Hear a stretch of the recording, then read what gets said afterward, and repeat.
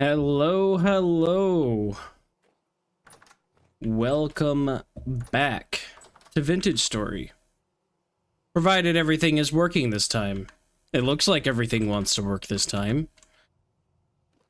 It's nice to be back. I've actually been playing while, well, between my streaming days, trying to get a couple things accomplished. So, kind of the first thing that I got accomplished, well, I got a few things. But one thing I got done was I made a little charcoal pit and made some charcoal, so that's nice. I can really get into smithing now. Not that my charcoal was running that low, but you know, you go through it really fast, especially if we get to what I want to get to today, which is steel making. I just fixed my staircase. I didn't like my other staircase. I had it going down here and turning around this bend, but it was just like going too far away from the building. I didn't really care for it, so I fixed my staircase. So I am much happier with that now. I need to find... I guess I'll just make more. Can you make obsidian cobblestone?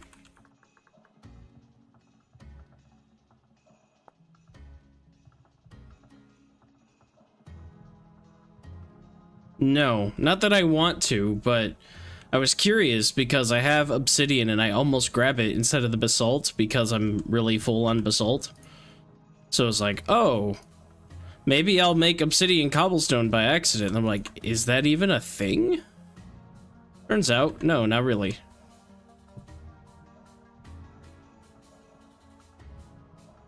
Do that, grab that. We're gonna make some more basalt cobblestone. I love that I live in a basalt area. Kind of, again, my first base, I was sort of near one too. But I actually, like, live in one. So just naturally over time, through mining, I'm able to have all the basalt that I want. And honestly, I really love this, like, this dark with light grain wood aesthetic. It's one of my favorite things. In general, I really like that combination. I think it looks really nice. Alright, so now all I gotta do is put in a little bit of wooden planks, which I actually happen to have some. And they need to go horizontal like this. Nice. And then we'll need a door, actually 2 doors. So that this is still considered a room. This does make this room a little awkward, and I could probably, I mean, it doesn't really help if I move this over one, so you know what? I think what I'm going to do is I'm going to steal one of these doors, and then I'm going to use my cool cobblestone that I just got and fill that in, and now I'll have a single door here, double doors leading into my other rooms, I suppose. I don't really need double doors here either. Does it look better without it? I think it might actually. And I can always like adjust this, but like, there, I saved me some doors. I think inside, I want to have single doors, and then maybe outside, I'll have double doors. I don't know. Whoa, that's not where doors go. Look at that. Yeah, there we go. That's better. Now, we're gonna have to fix this floor. It's been funny to have this floor be grass, but it's been grass for a long time now, and I also need to adjust the music. Just a little lower. It's getting a little obnoxious.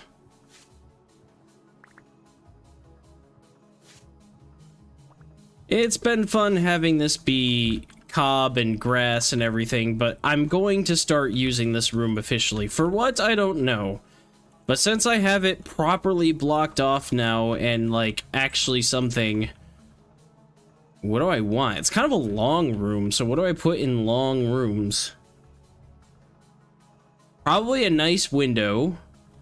At least a window of some kind. So let me go see if I have glass. And if I don't, I'll make some, because I actually have some quartz. Not a ton. But I should have some quartz laying around. I don't think I have any glass unless it's up in my other... other chests up here. This, oh, there it is. This is supposed to kind of be a storage room back there, but I'm not sure how I feel about that. And also, I don't necessarily love that these doors are like kind of crooked like that. It's fine. They're never going to line up because of how the house is built. But, hey, Sleepy, I just saw your chat. Yes, I'm thinking storage of some kind, but I don't know what. I might move these chests because chests, you know, they take up one side, and this is a 3-block wide, so I could have like these, I guess they're trunks because they're 2x2s or 1x2s. So I could have 2 trunks here, 2 trunks there, and have like a middle aisleway, and then I could put stuff up in the top or something like that. That could be storage, I suppose. Welcome back to the stream, Sleepy. It's nice to have you here. And thank you for viewing on Twitch. I know you hadn't logged into Twitch in a long time, and you were mentioning that before. But I do appreciate, that's not how that goes. I do appreciate you making the effort to be here today.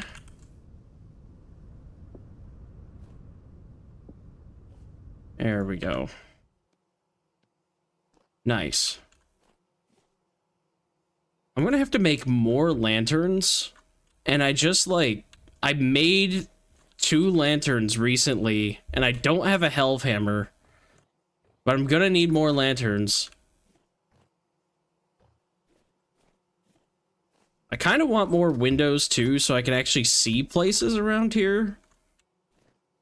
But I think that's nice for now. It's a nice little windowsill, and then this can go outside. I'll need to do something about this so that I can kind of enclose that a little bit better. In fact, there's a Bowtorn down there. Hey, buddy. Too late, sir. I already blocked it all off. Twitch feels a bit less jittery than YouTube anyway. Yes. That was kind of, I was going back and watching my YouTube VODs, and I was like, you know, the quality on Twitch seems to be better, and I'm not doing anything different.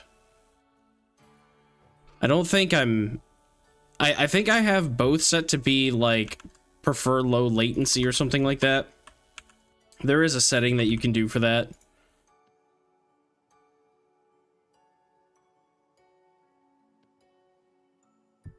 But I have both to be that way, but YouTube's appears to be a little bit less quality than Twitch.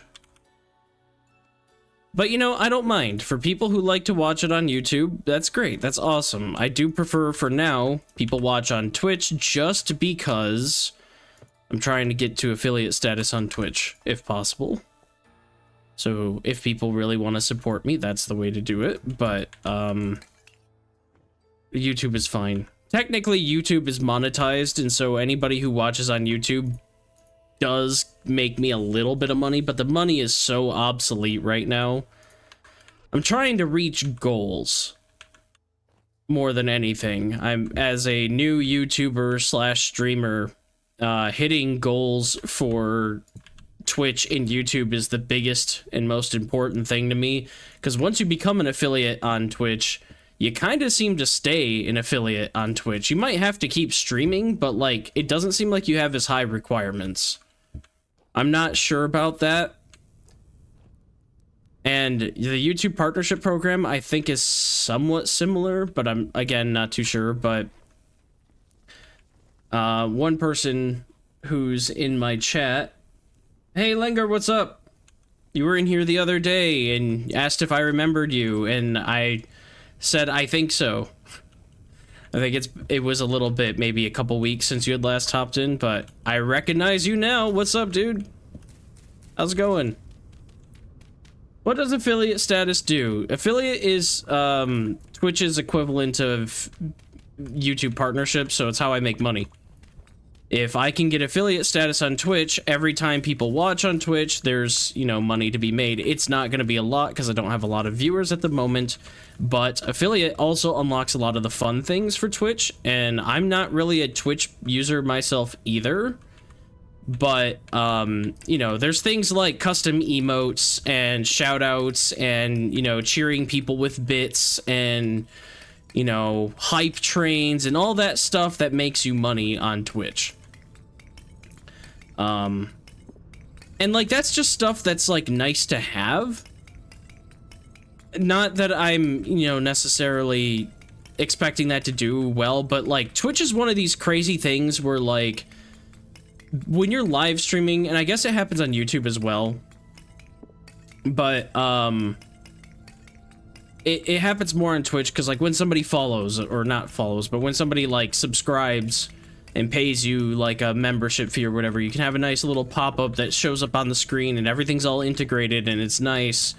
And a lot of those types of things work better with Twitch than they do YouTube, and then like when people see that, they get excited and then other people join, or people start gifting memberships. Like, people are very much, they're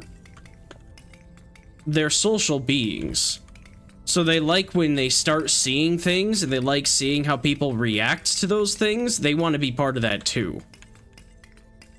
And so affiliate status on Twitch allows me to unlock all that special stuff so that I can, you know, make my stream a little bit more engaging, and, you know, for me personally, it's a way to monetize. But it's less about that. I mean, it is about that because obviously I want to get paid to do this, but it's more about like, that is kind of what normal Twitch is. If you don't have that type of stuff, people are like, oh, you don't have any like notifications on. It's like, well, yeah, because you have to be an affiliate for a lot of that stuff. So that's all it really is a way to make my stuff a little bit more engaging. I can have custom emotes and stuff that are unique to me and all that other fun stuff. Is this Minecraft 2? This is not Minecraft 2. I mean, it kind of is. It's Minecraft, but if you wanted it to actually be realistic and difficult. So like, things like, you know, getting iron in Minecraft is usually something you could do within your first like 10 minutes. In Vintage Story, you're going to be playing for several hours before you're even at that point, because Vintage Story has like a tier system similar to Minecraft. Minecraft has like, oh, you need an iron pickaxe to mine diamond and that type of stuff. But like this game, everything takes longer. You have to have a copper pickaxe in order to get any sort of rock, and in order to get copper, you have to find bits of it on the ground or buy it from a trader or something like that. It's not like Minecraft. You can't make a stone pickaxe or a wooden pickaxe. So your first foray into mining always takes a lot longer. And like with that, then it's like, you have to melt it down. You have to make clay molds so that it's like in the shape of a pickaxe head. And then with the clay mold, you pour the molten metal into it and it cools down. Like there's Minecraft mods that do all this type of stuff too, but Vintage Story is this at its base. And then the community is huge. The devs are great. They listen to their community, and the community is great. And they make a ton of unique and really fun mods for the game too. It's a very, very, very active community that really cares about this. And it's really good. The story's not complete, but I mean, Minecraft didn't even have a story for like years, so yeah, I don't really care. I don't need the sand. But like, for example, this is a ceramic mold that I made out of clay.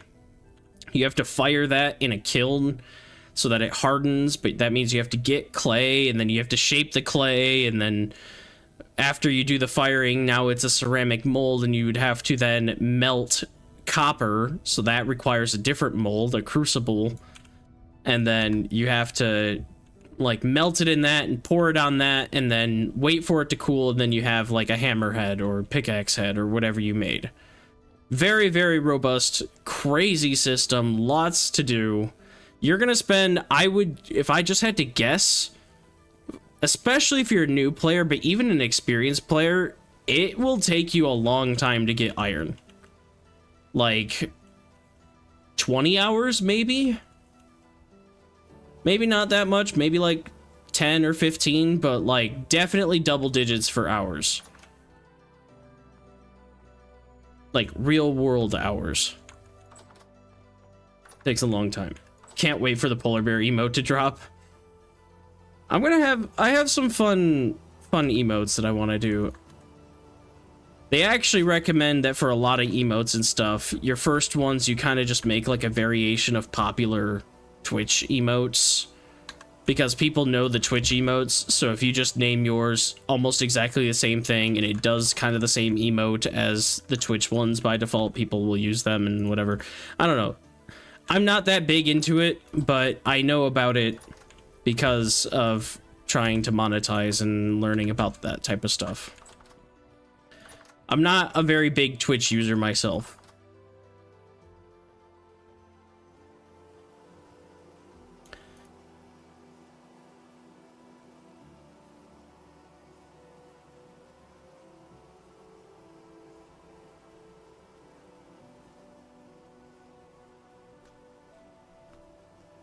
Inside Minecraft Official. Hello. That's quite the name.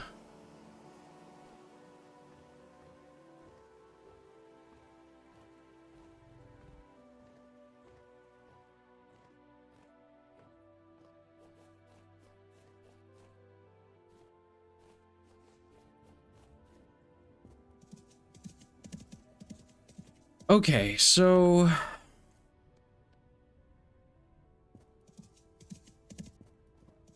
first time watching me live, so you've seen my YouTube stuff, I'm assuming then. Well, welcome. Appreciate having you here. It's nice to have company and hang out with people. No matter where you come from. I've recently been uploading a lot of Subnautica content because I kind of want to be in that fandom too. Because Subnautica 2 is coming out, and Subnautica is one of the best survival games of all time. But so is Vintage Story, so yeah. I've been uploading that, waiting for 1.22 to get out of all of its release candidate versions. They released release candidate 9, and I'm like, can we just, like, me personally, I'm like, can we stop? Just release the thing, okay? Like, I'm not saying release it without fixing it. I'm saying wait. You don't have to have all these candidate versions. Just be like, hey guys, it's probably gonna be like 2 months. We're working on things. We're gonna fix it. I feel like the fact that we're on release candidate 9 is like, it's the same thing as being in early access for like 5 years. We're like, okay, did you really need to release your game that early? Is it really in early access if we've been playing for like 5 years? But I'm excited for that. So I will do more Vintage Story content. The next one will be an ocean challenge. And that'll be when 1.22 comes out, because that's going to have fishing. And I'll make a sailboat in that world and everything. And I'm going to have a lot of fun with that, I think. And then after that will be a jungle challenge with some modding. And then after that, since I'm running out of biomes to do, it may be a temporal storm run where it's like constantly storming. I'm not sure if I want to do that though. Or it might be a story challenge of some kind. Once I've done all the story in this world, which is my aim, then I will understand what each story location has and how difficult it is, and I might be like, you know, how fast can I, you know, do this or whatever. Might do some story challenge content, I guess. How long is this world? 6 years. Going on 7 because it's September now. I guess it's technically 7 years because your first year is year 0.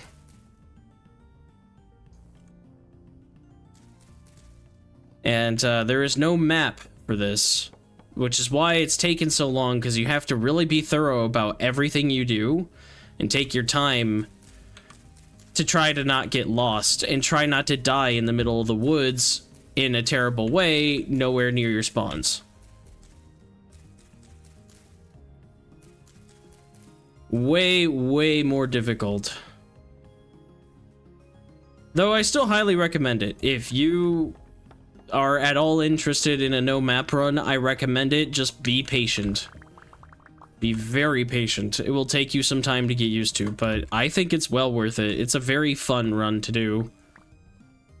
And this single world has, like, I think we're approaching 450 hours now on it. So it's been a very long time. I've got steel manufacturing, it's just at a different base. Because I had to move closer to the, I had to move closer to the story location, because that was 25,000 blocks east. And with no map, you just basically have to move there. There's no alternative. If you don't move, then how are you going to get back here? You can't transport food like that. Even with a map, that's probably a challenge. I heard a lot of people make up the move to the village. There's a village over here as part of the story. Although mine is sort of burnt down because there was a wildfire and, yeah. Wow. We have high rift activity. I can feel that. Last time I played Subnautica, I turned it into base building simulator. Subnautica is very fun. I'm in love with that game. I think it's very clever because it's underwater survival. There are so many survival games, but with that one being completely underwater, well, 90% underwater, it's just such a good twist on it. And, you know, that leads into all this stuff of people that are afraid of the ocean, like me. And it's like, wow, I don't even want to swim over there because I feel like I'm prey. But, you know, I kind of have to because the story's making me do that or whatever. I also appreciate that it's story-driven and not procedurally generated, which means that it allows people to build upon that. They can make more procedurally generated content. Do I want to work on flattening this, or do I want to... I think I want to just keep trying to build this road back to my other base. Not really building a road, but I have a very thick forest that I have to get through as part of my journey back to my first base, where all my helve hammers and steel making is all set up. And so I'm trying to make a path that at least gets through this forest to make my life just a little bit easier. It's a good 1,000 blocks maybe long, so it's good. That's good. Though it's like 13,000 blocks to get, not even to my house, to get to the story location where I have a road that'll take me all the way home, basically.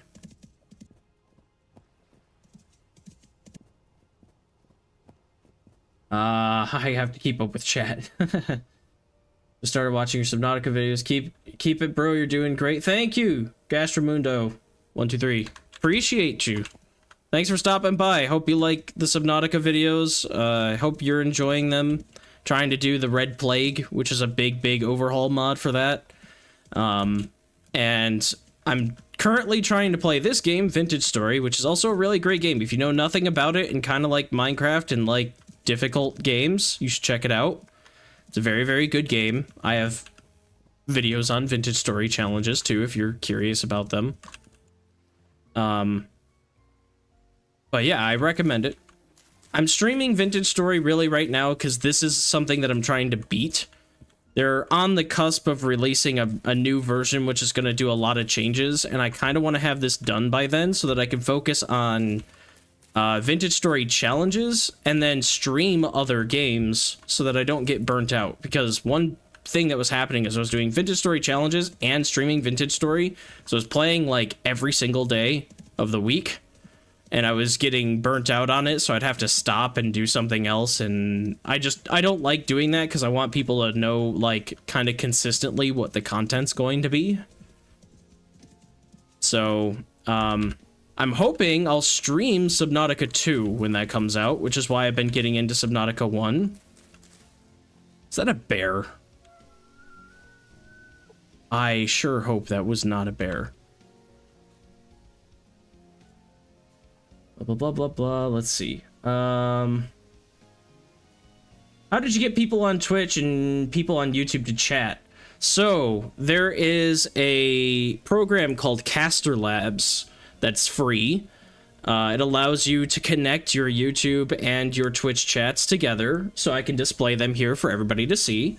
I also use a combination of other things. I was using Stream Elements for a while, but I've switched to Streamlabs because they have an auto shoutout. I think Stream Elements does too, but Streamlabs is more popular. I can't tell you why. So, we've got Helia here, who is a streamer themselves, and I can have an auto shoutout for Helia pop up so that people can come watch their stream as well. Hi, Helia. How you doing? I know you're tired. It's late for you. But yeah, so I have everything set up so that you guys can kind of talk to each other and chat with each other a little bit. I'm always making adjustments to things, trying to have like a chat outline border thing so you can see where chat's going to be and it looks a little bit nicer. Try to have a nice little background. I know, like, it's kind of weird to have my camera and then have a chat and then have the game be shrunk down and have this bottom section where there's nothing, but that will eventually be other things. Right now it's a background of Vintage Story because I'm playing Vintage Story. When I play Subnautica, when I play any other game, I try to switch that background so that it's something else, because I don't know, I like being able to have chat and stuff separate from the video just in case, like, there's a good moment or something and we want to upload it to YouTube or something like that. It's easier to have that than to have all that stuff on the side. I can always, you know, edit and adjust or add it post if I want to with editing, so it's nice.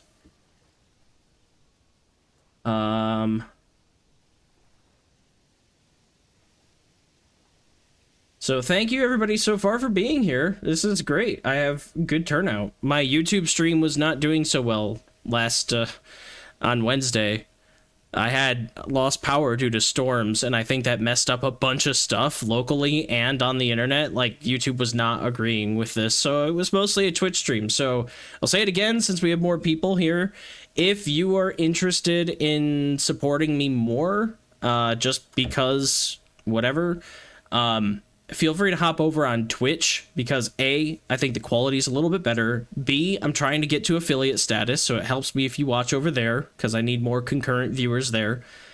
And C, apparently when there's issues with like weird internet stuff, Twitch is better than YouTube because I couldn't get YouTube to reconnect on Wednesday. So maybe it's a little bit more reliable. I don't know, but if you're interested in it, feel free to watch me over there. I do appreciate it, but I appreciate you guys no matter what for hanging out in either one. That's my push right now, is to try to reach affiliate status on Twitch. Then it doesn't matter as much. But once I hit affiliate status, I can do some fun things with like shout outs and stuff like that. Because they'll have like custom emotes and a lot of other things that Twitch activates as soon as you do that. So that's my push for that.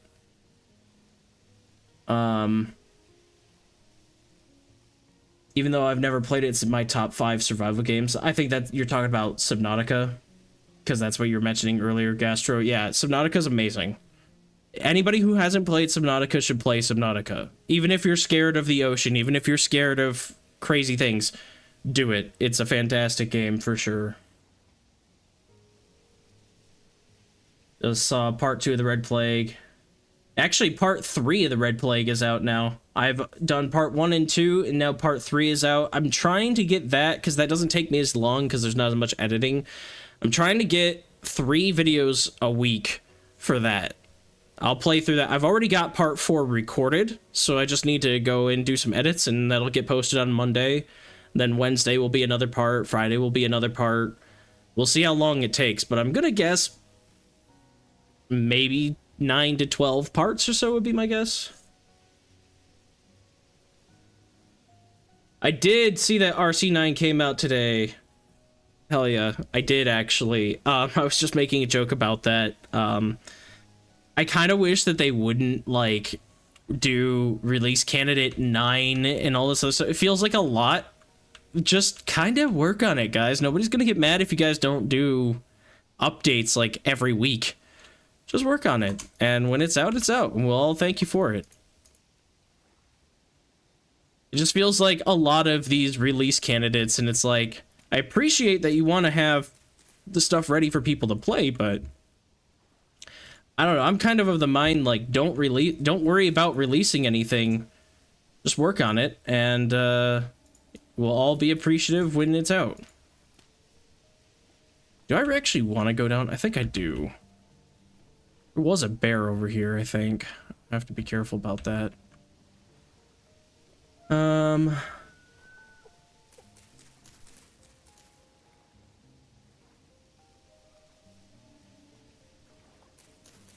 And I saw your chats about wanting to sleep. I'm not trying to keep you here. I just have to keep up on chat. Too many people talking directly to me.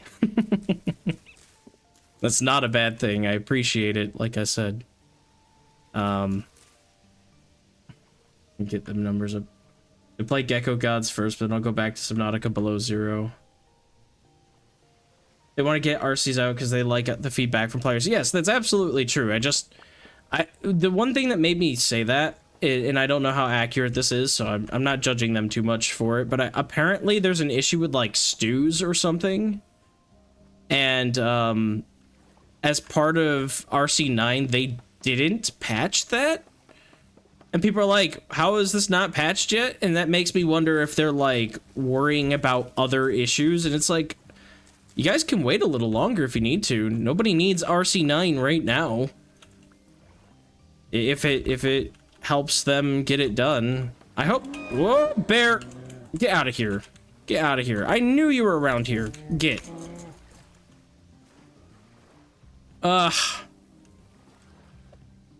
Bear said, heard you was talking crap. Get out of here. Ow. Get out of here. Yeah, that's right. Whew. No more bears.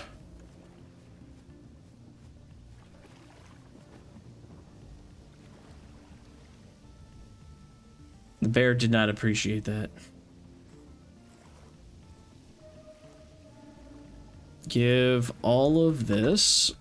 Leave the bones because that doesn't actually do anything, but I'm gonna fear the local bear populations. You see that right there? That is what you will be if you come mess with me anymore.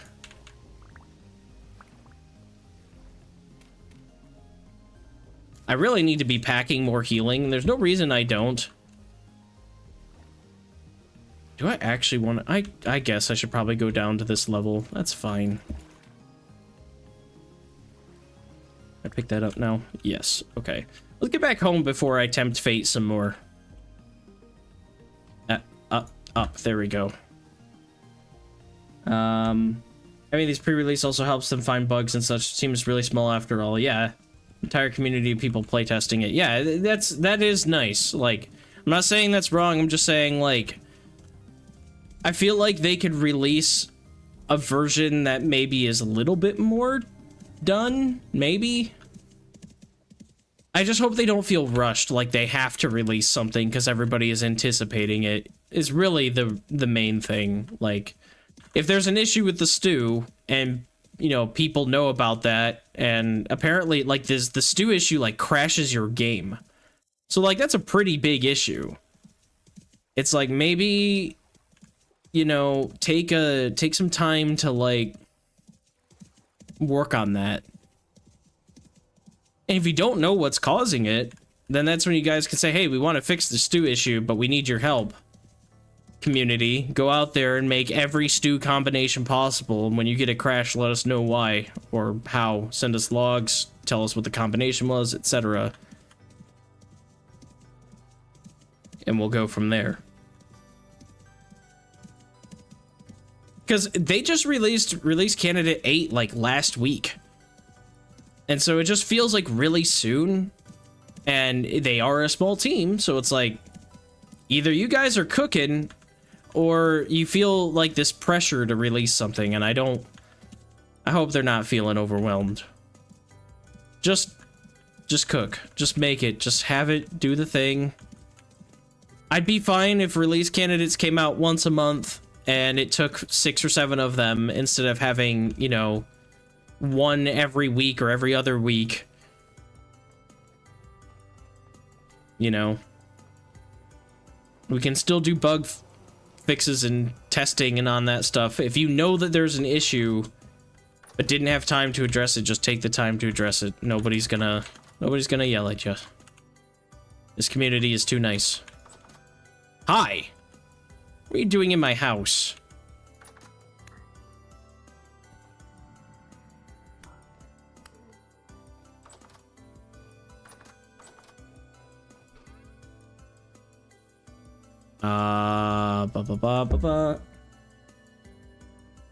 And yes, hell yeah, I do appreciate you're here. Even though you're tired, you stay. Darn it, you didn't stream for like... Oh, I have tons of cobblestone. No more cobblestone, need to remember that. You didn't stream for like 3 streams. So, yeah, you gotta stay.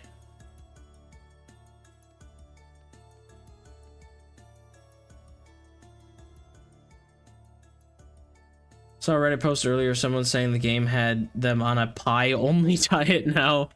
That's kind of true, honestly. And welcome back inside Minecraft official. Long name. Gotta shrink you down. How do I shorten you? What nickname am I giving you?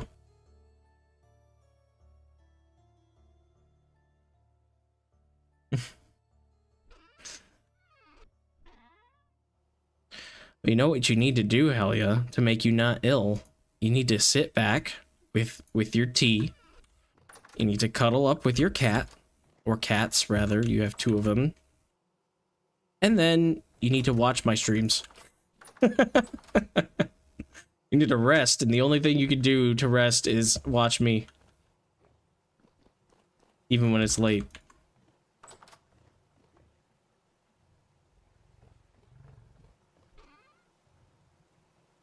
You thought I was going to be wholesome.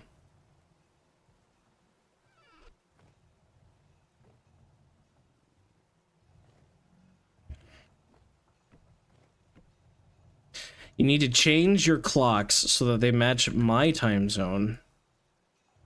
Obviously, that's the correct thing to do.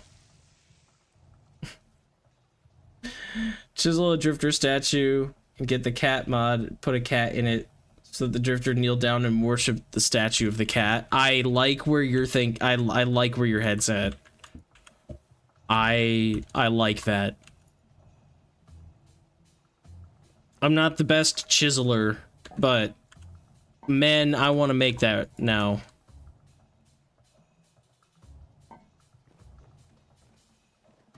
Well, the pie-only diet is gonna stop probably because I need to make... I need to drink this juice. I don't have any barrels to store any more juice in. I'm already making wine and cider and everything. The fat goes in the smithing area. The pie-only diet is gonna wait for 1 second here. I don't have any storage. Good God. That's coming with me. Pie going there. Take our 10 liters of juice, and that'll be our nutrition for most of the day. Oh, well, I just accidentally spilled it everywhere. All right, well, inventory problem solved. Just grab these and try that again. I forget that when you're pressing shift with a bucket, it just, you have a good chance of just dumping it.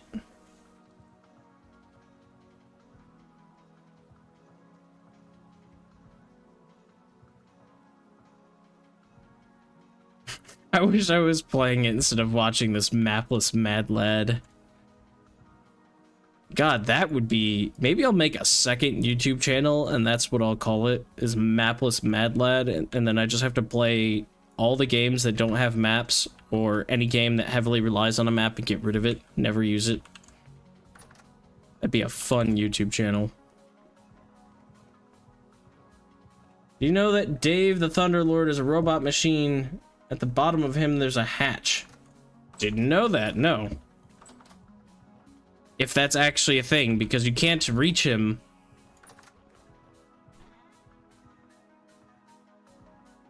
But maybe it's told in the lore. I have not completed the story, so if it is a lore thing, that's cool. But, try not to spoil anything critical. Like, that's not a big deal. Like, that's cool if that's true. Yeah, and he has to be some sort of machine, because he looks like he's a machine. What else would he be?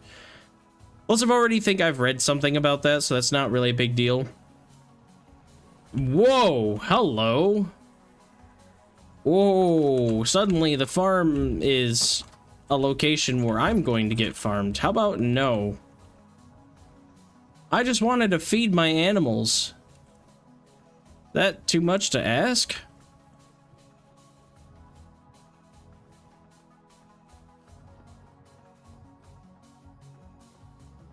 Well, I guess we wait, because the high rift activity means I have a farm full of nightmare creatures, not animals. Where's that bucket? I must have put that bucket somewhere, and I don't know why, because I actually could use that. Nope.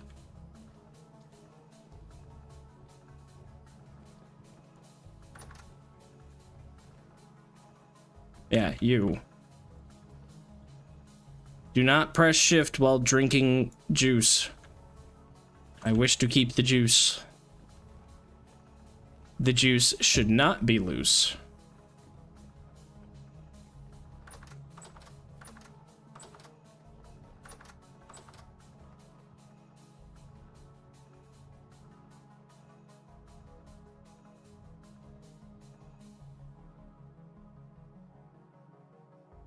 I needed to take a break to get over my chisel fever. There's always something that can be chiseled a little bit more.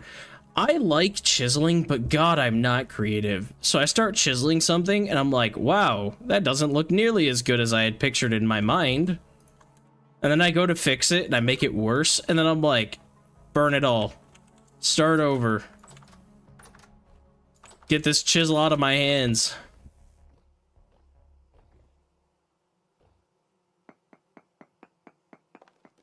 So I feel bad about the stuff that I create unless I look at like a reference and seriously sit down. Like in my Arctic challenge and I made the polar bear.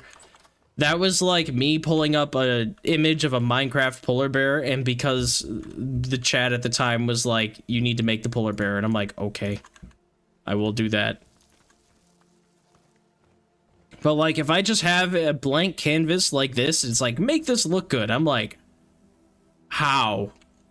Like, I obviously start with, like, making the walls, you know, more uniform and not whatever, and, like, maybe have an accent color, like, that type of stuff. But I'm not an interior designer, so, yeah.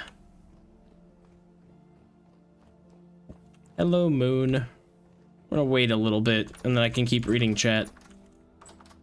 But I do love chiseling, although for me, because I'm... I don't know, very, like, logic-oriented and left-brained. I have to have a chisel mod so that once I make one chisel design, I can just copy it because I like efficiency. It does bother me slightly when it's like, hey, chisel. Okay, now do all of that again. You're like, oh, yeah, maybe not.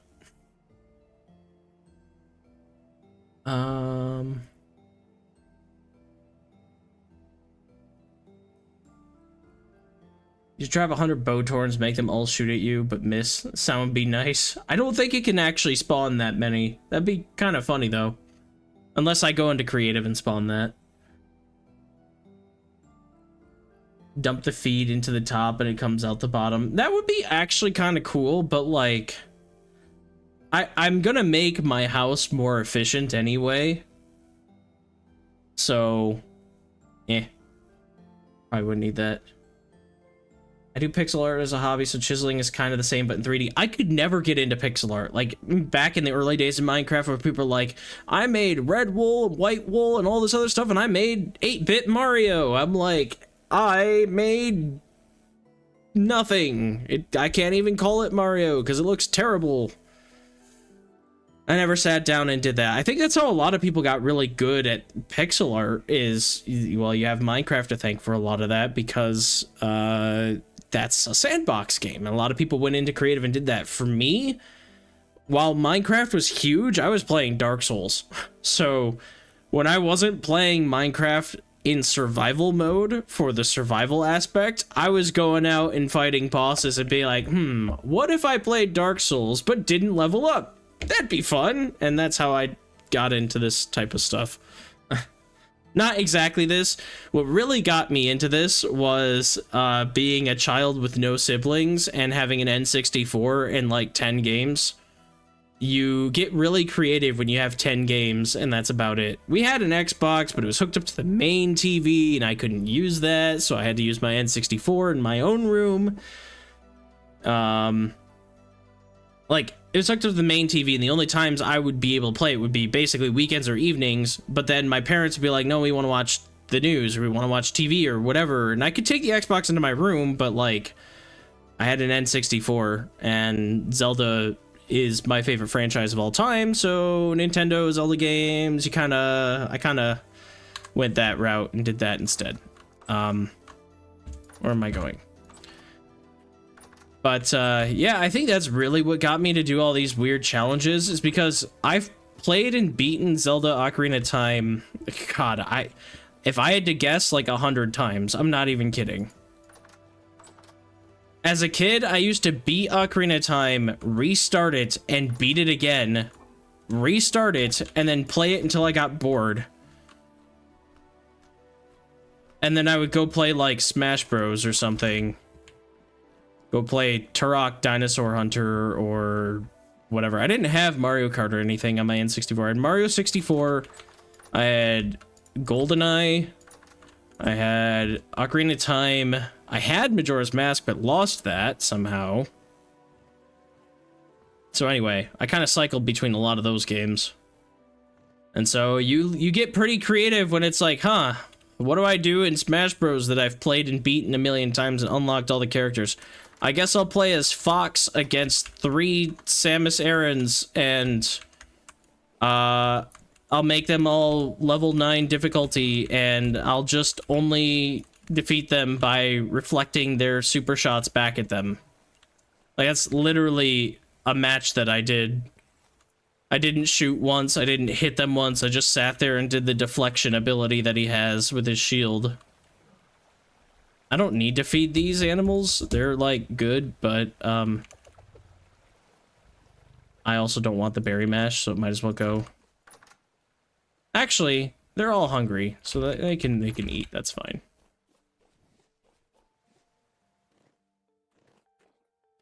Chat was right. The polar bear was necessary. Yes, cat. Chat was right. I think I called him Mort. And yes, Mort was necessary. I didn't have much to do other than chisel in that run anyway, so why not, right? Decided to make a fireplace, cook one day, and it all went downhill from there. Chisel to make a chicken coop and nothing else. UP chisel tools, yeah. Okay, I guess now that I'm healed up and there should be one less bear, I gotta go back and keep working on this. It is September, but I want to make the trip back to my other base before it starts getting really cold, because dealing with the cold really sucks and you get hungry way faster. And I have some extra pies, so the first thing, the like main thing I need to get done is I have to get this like kind of road thing that I'm working on through this forest. I gotta get that done. Because once that's done, I don't have to worry about bears. I don't have to worry about wolves. I mean, there's more forests, but this is the one that's near my house. And all I need to do after I get through this forest is make a big old landmark to show me where the road is. So that I can see that while I'm traveling, hopefully.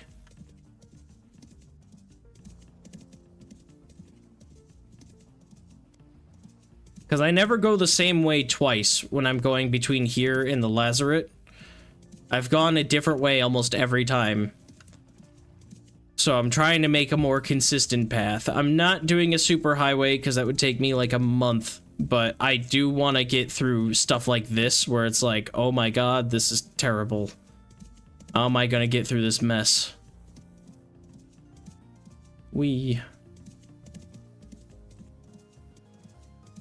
I just want to play, but my player 2 has so much to do. Well, you know, could start your own world up.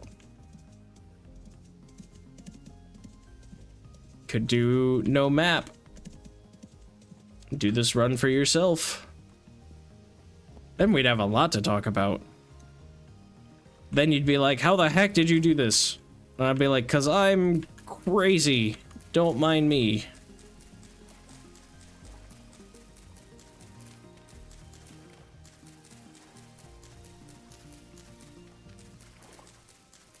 Snow will cover your path. It will be harder to find. Not when it's perfectly straight.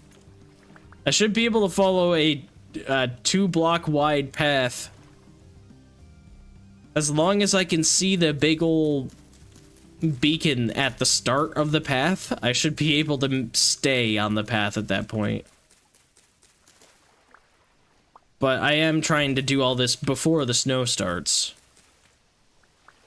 I do need to kind of check on my crops, though. I always forget. That's the one advantage my other base had, is that my garden there was built in a lake. And so I always had water source blocks and didn't have to deal with the fact that flowing water doesn't count as a solid block and all this other stuff, and it wasn't a room. So all my greenhouses worked perfectly.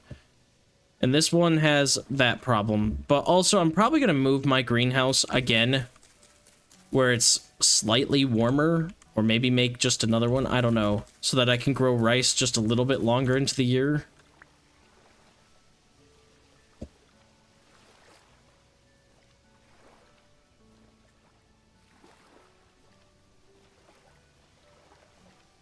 I'll never forget seeing miles of snow pop into existence during my first winter. Yeah.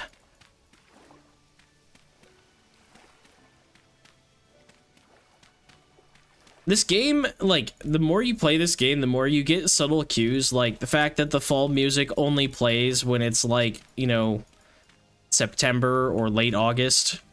So as soon as I start hearing this soundtrack that's playing, it's the, oh, wolf, oh, ow. Why didn't I keep backing up? Why did I stop? As soon as I start hearing the fall soundtrack, I'm like, oh no. Time to pack everything up, get ready for winter.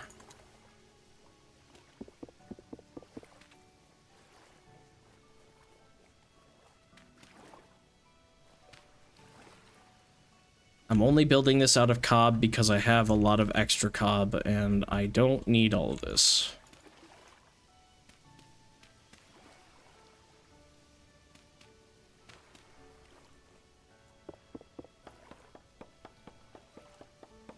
I thought it'd be a bit more gradual. Yeah, it kind of just happens one day. You just kind of go to bed, and then it was like, well, it rained overnight, so by rain we mean snow, and now every field around you is covered in it. You're like, oh, it's winter now. Gotcha.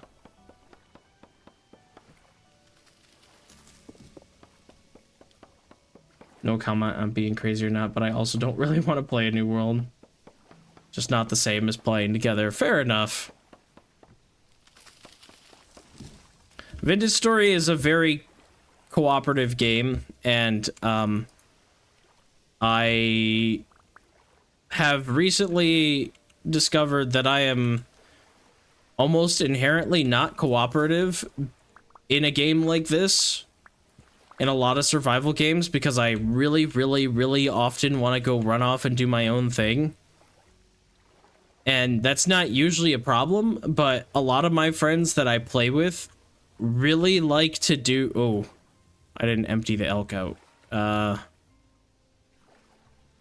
Consolidate.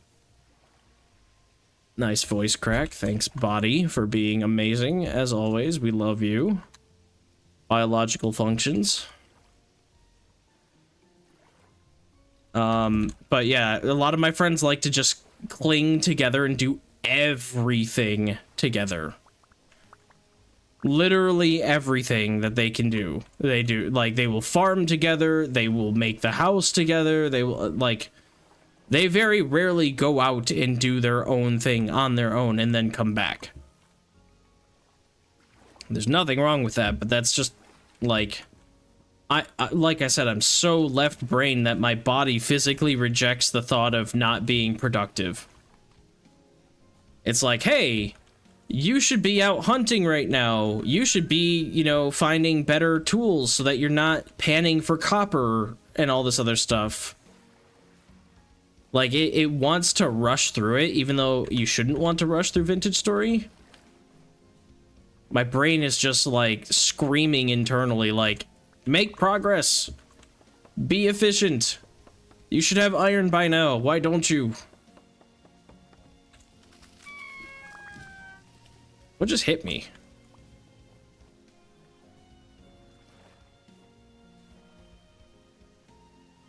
It's weird.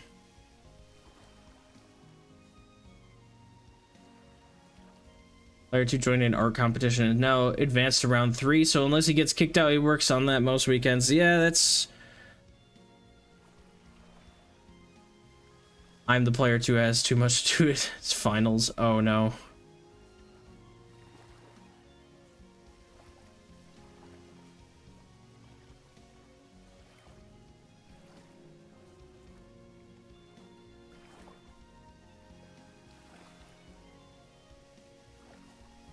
We're all rooting for him.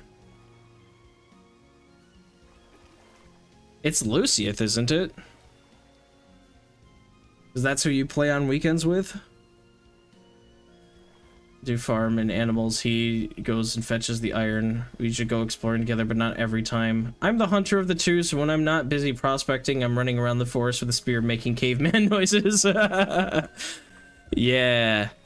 See... We all had roles in our group, but, like, everybody, like, either people went really into their role. Like, I had a guy who was playing as a tailor as part of my group, and, like, he didn't want to do anything other than be the tailor.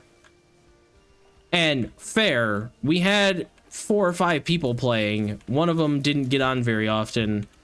I was a hunter. We had some modded subclasses, so we had, like, a farmer and a couple other classes, but like he was like, I'm the tailor, I want to do all like this, like, you know, making the cloths for the windmill and all this other stuff. I think we had some mods where he had a little bit more efficiency with some of the recipes for being a tailor too, and he wanted to do all this stuff. It was like, okay, cool, I appreciate that, but what else are you going to do?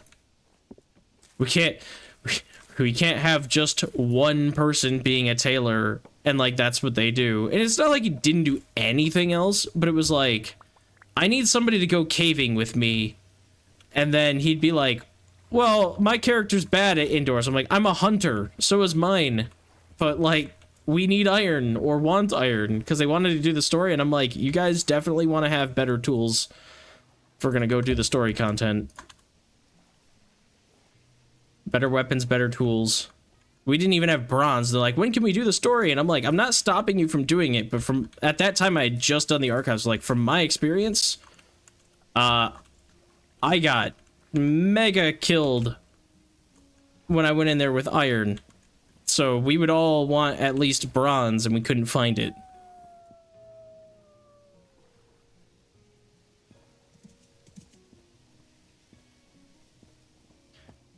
There are reasons why I commit arson in this game, and it's because I've done all this work to clear this up, and there's just still so much left. It's just easier to light the trees on fire, and then come back and clean them up. Hello, wolf. we're gonna just go back now, I think. I gotta unload all the random stuff I've collected.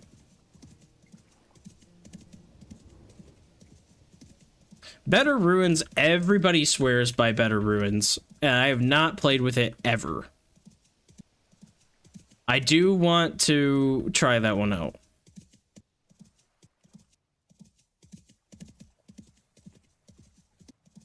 The only problem with arson all the time is I never find resin trees because I burn down thick forests like this where there are pines. So I should really not do that, because then I could find natural resin trees closer to base, or at least on my way to and from certain locations. That's at least my hope.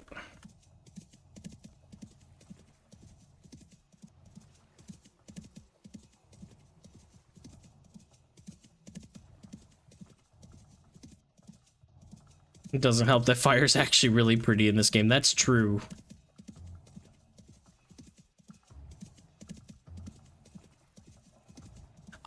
For Halloween, I was playing a mod that was I added Draconis, and I added a couple other like Halloween mods, because they had some like Halloween mod competition thing. I don't know what it was called, but one of the people who worked on Draconis, Shin, she's been in here before,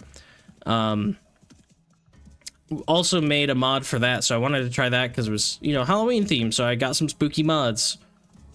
And like that was really cool, and I appreciated doing that. But then like I had a mod that was like, oh, we added dungeons. I'm like, I can't wait to explore this. But then it was in the middle of like recording actual YouTube challenges, and I just couldn't play and stream that and have this world and do YouTube.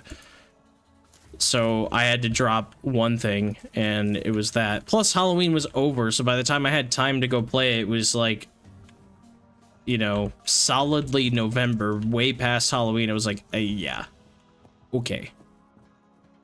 Should probably switch gears. Need more inventory. I guess I could put the stones on you. I have more cobblestone on my elk. What did I do? I have made so much cobblestone, I guess. I didn't realize it. I guess I just have a lot of extra basalt because I live in a basalt area.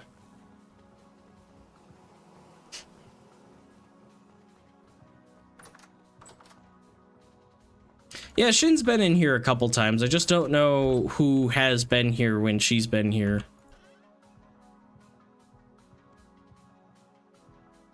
And it's not just her that does Draconis.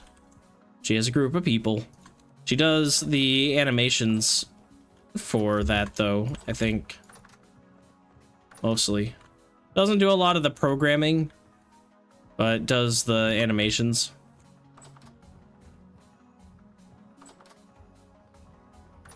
She's very nice, and is one of my earliest supporters on my streams. Back when I first started streaming, we kind of like got to know each other because she stopped in one time seeing a small streamer play Vintage Story, and at the time I was playing at a better, more convenient time for her. And she stopped in and she was like, oh yeah, I'm working on this dragon mod. And I was like, oh, you know, I just saw something on Reddit. And she's like, yeah. And I was talking about it. I'm like, wait a minute, was that you? And she's like, yeah, I made that post. I went back and looked, and yes, it was her. So like we were able to talk about her mod and all that other stuff. So I call it her mod. It was made by like a group of, I think they got like 5 to 7 people that work on it. But yes. For anyone who's looking for fun mods for Vintage Story that just adds really cool things, check out Pegasus, Equus, or Draconis. All those are made by her and her group of people. And Equus adds horses, Pegasus is flying horses, and Draconis is dragons. Of which they are now up to like, oh boy, at least 4, Maybe 5?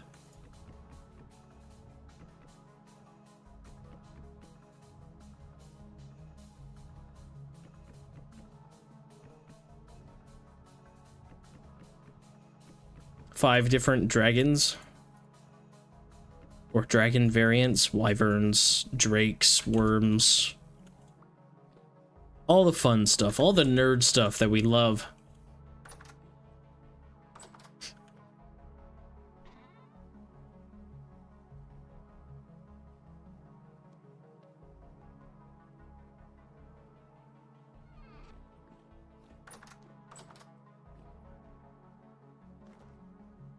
Loopy, what's up? How's it going? Just talking about fun mods and stuff. A little bit anyway.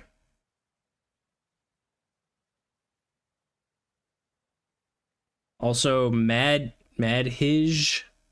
I don't know how to say your name, but thank you for stopping in. I'm gonna just call you Mad if that's all right. Thank you for stopping in. Appreciate having you here today. I am scaring the trees in my nearby forest and punishing them for being trees. I'm putting them in a very flat charcoal pit because I'm going to mine this out and replace it with grass anyway. So might as well do all this too. Let me read your guys' comments too. End up with a wiener dog shaped elk if you keep overloading it with cobblestone. That's a fun comment. Yeah, that's true. Souffle he's a hardy animal. He'll be fine. That's his name. Again, thank you Twitch chat from several months ago for being like trying to come up with names, and the person who was suggesting names at the time kept coming up with food names, and I was like, the next one you're gonna suggest something crazy like souffle. I'm like, I don't want to eat him. He's not food, he's friend. And then she was like, that's his name. His name's Souffle. Lock it in. I'm like, okay. So that is how my elk has been named Food. And that is how I have apparently acquired food-named animals. Like my Sky Challenge, where I was like, I need to name my dragons and wolves. And I think the winner ultimately of the little maple wing, I guess she's actually a wyvern. Let's call her Pancakes. Because everybody was hungry and wanted breakfast. So that will more than likely be your name when I go to do part 2 on that.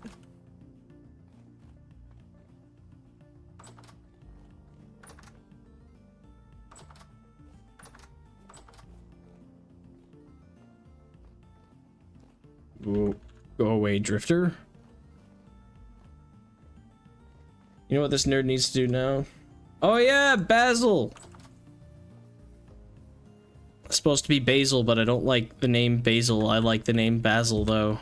I had to do a little spin on it with the whole... like... I don't know, that's gotta be a real name, but I only know it because of Austin Powers.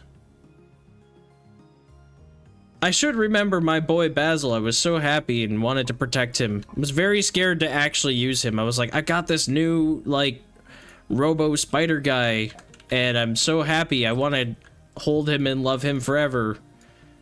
But then he went and attacked a bell during a temporal storm, and I was like, this is bad. But they didn't really fight him back too much, and he somehow survived, so he is the boy. And in a future run, if I'm Clockmaker, because I don't think I'm gonna do a part 2 to that world. It just really didn't end up being fun enough for me to be like, can't wait to not see for another year. But we'll have Basil again. I will bring him back. The return of Basil.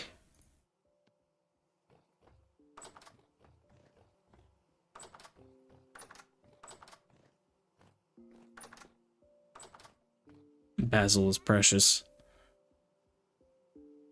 He is a good boy, but also the geckos we were watching earlier in Helia's stream those were really cute. I liked that game a lot more than I thought I would. Because I'm not one, I don't like dislike lighthearted games like that or anything, but it's typically not something where I'm like, yeah, I'll sit down and play that. That made me like, go like, how much is this? It is not expensive, but I didn't want to spend the money on it or anything today. But I don't know, if I ever see some deal or something, I know it's kind of on sale now, but I have other things to play. But I was like, yes, this game, I want this. Somebody can get it for me for, I don't know, holiday, birthday, whatever, random thing. Because they'll see it and they'll be like, I think it's like $14 or $16 or something like that. It's not that expensive. They'll see it and they'll be like, I don't know anything about this, so I got it on your wish list. I'll be like, yes. And then I'll get to run around and bark and gecko. That's a very cute game. Makes me feel like a child again. To some extent, Vintage Story does too. Not because of the Minecraft vibes it gives, but just because it's such a cheery game with like the music and stuff. Yes, it's dangerous, and yes, there are scary things in it, like the creatures, but like this whole thing of like, it's nighttime, there's peaceful music playing, you know, you're building your house and you're just doing your thing. It's such a fun little adventure.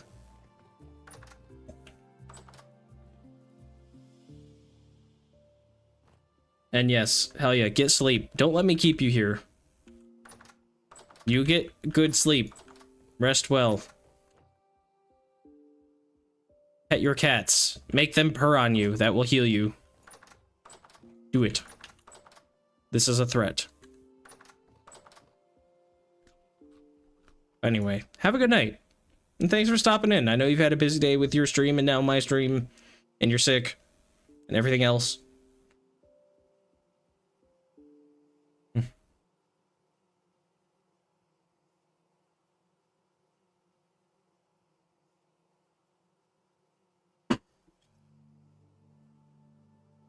I was gone for a bit. Right now doing some PvP in RuneScape, and they were pretty angry today. Oh no.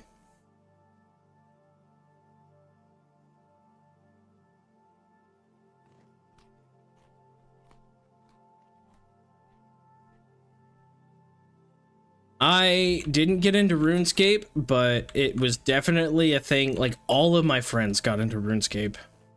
I didn't get into it because I didn't have internet access, really, so you kind of don't play the MMO when you don't have the O part of anything in your life. When the only O access that you get is 3G, really cheap Android no contract phone.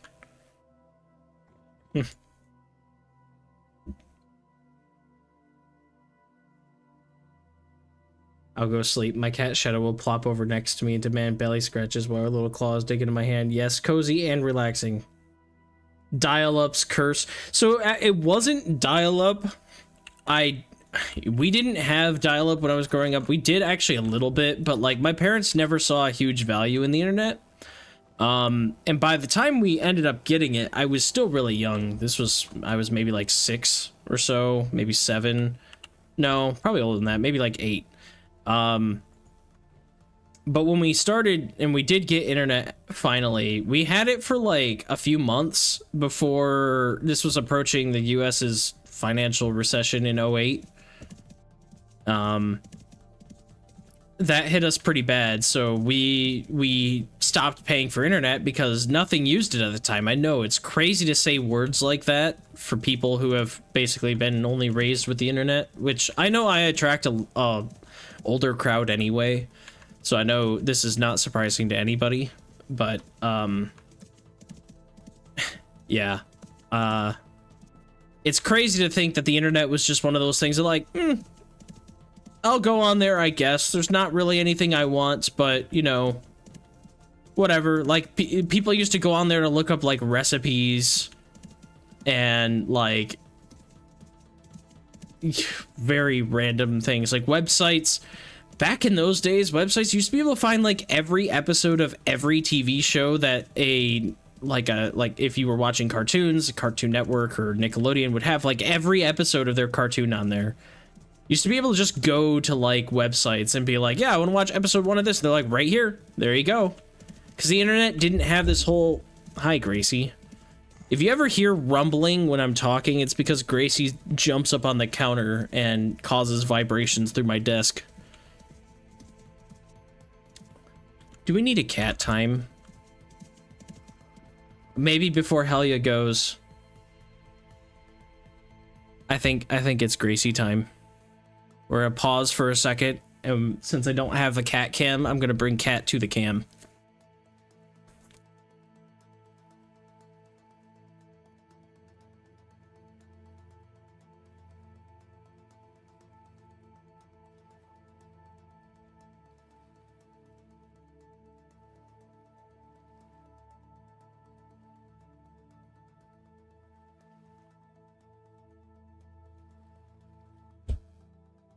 Hi, Gracie. What do you want to tell your fans? Hmm? Hmm? You're just gonna look at the camera and be pretty today?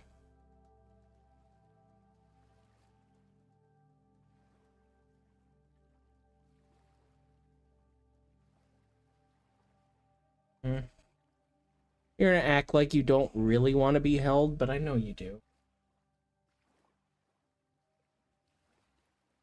Why don't you get closer? The camera a little bit. Say hi.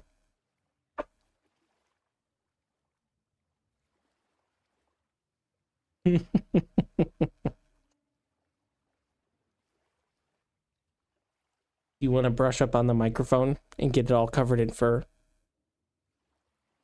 Hmm? No.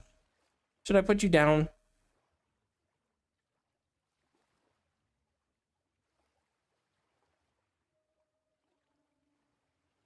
Gracie is wearing a collar. She has a collar. She actually has a very cute collar. Oh, she's gonna jump up on my computer.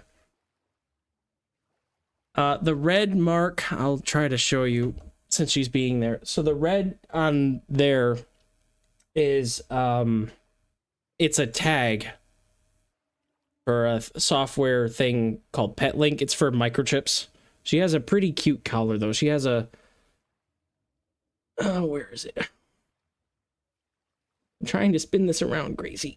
She has a heart on her collar. But you're not going to be able to see it because she's not cooperating. That's okay. Oh, bump my own microphone. But yeah, she has a heart on her collar. It's stretchy, so it's never too tight for her.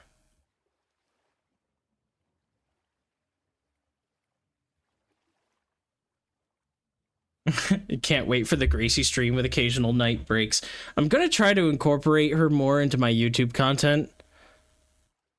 I did have her in one recording because she actually jumped up while I was recording, but I think I'm gonna try to make a point of recording her a little bit more, just to have her around.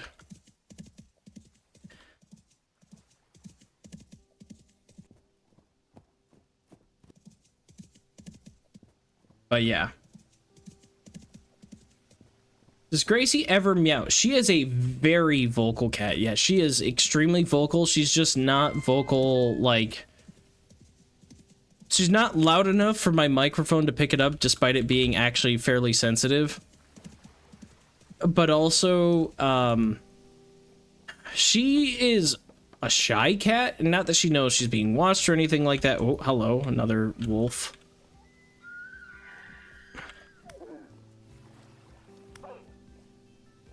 Oh, now where are you going? No, get back here. You wanted to start this battle.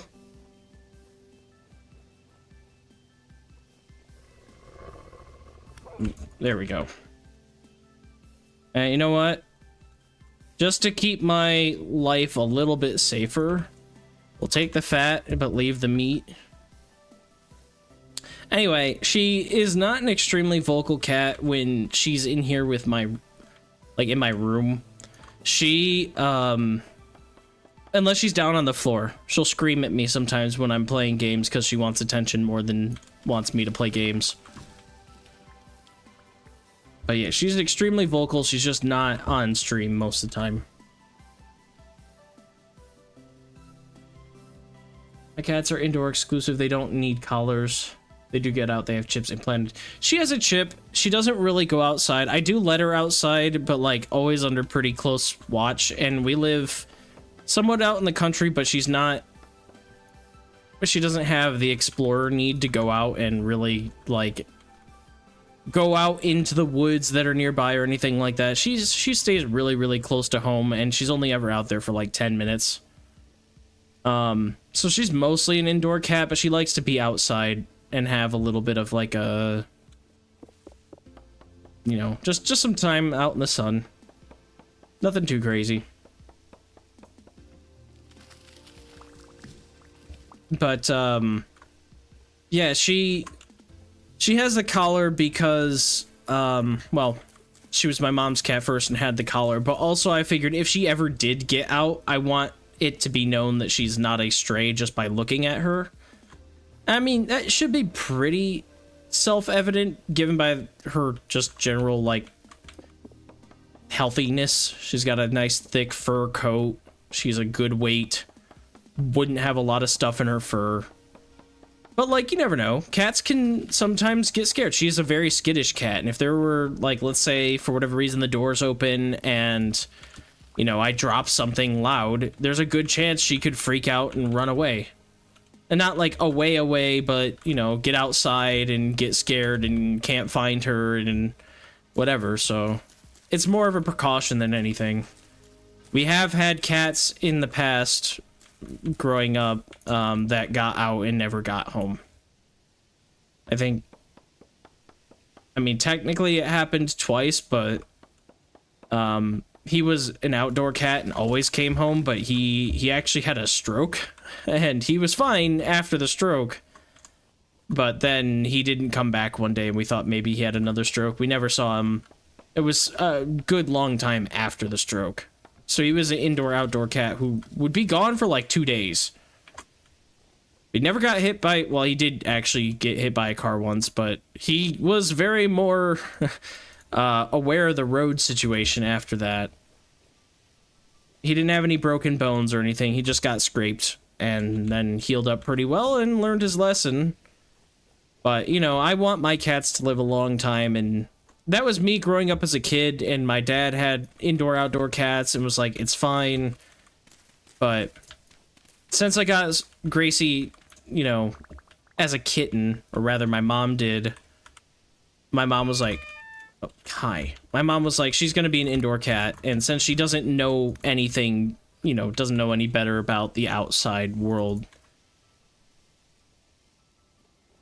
she prefers to be indoor. Doesn't really have that desire to go outside except to chew on some grass and smell the air. That's about it.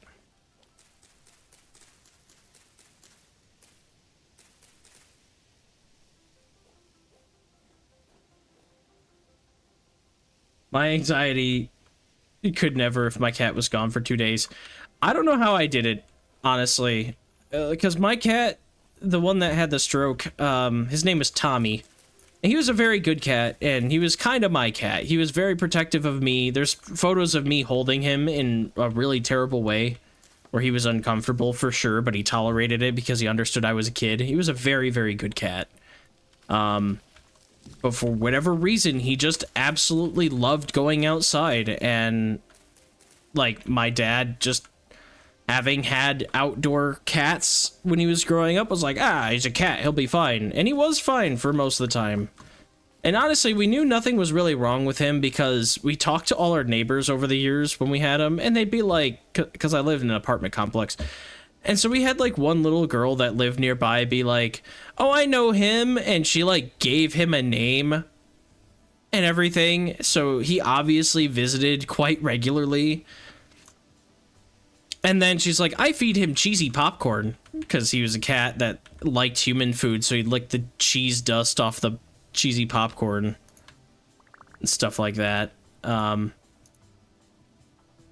And he had a collar, but it was one of those safety release collars, so he wouldn't choke. And within like a month, the release went off. And we just never got him another collar because we were like, okay, well, obviously you snagged your collar on something. Maybe if you just didn't have a collar, it wouldn't get snagged.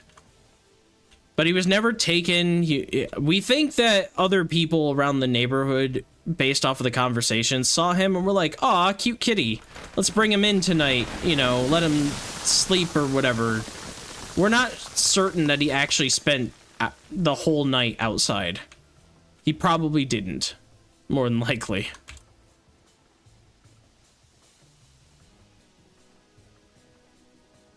Shadow's making cute little sounds, telling me it's time to go to sleep. Oh, yeah, I've been threatening sleep for a while. Sleep. I will threaten you. Get some sleep.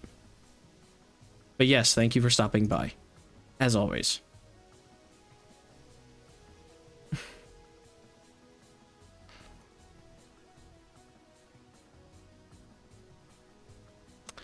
Good night.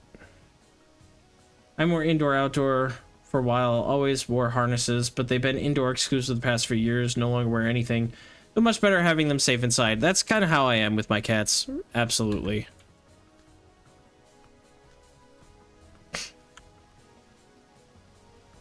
Me personally, I just like, there's a lot less vet bills when they don't get in fights with raccoons and they don't, you know, whatever, get sprayed by skunks. That's not really a vet bill, but that's like, how do you give a cat a tomato juice bath? You don't really want to do that, especially on a cat like Gracie or my cat Tommy, who was a white tabby, like part Siamese and everything. He came out of that tomato bath pink. Gracie would come out of that pink, and it's like, let's just not. How about we don't do that? How about my cat stays nice and clean and never gets in trouble because she's indoor?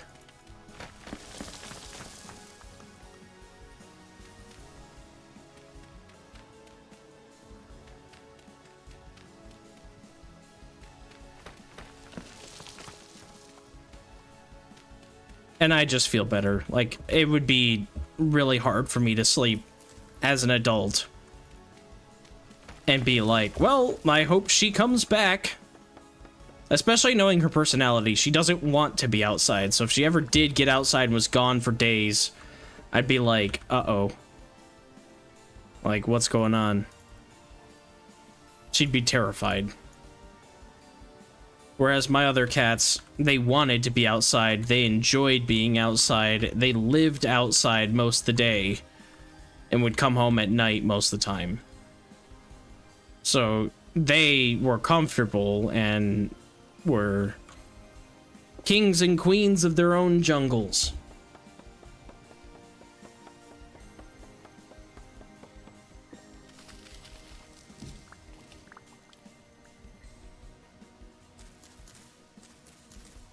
Wow, there are ruins in the middle of these woods, and I didn't know that was a thing because I can't see them. I want all the Tommy stories. I'm FOMOing. Anyway, bye.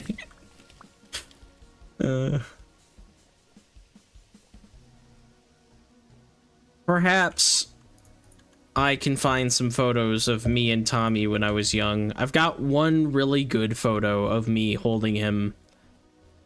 I'm literally holding him as a kid, where I'm holding him like this, like hugging him, and I've got my cheek pressed up against him, just like cuddling him, but I'm not supporting his feet at all because both my hands are up here, and so his feet are just dangling, but he's totally chill, and his front arms are just out,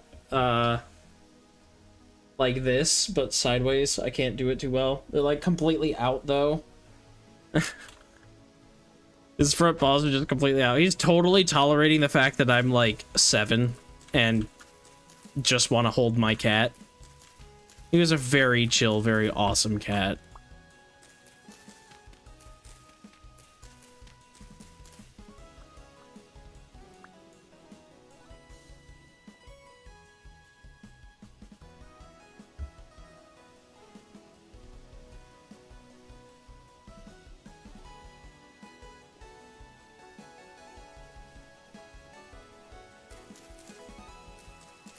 That was also a very classic dads who did not want pets thing. Of my mom said she found Tommy behind a dumpster, and my dad was like, "We're not getting another cat." And to my dad's credit, he wasn't like an a-hole or anything like that. He just, money was tight. It was approaching the 2008 recession. Getting a cat when you can barely afford rent is, well, you're not going to be super pleased about that. So, but we had him anyway. And my dad loves him. Like, he tells fond memories about, you know, Tommy and everything, like I do too. But, definitely at the time, if he had a choice between having a cat or not, he would have chosen not to have Tommy. We already had a cat. Her name was Roxy. She was also a very good cat. You can tell Roxy stories too, but Roxy was my dad's cat. She was very skittish, took a long time to warm up to people. She was a lap cat. She absolutely loved to lay on people's laps, especially my dad's lap, while he would sit in a recliner and watch TV. She ate a lot of human food. Ice cream, cheese, pepperoni. She loved her human food. She was also a runt, all-black cat. Which is, I think, to this day, why I love all-black cats, because I had one growing up, and it makes me very sad that people will abuse all-black cats.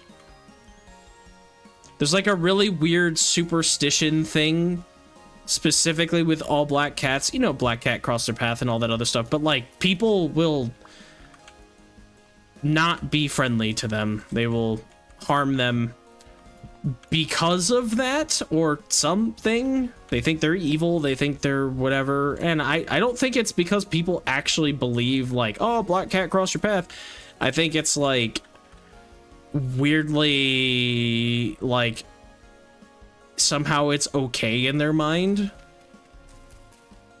So anybody out there looking for a cat, get a black cat. They're the last ones usually to be adopted. But they are very, very loving, very awesome cats to have. Each with their own personalities. Some of them are just chill. If you have a lot of black clothing, make sure you look before you sit down, otherwise you'll sit on your cat. Some of them are really chill, some of them are crazy, they're fun. They all have their own unique personalities, but Roxy she lived to be 18 years old. She was a runt, so she was never more than like 9 or 10 pounds. I think it was 9 pounds was her maximum weight as an adult cat. She hunted birds. She was such a good hunter. Tommy, even though he loved... What the heck? Oh, those raccoons. Even though he loved being outside and he loved hunting, he would get, you know, like mice, moles, sometimes little baby rabbits and stuff, which my mom hated when he did that. But he never caught a bird once. Never once. Then Roxy goes out there as the matriarch of the house. She's like 17 years old. She lived to be 18, so she was well, you know, very old cat. And she still caught a bird. Simple and easy as possible. She just, like, that was her thing. She also went outside, but never far. But she loved to be outside. Since she was all black, she would lay on the sidewalk that we had by our house and just absorb all the heat. You'd get to the point where you touch her and you darn near burn your hand. You're like, cat, how are you not dead? Because how have you not boiled the inside of your body and cooked yourself? She loved it. She's a very good cat. My cats thankfully never got into much trouble outside. One was missing for one day, if you remember. Kept bringing live critters into the house, rabbit, bird, which were fun to try to get back outside. Yeah. We love our perfect predators that we keep inside our houses. My cats are adorable voids. I don't get the cruelty towards them. I don't either. I don't either. Like, And like the thing is, I don't think it's like a cultural thing, because it's not like, oh, black cats in whatever, you know, in Europe somewhere, or in America, or in Canada. It's not like a specific region. It's like everywhere across the world. Black cats just kind of get more hate. And it's just wild to me, because they're amazing. Every black cat I've ever known has been an amazing cat. I've never had problems with them hissing, scratching, fighting, yelling, biting, anything. They've never been a problem. Somewhere in there's my axe. Whoa. I didn't want to do that yet.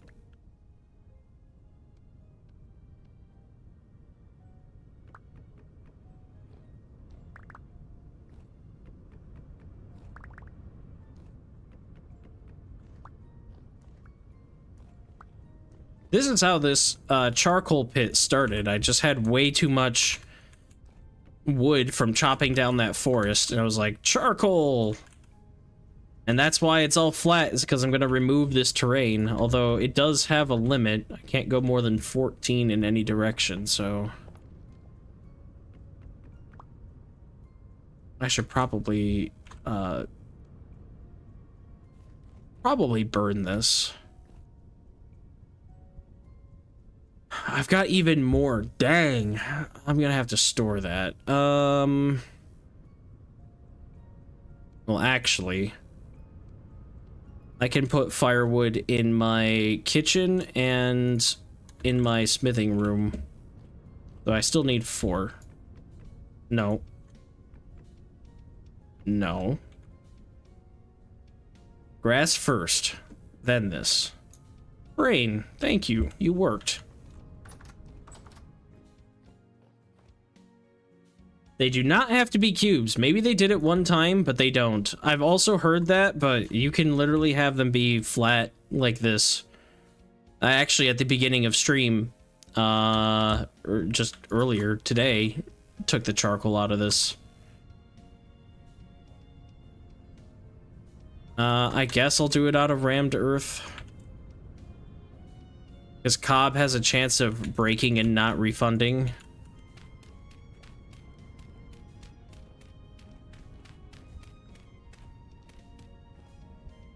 Oh, well. I need more rammed earth anyway.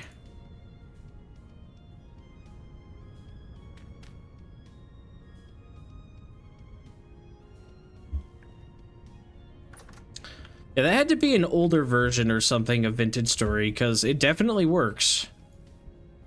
It even says it's a charcoal pit here. It does look kind of funny, though, when it is actually active, because since it's a 1 block deep charcoal pit, it just kind of, like, always is burning everywhere. It looks like it's not making charcoal, but it is. Okay. I can close up.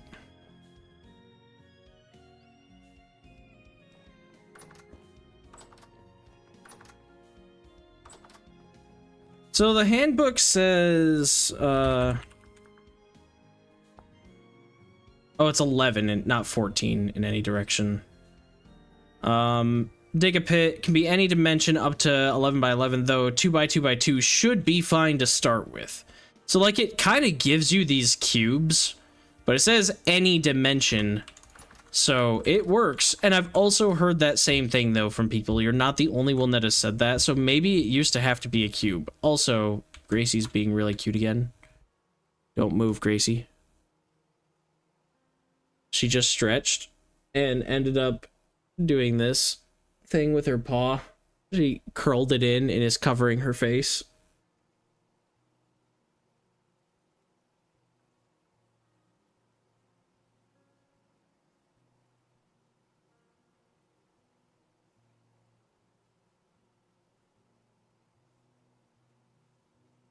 So I thought I would share. She can be cute for you guys too.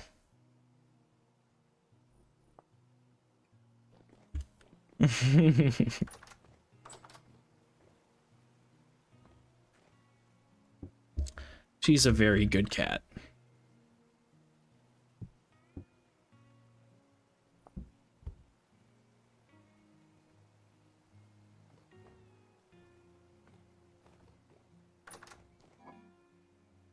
Boars eat turnips, right? Oh, I have berry mash. Oh, this is spoiling. I'm gonna do that. I didn't realize I had 64. That was from, I think, 2 times ago when I played, and I still have my torch from my smithing room. I gotta put that back.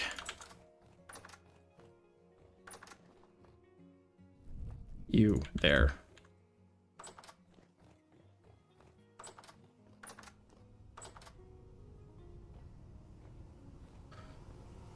Yes, Gracie is very, very good. She's adorable. She really likes being on top of my PC. I would love to have a camera there, but she doesn't always go up there. Sometimes she stays on the little recliner behind me. Sometimes she stays on my bed. Sometimes she's on her window, which you can't see. That's kind of out of frame. There's a window ledge there, though. So I'd have to have like 6 cameras and be like, where is Gracie now? And she still might not be there because sometimes she likes to sleep on... She has this little cardboard scratching thing, cheap thing. And she likes to sleep with like her arm up on ledges, like uneven surfaces. So sometimes she'll sleep on that. Even though that's not really comfortable. Hey, no, bad shiver.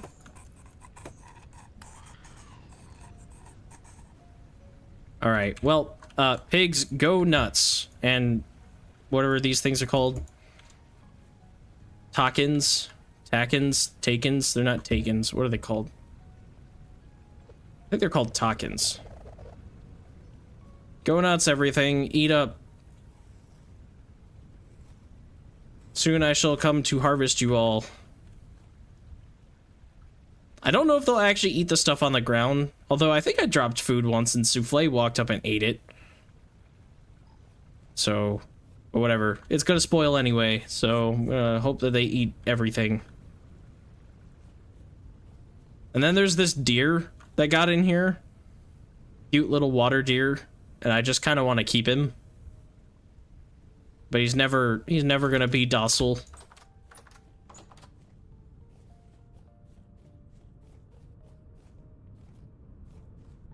Reminds me of the time I spent like 2 months eating variations of pumpkin stew since they were about to spoil.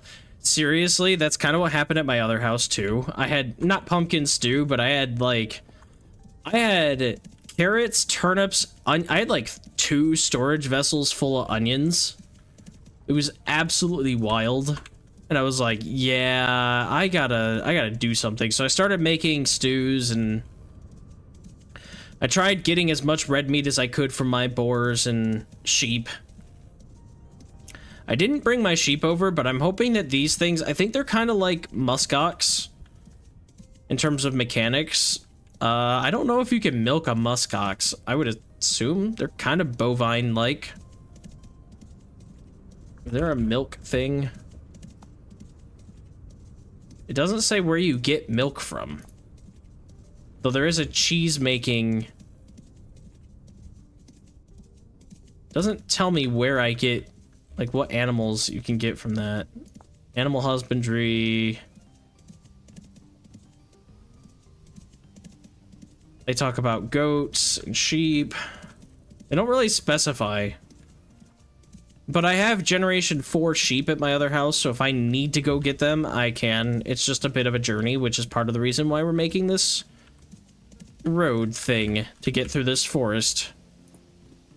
Because this is a long way to get through this mess.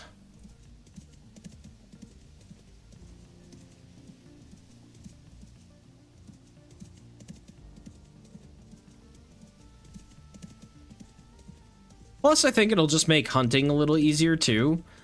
Like, if I need to be out here, I should start seeing more animals. I can get wood from back here. I like having a path that takes me through a forest to gather wood if I need to.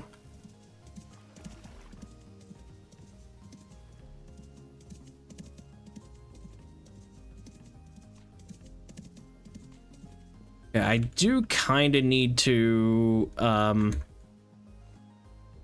make sure I am remembering where my path is at. So I'll put these little like markers down every so often. Souffle, you were right in the middle of this, but I think this is fine. Yeah.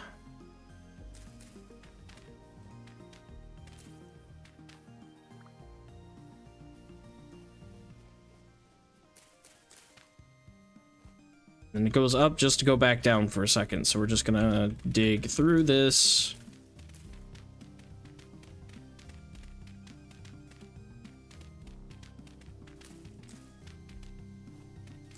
And then once again, give us a little bit of a patch here. I should be able to follow this. Again, it'll be a straight path, but like, it's nice for when I go to like make this path better to have these things so I can clearly tell where my path is supposed to be.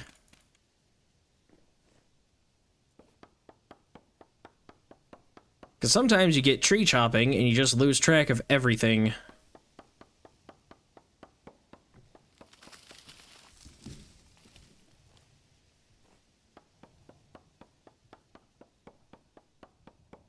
Pumpkins are really cool. I got to play with them with my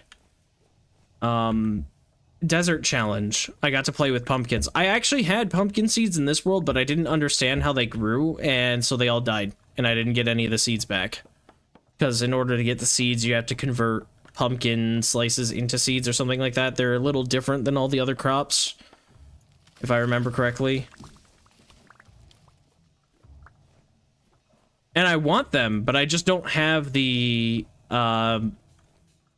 like, I haven't gone looking for them from any of my traders or anything, and I haven't found them in any ruins.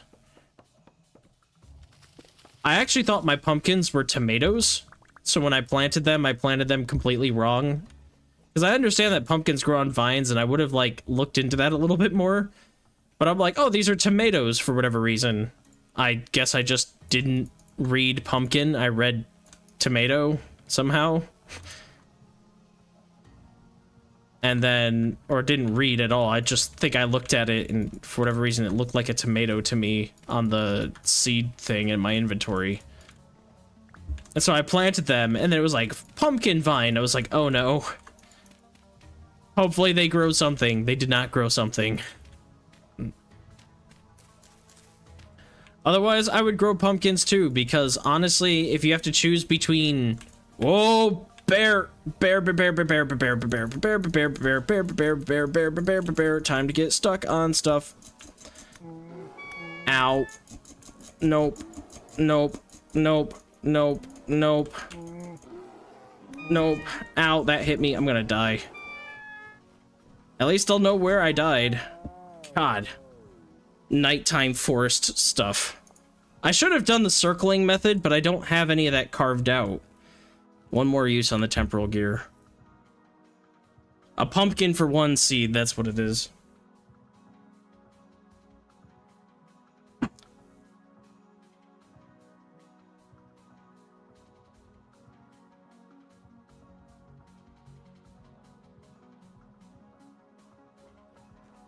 I should have done the bear circling method because their turn radius is a little bad.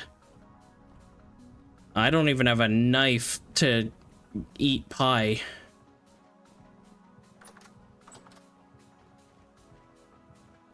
Oh, I left my cellar door open. So we're gonna take some apples. Just to get me over to where I died.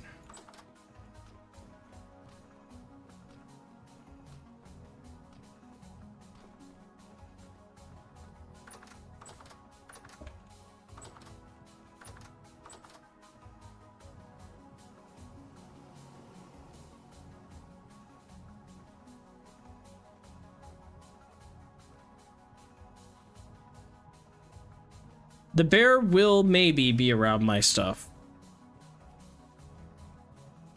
They do wander a little bit.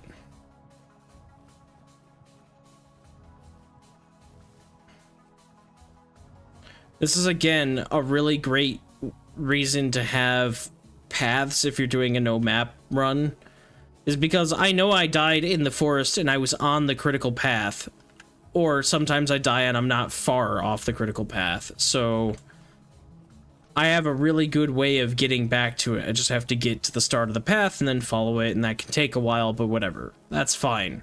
Had I died, if I was just like, oh, I need to go get wood, and I died and I didn't have, like, a road system in place, I wouldn't know where I died. I'd have no clue. Because I wouldn't have gone straight. I would have gone any direction, and then all of a sudden be like, well, I died. Where was that? And it's the main reason why I wanted to have a path going this way, because I need to have more landmarks like this around this area where I'm at. Because at my other base, I had all this stuff. I had roads and stuff, so it was very easy for me to go out and get resources, and then when I, you know, if I died or whatever, I could easily find my way back home or back to my stuff, wherever I ended up being.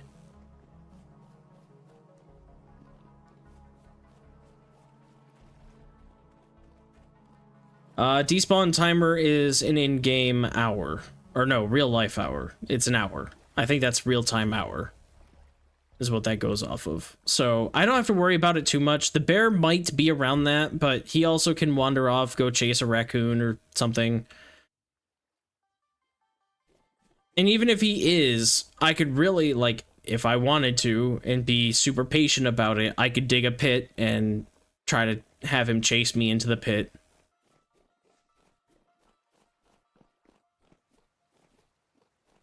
But more than likely, right now the bear is rendered, and they have a natural, you know, wandering thing, so he is probably not immediately on my stuff right this second. He's probably not far, but probably not immediately on it.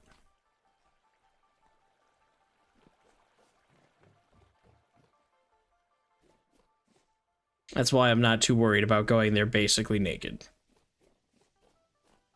Though, rip my nutrition.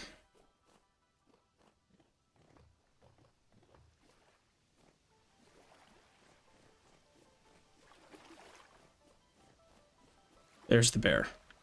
So he is next to my stuff. I was actually trying to get over to this lake where I fought the last one.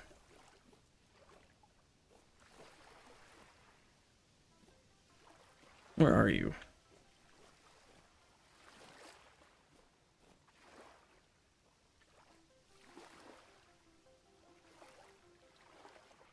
I'll never forget the bear that thought my stuff was the perfect bed.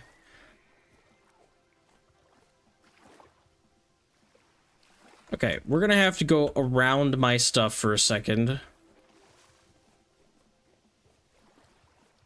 If I can get on Souffle... Hey, there's a resin tree here. I'll need to make sure I remember that. Oh, that's the pit that I was kind of mining around. Let's get to Souffle, because he's faster, so I can use him to get away from the bear, or drag the bear away. Wherever he ended up being. Oh, there he is. Well, he decided to wander off, so thank you. Now my stuff is off by 1 block. How do I pick this up and the game is like, ah, yes, move it all up 1 more than you want? Why'd you put it the way that I had it? Like, I know I usually keep an empty spot, so that's partially why, but like, it's a little annoying. There's the bear. Okay, so the bear is gonna go to jail. I need to clear out some of these trees anyway, because I saw a resin tree, and I want to isolate it.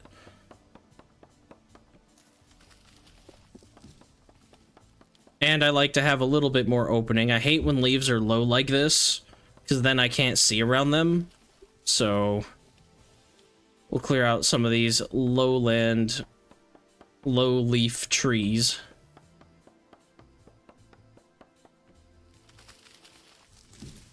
That's why I basically always travel with shears too, is to get rid of this stuff.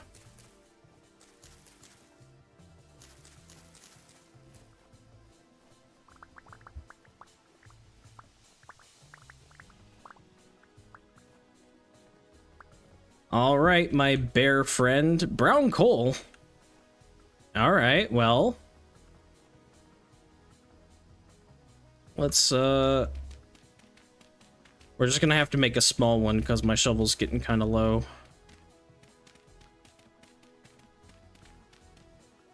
I'll have to make sure I actually line the walls, though, with a block that can't fall over, because I made that mistake once. And you know what? I got all this wood that I'm not using.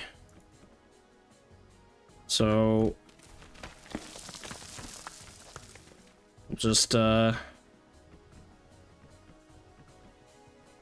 know it needs to be 3 deep. I'm just doing 2 right now. For the basics of the walls here.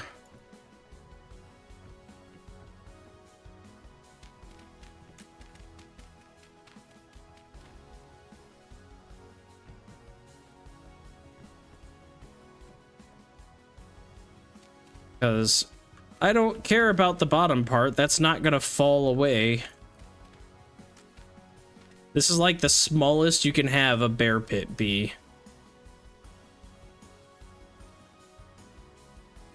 I just gotta not fall into it when I'm trying to get him in there. And also, don't know where he went.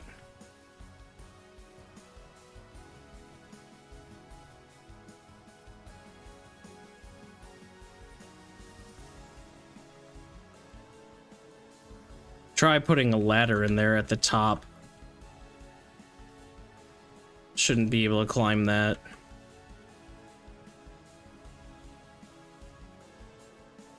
There's the resin. I don't want all these pine cones. Yeah, seeing the low leaves does make the arson start calling. There's that wolf that I left here.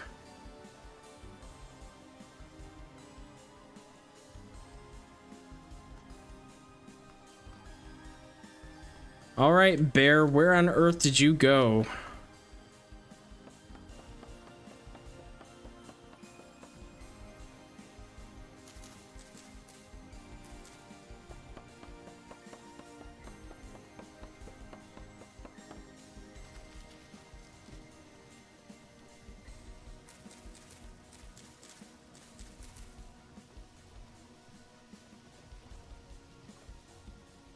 Like, the thing is, he wandered off somewhere in there, and now I don't know where he's at. So, we'll have to play this kind of safe.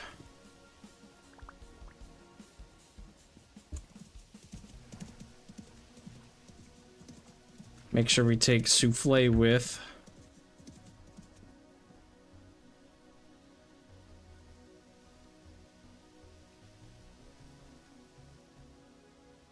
And I guess for now, he's probably not going to wander into us.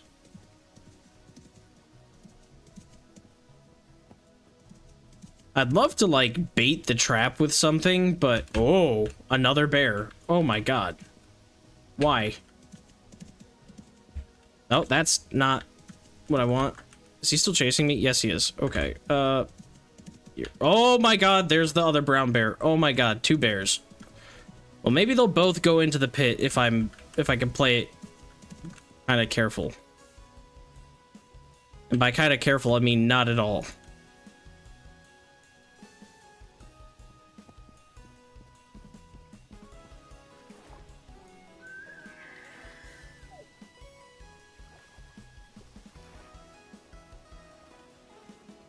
I don't know if this pit is actually going to work.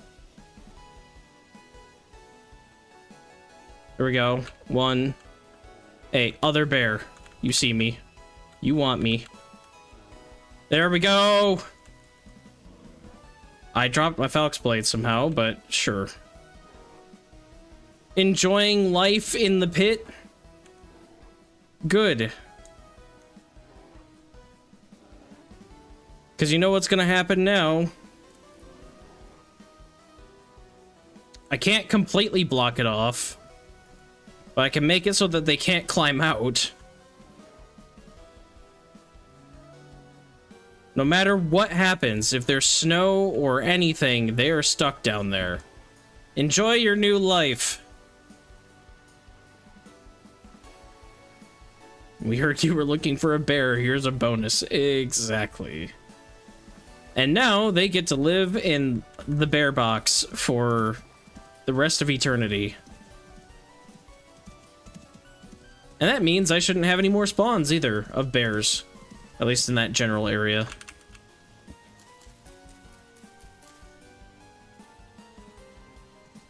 Or at least it's gonna be less likely, because I've already eliminated one of them, and then I've trapped 2 more. So if they do spawn one, it'll probably be a single bear, not 3 bears.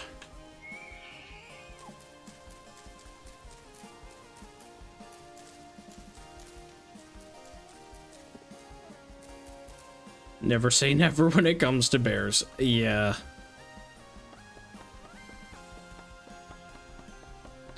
I thought I would get through this forest a lot faster than I am.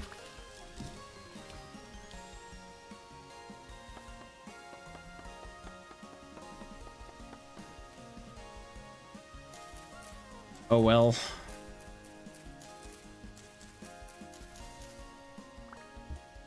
But yeah, I knew this forest was pretty thick because I've ridden through it on my elk every time I've tried to make the journey between bases, and I'm like, oh my god, I don't know where I'm going. But I didn't think it was like this.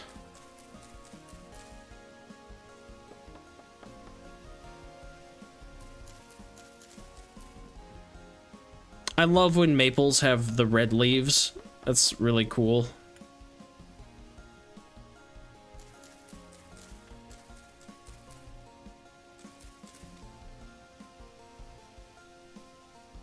I wonder what determines that.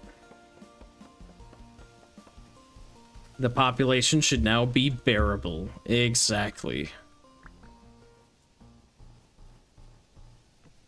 I'm going to use some of this excess wood that I have for this path, even though it doesn't look the prettiest.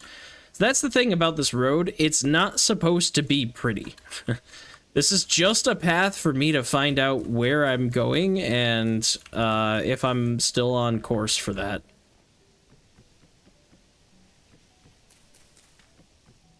Hey, there's copper. Neat. I have a copper mine somewhere, but it's nice to have native copper here. Are we getting out of this at all, game?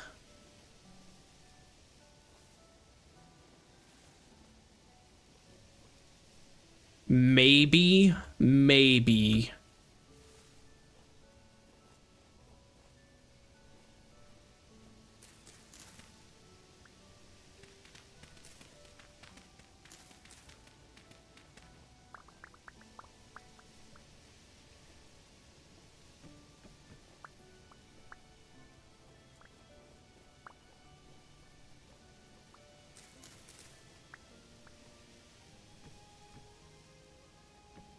Call me weak, but I'm so glad I made my world less forested. I don't think it's weak at all. It makes sense. It really does. I like challenge, so I personally enjoy like the fact that, oh yeah, there are bears and it's thick forests and hard to navigate and that type of stuff.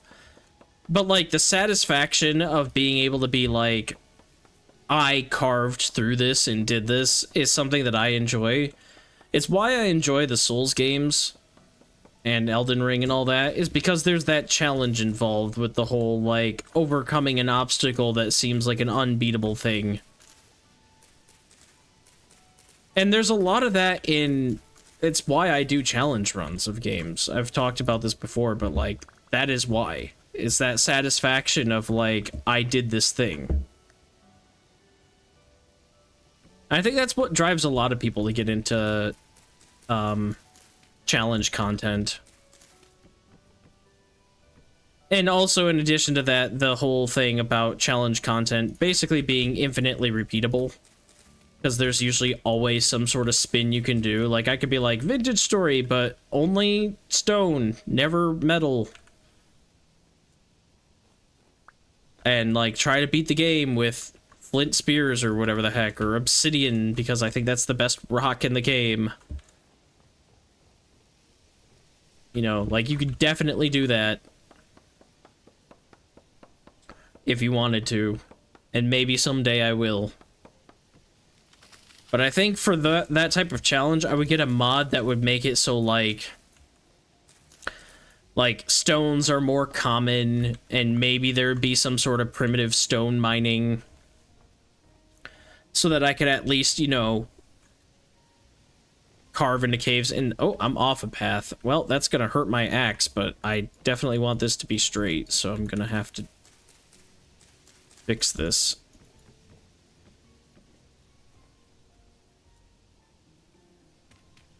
I don't care how not pretty that is. It's just gonna be... It's gotta be fixed.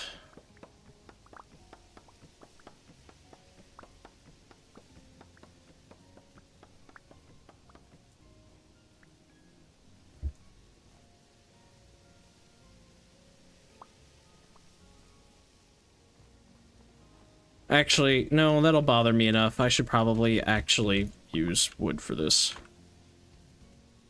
If the rest of it is wood, this can be wood too. Even if it's a mixture of different woods, I don't care.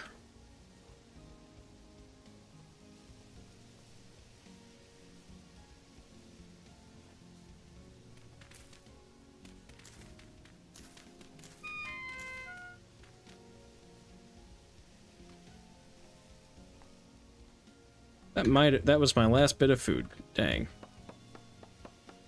I like challenges that make you think, but not the ones that make you grind or are pure get good.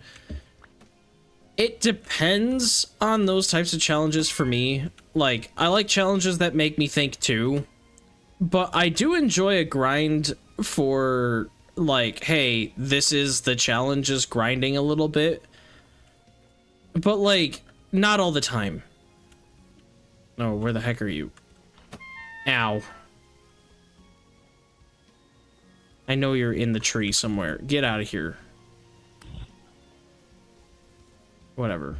Fine. I was gonna block this off, too, because I was worried about this.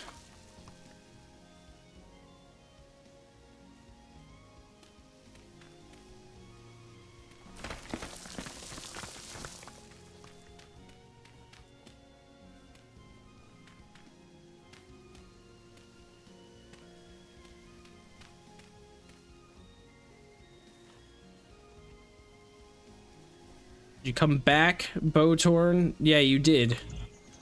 Well, you can just sit there then.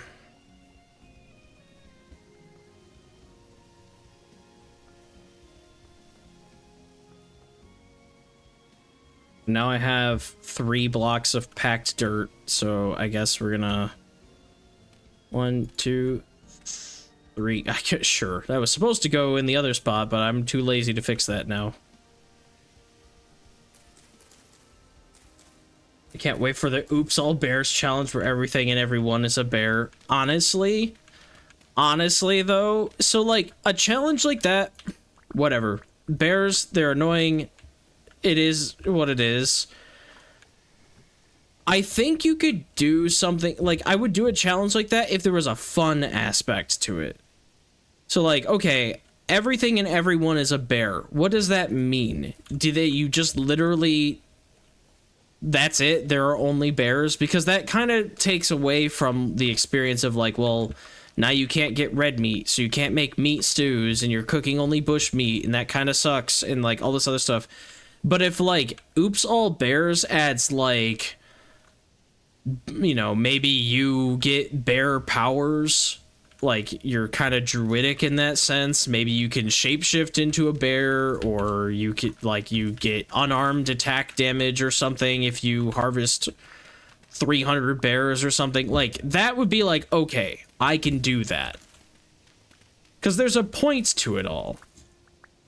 Not that there's not a point. I mean, like, you could look at something and be like, what's the point to an all-night challenge? Well, that's because honestly, what's the game like? I want to know. I want to know what it's like if it was always nighttime. Always bears, I have a pretty good idea without having to play it what that's like. Is it fun? Sure. for a little bit, but everybody knows how to deal with a bear for the most part. You build a pit, you drop them in there, and they don't respawn. So even if there are 100 of them, you build a really big pit and you drag all 100 into it, and now the bear challenge is over. So a challenge like that would have to be a little bit more, but I would definitely consider it if somebody could convince me, like, hey, do this, because I modded in, like, super bears, werebears, bears, I don't know. Make it interesting, and you'll sell me on it. I'd do it.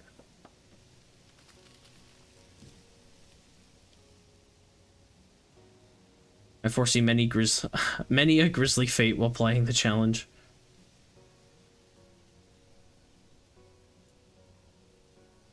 But, like, that's what I'm saying, is, like, my challenges are usually based in some sort of, like, there's a reason behind doing them. I don't just do them because whatever. Like, that type of content is not going to be interesting to people who, I think you can pretty much guess what that's going to be like. Whereas, like, I think the always nighttime thing, for example, as one of them, or Arctic or desert or whatever, that's interesting because that's not an experience you get to have very often. Arctic and desert are things that happen in this game, but like a lot of players don't go that far. A lot of players only make it to, you know, whatever, the archives or whatever, and then they start a new world, or they just get into the sandbox part of it, and they don't really get much further than that. So they don't get to experience Arctic and desert, and then like sky and night are things that you can't have. So how does the game handle that?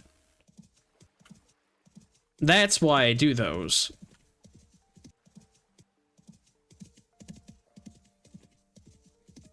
I love this raccoon trying to get the berries. He's really trying. Yeah, Always Night makes you play a lot different. Like, that's the thing. And so does Arctic, and so does Desert. They all have their challenges to it, because it's like, well, I would normally just go outside and get the trees, but I get attacked every time I go outside and get wood, or, you know, I can't see the copper. So, like, the night challenge was like, hey, when you see copper, you get that copper right now. Or you mark it on your map and you definitely come back for it later. Like, you have to do something right now because you're never going to see it again.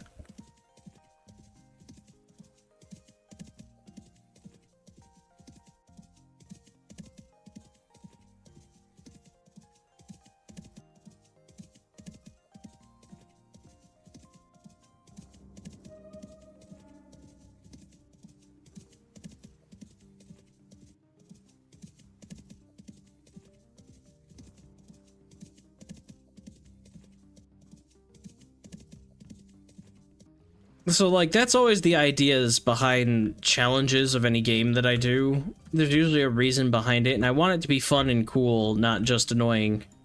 I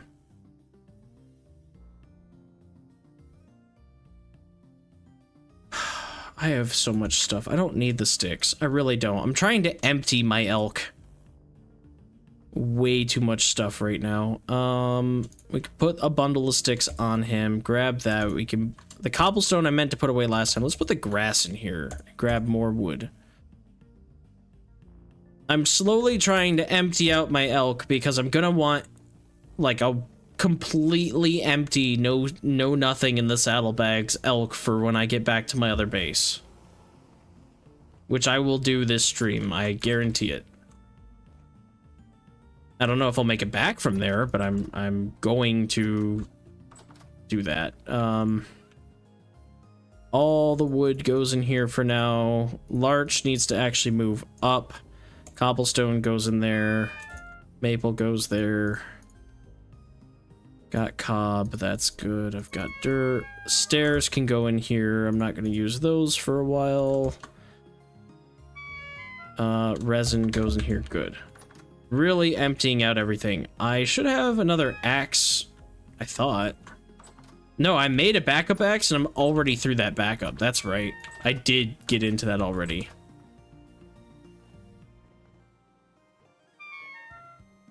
So I'm gonna have to make another one of those and another shovel because of all the terraforming I've had to do. We'll do carrots because I am gonna need vegetable because I died.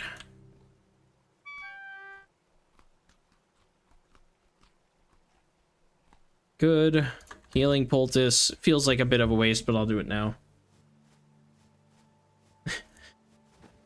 You never need sticks until you need to fire 40 crocs. I have a crate full of sticks. And I have in here a couple stacks of sticks. There's rot in there that can go into here. Bowtorn spawned in Bell. That's funny. I have a lot of sticks. That's why I've made the decision of I don't need more sticks right now, because I have a ton. I don't think... Oh, wait. I might have just enough strong tannin if I put this in there. And now I get this bucket back, too.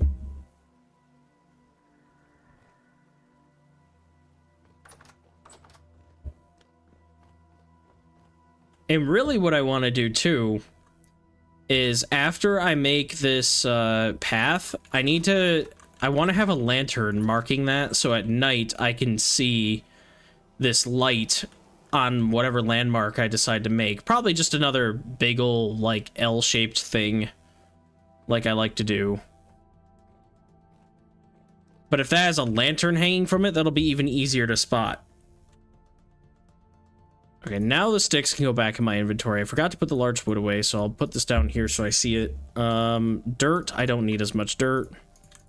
Grass, I have extras. Fences can come back. More dirt. Ladders are gonna stay on me. Torches are nice to have, and bone flutes are nice to have because I was having my flutes break. People were like, oh yeah, they shouldn't break. They broke. I don't know why my flutes broke, but they did, so I have a lot of extra ones. So that if they break on me when I'm out adventuring, I immediately go back to Souffle and grab another replacement flute. I must have had a glitch or something that was causing that to happen, but, like, now I'm scared that it'll happen. Because I thought it wasn't supposed to, and then it started happening. Grass, I know you can convert that into blocks and then you can break the blocks back down. So I guess I should do that. It can't hurt to have hay, actually. Fences can go in here. So these three, do this, do this, do this. Good. I've got walnut that I actually want to like craft with. I don't know why I have cob in there, but I'm not anymore. Medium soil. Got a crate for that because there's just so much of it around me. Low fertility soil is used to make all the cob and everything. Bones are going to go into a box. Larch goes there. We're gonna do this, organize a little bit more, put cob here, soil there, prospecting pick just in case, scythe for more whatever, more grass, though I don't need that, so I can put this up here. Sticks, large planks can probably chill out here in one of these boxes, probably this one. There. That clears up my inventory a little bit more.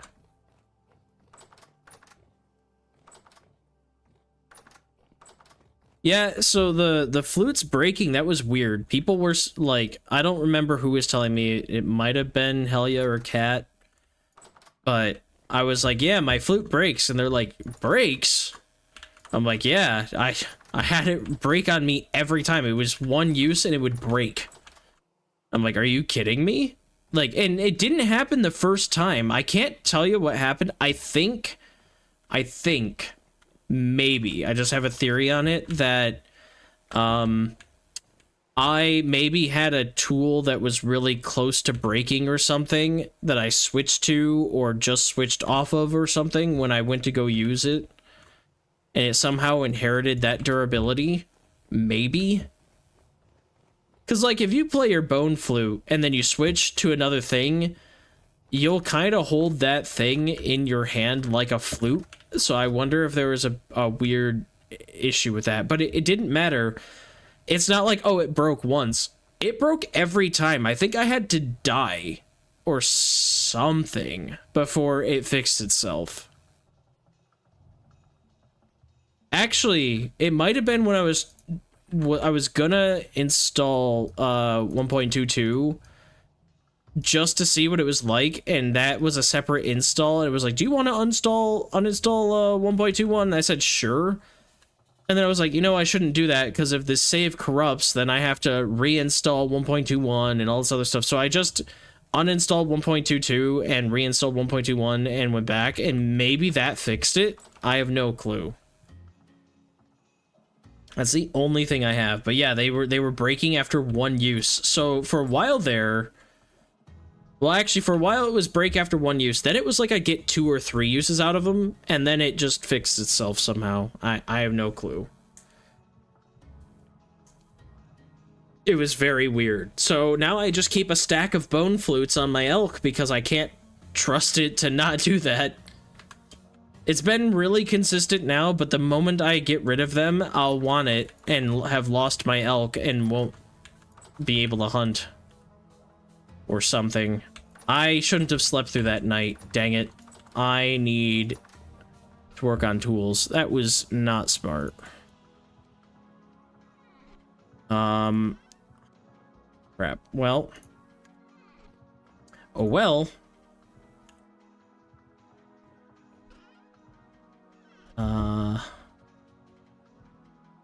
Brown coal.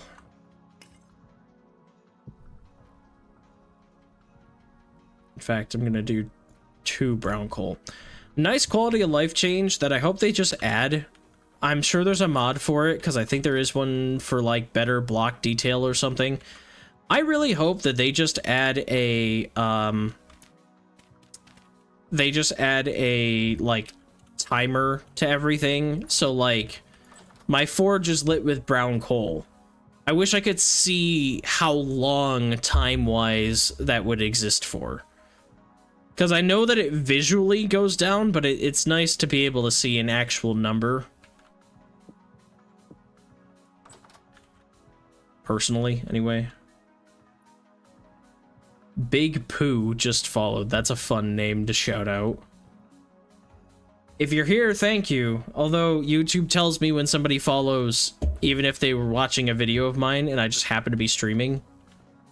That's the thing about YouTube, is they don't have a separate streaming setup from YouTube, so a follow is a follow. Not that I would want it to be separate, but like, I'll get a notification that somebody followed me and they might not even be here watching my stream. It'll just be like, oh, they found one of my videos and they thought they'd follow.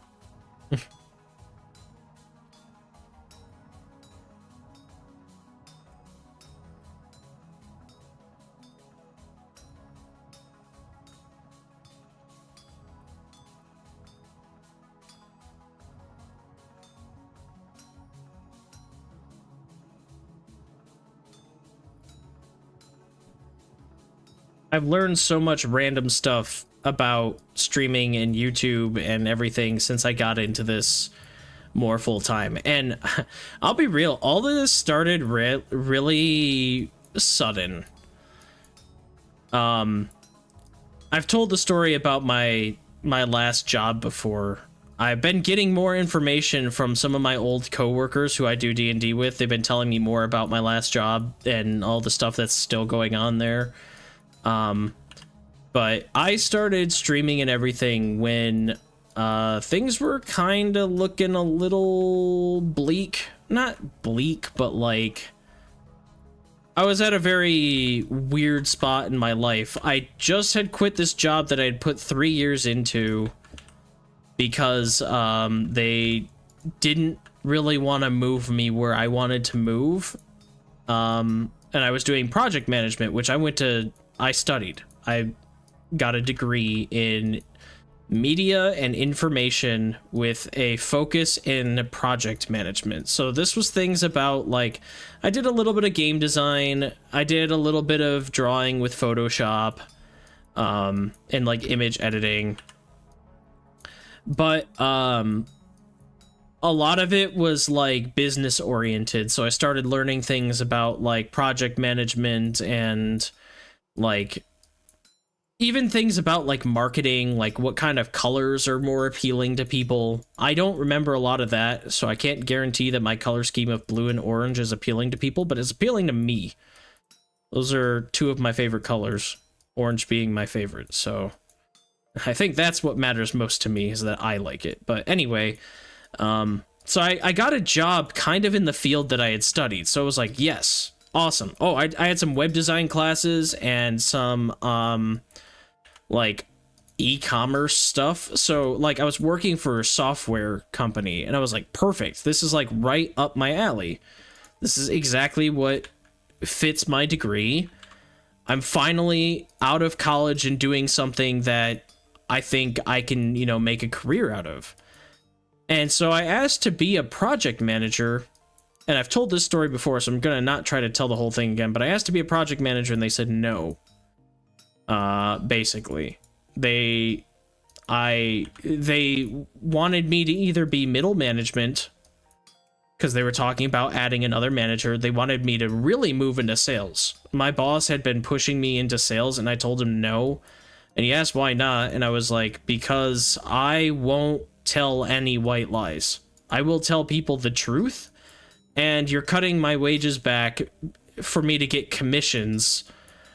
And so I'm going to be incentivized to seal the deal, even if that means telling a white lie. And I don't want to do that. I'm not that type of person. I tell the truth.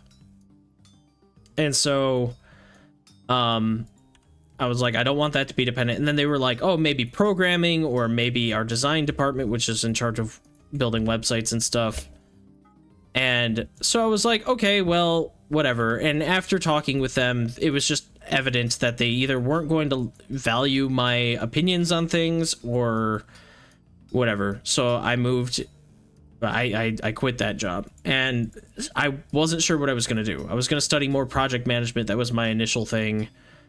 And then randomly, you know, I took like a few months off because my cousin was getting married and stuff, and randomly I just kind of uploaded a vintage story video on YouTube and it went big. And that's when I was like, this is a thing that I could maybe make a career out of. It's difficult. I'm not making much money off of it right now. Not enough to live off of for sure, but I have hope that I can actually succeed. And when you work for yourself, you being your own boss it's a huge plus that may not really be that apparent when you think about it at an initial glance, but not having to worry about making up time because my mom needed surgery and I had to, you know, do whatever. I had to go help her with that, you know, like that type of stuff. I don't have to worry about that anymore. And not that I shouldn't have had to ever worry about that, but you know, just having that is like way better for your mental health. And I kind of stumbled into this. YouTube was always a thing that I was like, oh, it'd be cool if I was a YouTuber, but I don't have any hopes that I would actually make it. And then like it kind of happened and I was like, oh crap. And that's when I started seeing it as actually a possibility. And I've learned a lot since then, and I didn't even mean to start it, really. So I guess that was my overall point, was I can't believe I'm here right now doing this type of stuff. I never had intended for this to be a thing.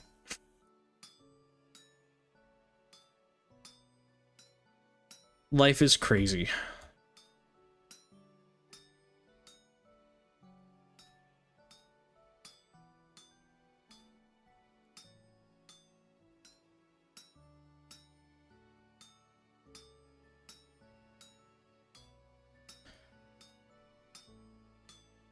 And that whole thing got prompted because I mentioned about how I've learned so much about YouTube. I never intended to learn all this about YouTube. It just kind of happened. And I told myself this was just going to be maybe a hobby. You know, a little bit of side money. And it can still be that, but I do hope that it can take off into something bigger than what it is.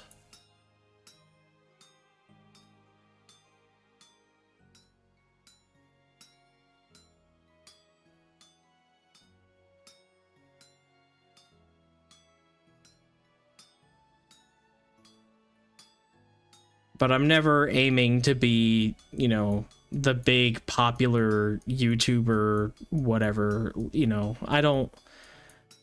People think of, like, content creators, and they're like, yeah, they make millions of dollars, and all they do is, you know, whatever, take pictures of themselves or upload some clickbaity video. I never want to do that. I never want to get to that point. I want to upload things that people care about, that I care about, and I just want to make a living. I don't want to be a millionaire. I mean, I guess who wouldn't want to be a millionaire, but, you know, that's not why I'm doing what I do.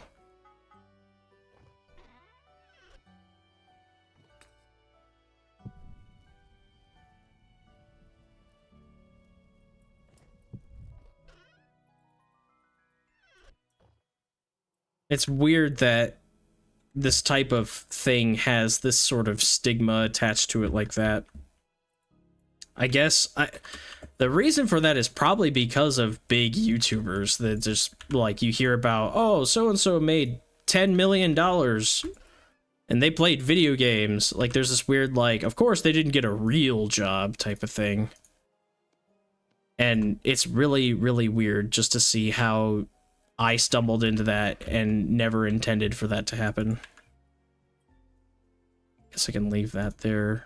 Pickaxe. Do that. Not a pickaxe, but I picked the axe.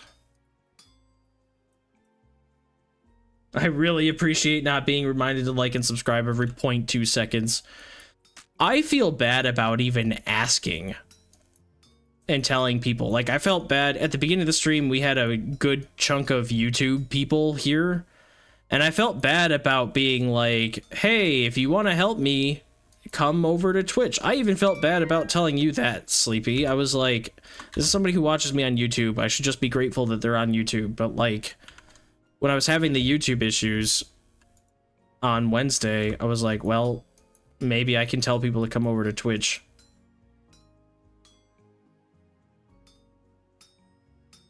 It's not, it was never for, like, personal gain. It was just a simple thing of, this is a goal of mine I'm trying to reach, and you miss every shot you don't take. But I don't even at the end of my videos say, please like, subscribe, follow for more. I might make a joke once in a while in them and be like, do all the YouTube stuff because it helps, and it does help.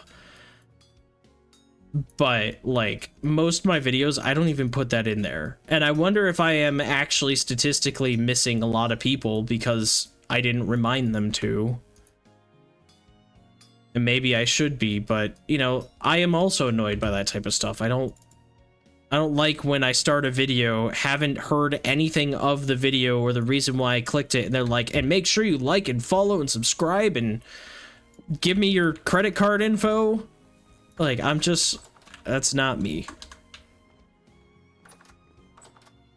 And I'm hoping that by being just honest and being myself, that people will naturally want to follow and that type of stuff without having to smash that like button. I hate that. I hate that so much.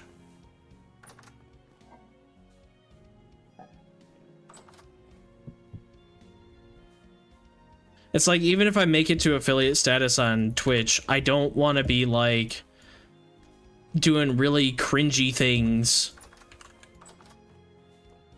Ultimately, I'd love to bring some of my friends on, like, YouTube and stuff, and do recordings and playthroughs with some of my buddies, but I think they would all be a bit awkward with it. Some of them don't have filters, and I don't want to have to deal with that. Some of them, I think, would try to be respectful and not say weird things, and that would make everything inherently less funny. So, you know, it's maybe in the future, but definitely not now.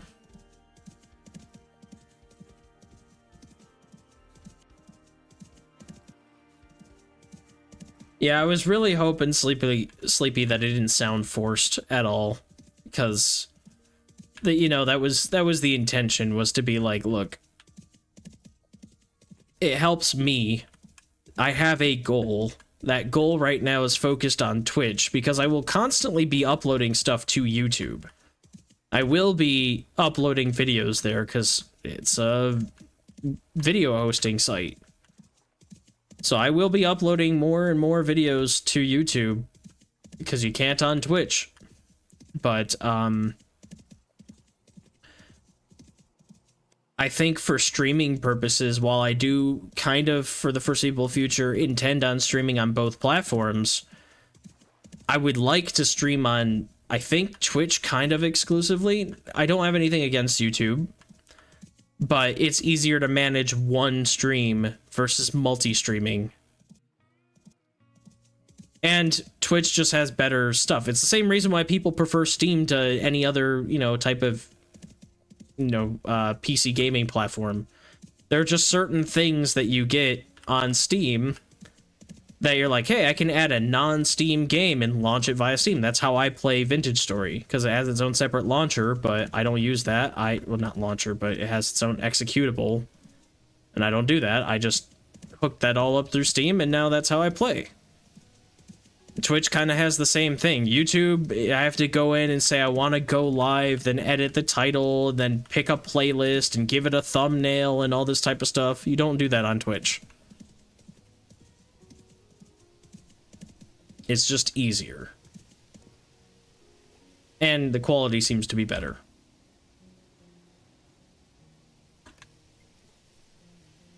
I'll use some of this cob.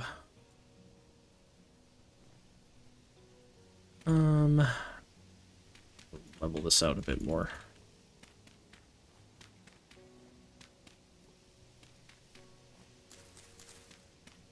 And that's why I thank everybody when they come and view, even if they start asking random questions, and even if they sometimes feel like a bot.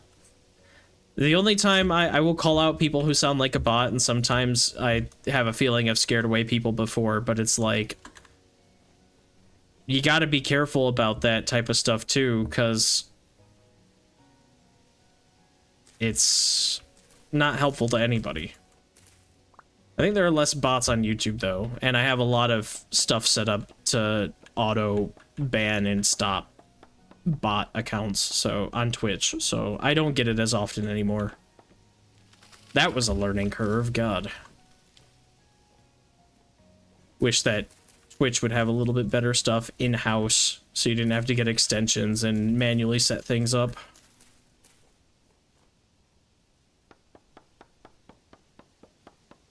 YouTube has this weird bug unsubscribing people. Make sure you check. Yeah, I never want to do that type of stuff. And like the newest thing that seems to be out is like, hey, according to YouTube, 90% of you guys don't actually follow me, but you watch my videos, so make sure you follow. Like, I get it. That is a statistical thing.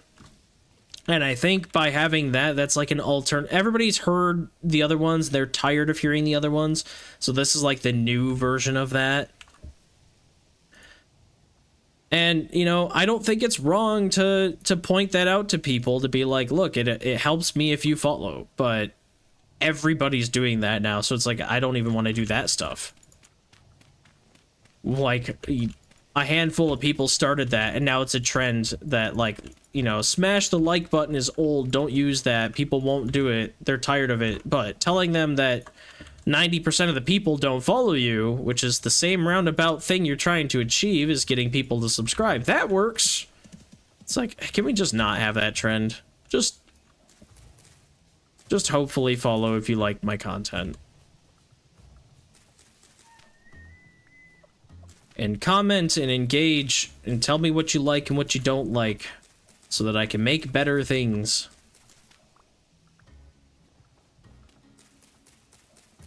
I don't know a lot of video editing tricks or image editing tricks. I know some, but I'm trying to learn something new almost every time I do stuff. But I'm also more concerned with currently putting out a good amount of content. They recommend that if you can get content out, usually they say about once a week for long form content is what you should try. And I know I haven't been the most consistent, you know, it depends on the video. Sometimes it takes me 2 weeks, sometimes it takes me 2 days. You know, recently I've been uploading a lot, but there's also been a lot less stuff going into these Red Plague playthroughs. But that's the thing, it's a playthrough. It's not a clickbaity, edited YouTube video.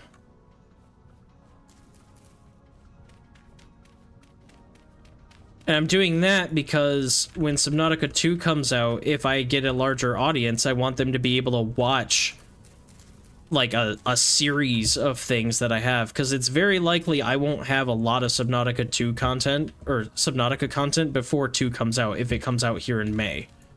That's only a couple weeks away, you know, there's a good chance I'm not going to get that. So that is why I've started doing this series.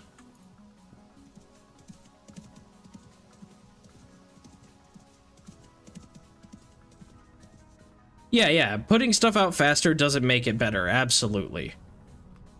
The reason why I'm doing this series and putting it out faster is because this is particularly like, hey, this is less effort because I'm going through this. This is, you know, my reaction or experience with this mod that is new to me, and if you haven't seen it, it's new to you too, and maybe you like it, maybe you don't, but you know, it's mostly to have stuff for people to watch, and also just to kind of experiment, like what does well.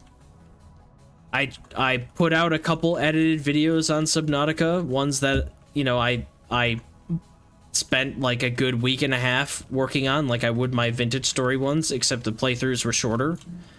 But you know, I spent some good time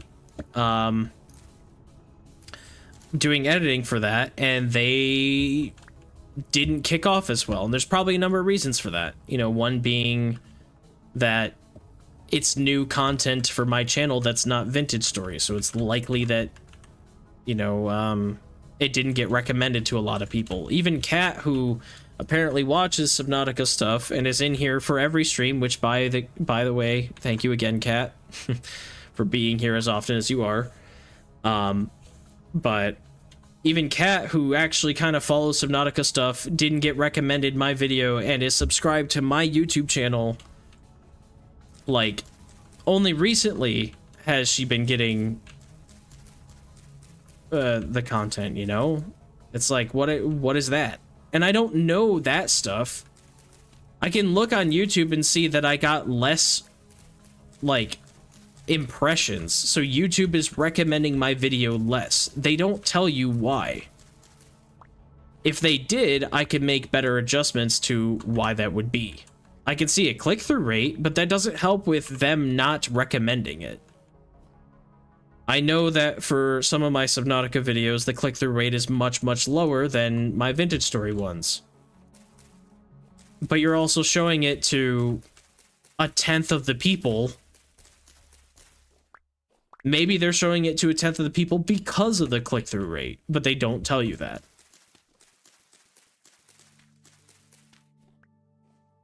It's all a big game of trying to figure it out right now.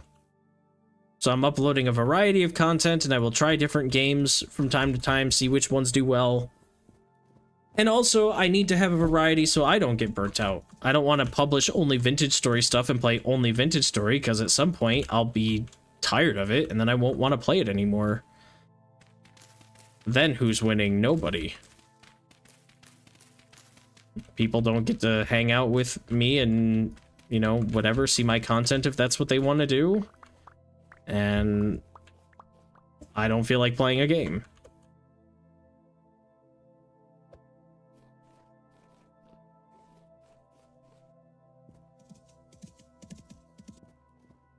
I like being here. Also, I know Twitch likes consistent numbers when I contributed to that. I do appreciate that a lot. That is a huge, huge thing.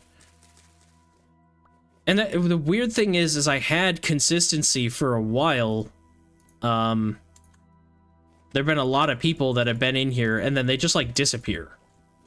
I was like, okay, they're just gone. Fine, whatever, it's life. I don't expect people to be here all the time, but if I could have 3 of you show up consistently, I'd be an affiliate. And I have people that show up really consistently for like a couple months. They're here every stream, and then they just go away. And I'm like, okay. Maybe their obsession with Vintage Story died off or whatever. Maybe something's going on in their life, but it's an odds game I have to play. If I had the people who are watching me consistently here still watch me consistently, I'd have an average of like 8 people or so. That's how many people used to log it, not like all at once, but there are a number of people that were here like every day. And I was like, oh, cool. Just a couple more. And then by the time I get somebody else, they're gone. I'm like, oh, all right.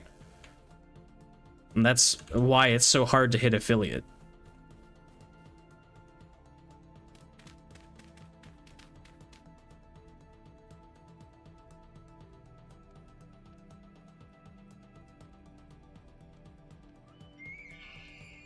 I wish Twitch had a better metric for like number of views you've had in a month or something like that.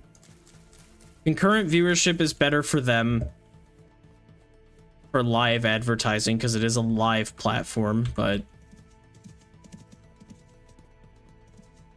you know, it'd be easier for me.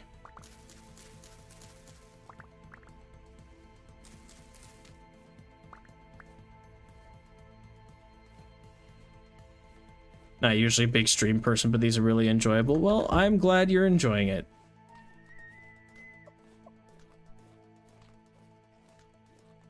And I hope you continue to enjoy them for as long as you feel like you want to watch.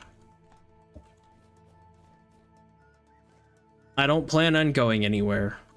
I might adjust my schedule a bit more in the future, because life is life and things happen and we're all still figuring things out, but I'm hoping that it's less volatile. I like having my early streams on Wednesdays. I like having an earlier stream at least once a week.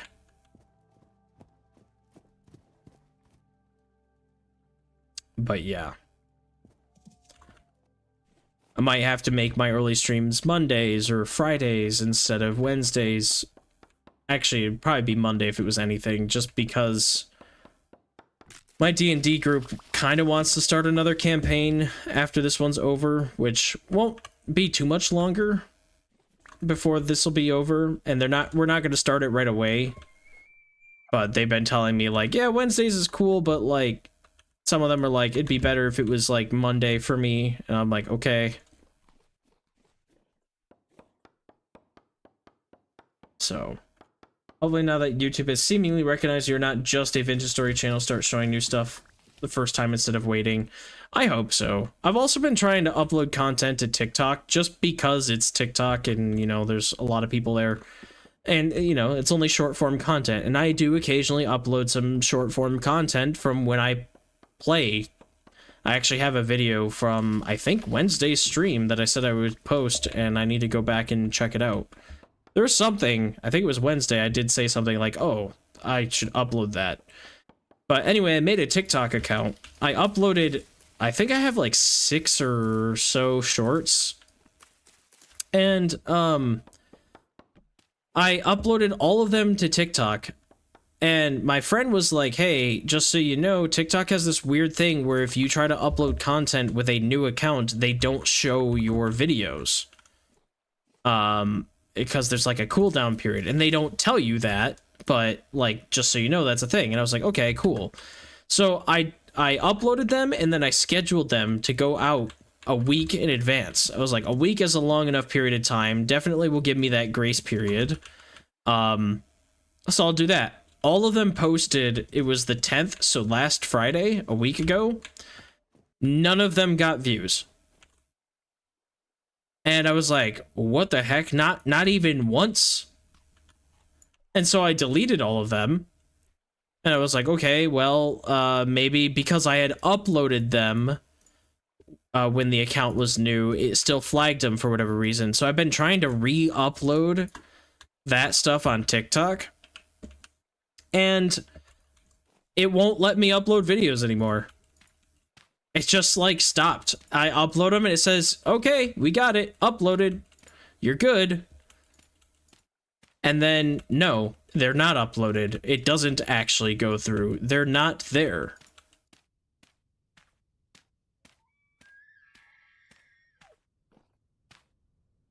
So, like, I don't know what that's all about, but...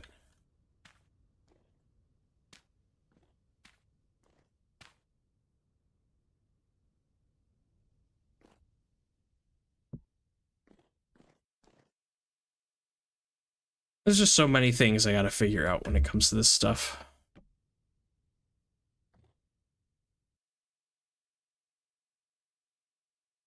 Ooh, ooh, ooh, ooh, ooh, ooh. Okay. Well. That didn't go at all according to plan. Didn't let me place a ladder, and then I slid off. Even though I was pressing crouch, I just slid off. That could have been bad, but I would have been able to get back here, just would have taken a minute. Alright, it is thoroughly dark. It's time to get back home. I just gotta go straight.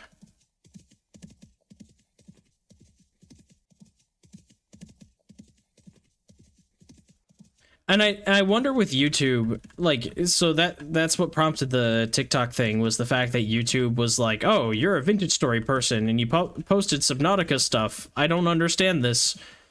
Like, TikTok kind of had the same thing, and it's like learning those things about it hopefully will cause YouTube to be a little bit better. I am getting some people to, like, follow and stuff because of the Subnautica content. Because, like, as much as we all love Vintage Story, it is a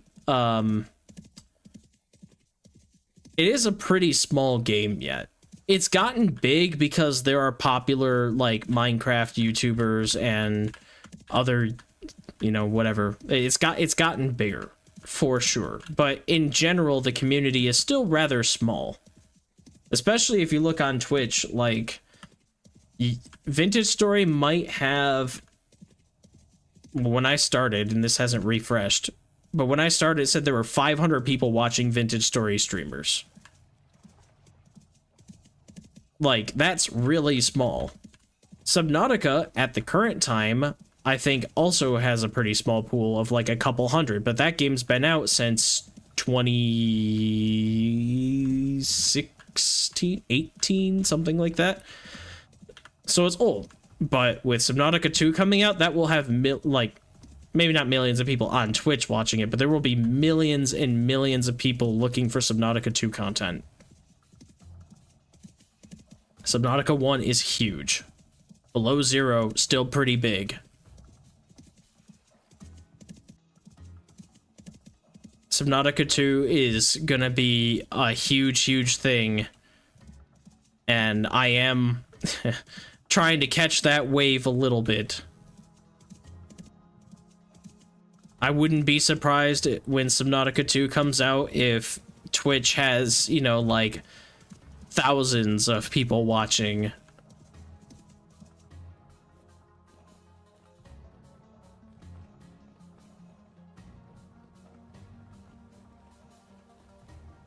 I think being such a slow game in a lot of ways doesn't help. A lot of people prefer games where progress is faster. Yeah, for Vintage Story.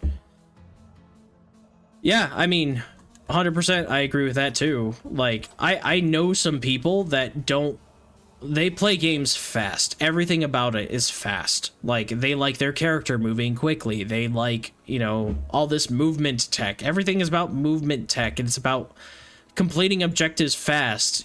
I play Destiny, and Destiny being an MMO, it's like, how can I grind for this gear the most efficient way? So, like, a lot of my friends, since I found them through Destiny, a lot of them have been exactly that, where it's like, how do I clear this content that's supposed to take 40 minutes in like 15 minutes so that I can grind it as fast as possible and as efficiently as possible? That's not what Vintage Story is. It's just not that type of game.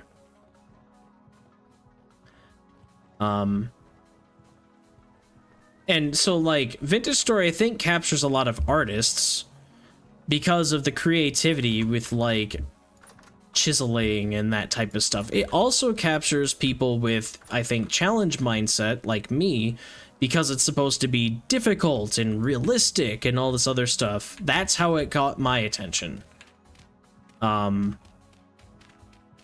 So it's capturing these different audiences, but it is a slow game,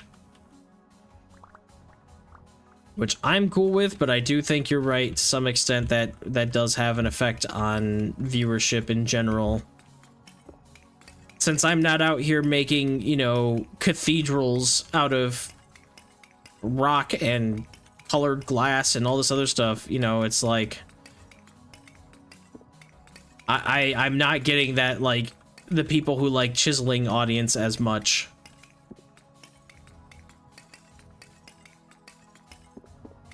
So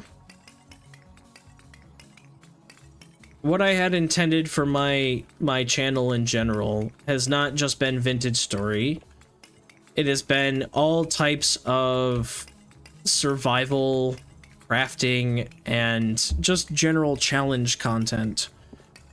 Like, I might do some Dark Souls or Elden Ring from time to time as challenges, because those games I've beaten a bunch of times, and they're nice sit back and relaxing games. Or I did Metroid Fusion the other day. I don't think I can really do challenge content in Fusion because it's such a linear game. You have to progress it a certain way unless you're speedrunning it, but I'm not really a speedrunner.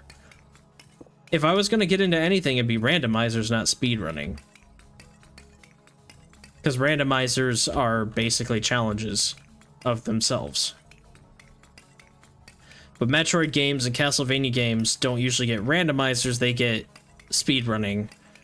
How can you use the existing game's movement tech to beat it as fast as possible?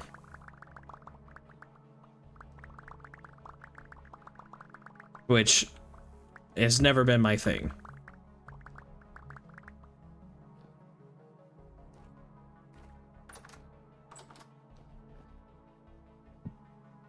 Charcoal, lots of charcoal. I feel really good about having 400 some charcoal and still even more wood. Look at all this.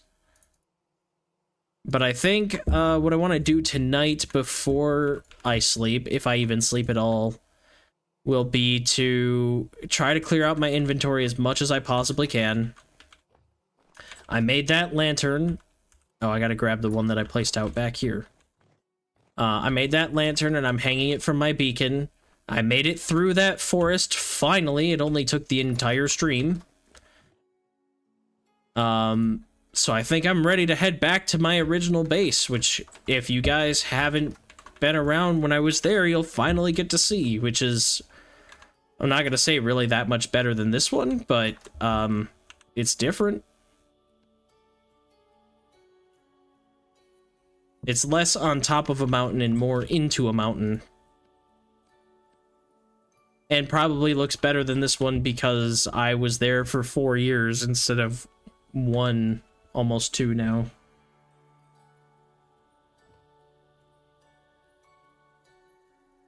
Sleepy says, I feel like people will see that you won't get iron for X many hours and are put off with it. In reality, if you get into the game, it goes by super fast. It does. But yeah, that initial thing... Oh boy. Leffy? Fluffy? I think it's supposed to be Fluffy, maybe, for your name. How's it going? First time chatter, welcome to the stream. I'm totally butchering your name, I know, I apologize. Starting a 12-person plus group soon. Modded, we want to wait for the release, but it's delayed, so we might start without it. Yeah, I know what that's like. I want to do some more Vintage Story content for YouTube. I do challenge runs like I've been saying, and I'm waiting for 1.22, but it's like, maybe I'll just get the release candidates now, because I really want to get into it, but I can't.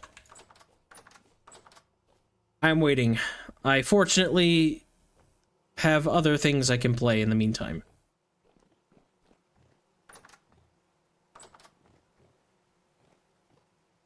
And thank you for the follow. I appreciate it. Thank you so much.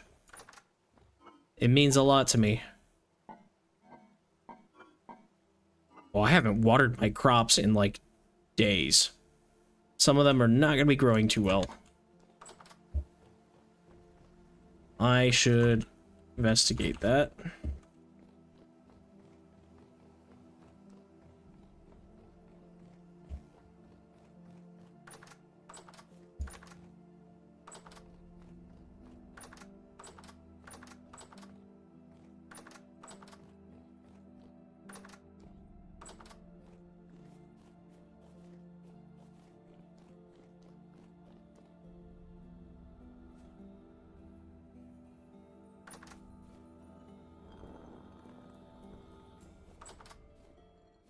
All right, let's go check out the garden while that's milling up.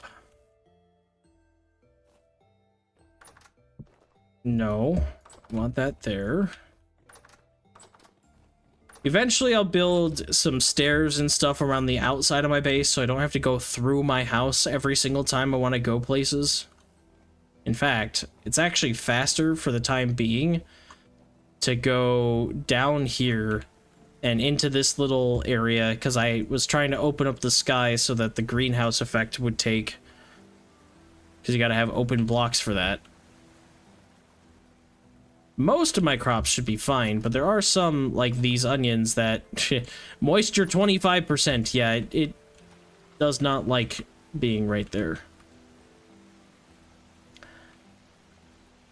We'll just quickly make that a thing. Onions are fine, though. They don't need water. Who needs water? Looks like everything else is growing nicely, though. Rice is growing pretty good. The main reason why I need to be in here watering, though, is less about those crops, because those are just extras that I'm growing because. It's more about the rice in here. I'm trying to get one extra rice harvest if I can. But it's starting to get cold. It is 8 degrees Celsius out right now, and this still has 2 stages to go. Which, out of 10 stages, if it takes 20 days, that's 4 days. Can it make it into October without it getting too cold? That's the real issue. Also, there's this other room I gotta check. A lot of my carrots are ready. I don't even have storage for the carrots right now. I might have to make a clay vessel and have to delay going out one more day. Because I definitely do not have storage for this. Spelt, absolutely. Give me all the grain.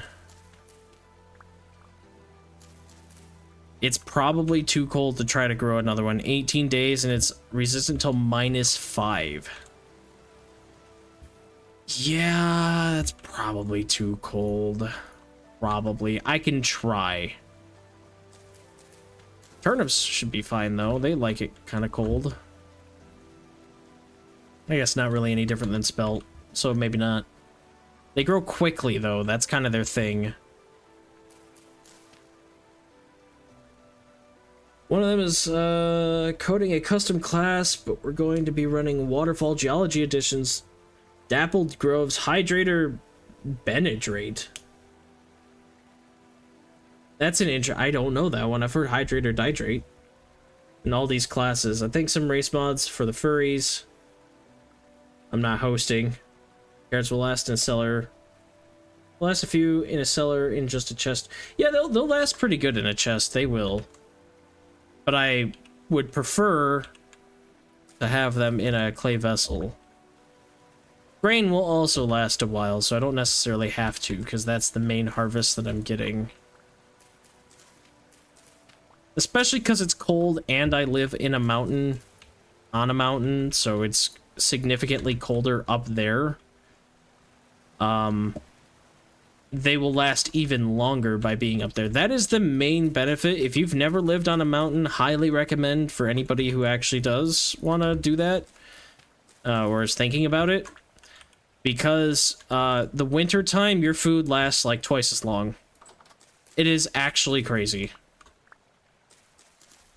Because when it's, you know, -10 on the ground, it's like -20 up there. Same thing with the Arctic challenge. If since you're kind of new, Fluffy, I don't know if you've seen any of my YouTube content, but I did an Arctic run of this. When you live in the Arctic in this game, in the winter, your food will go like I had grain that was going to last 12 years or something because it was just so cold in the winter time. That's the reason to play that. That's the reason to do that. It won't last 12 years all the time. That was during the winter at its coldest when it was -70 Celsius. Insanely cold. But that is still a factor, and the main reason why I live on mountains. Even in the summertime, your food lasts longer because it is significantly cooler.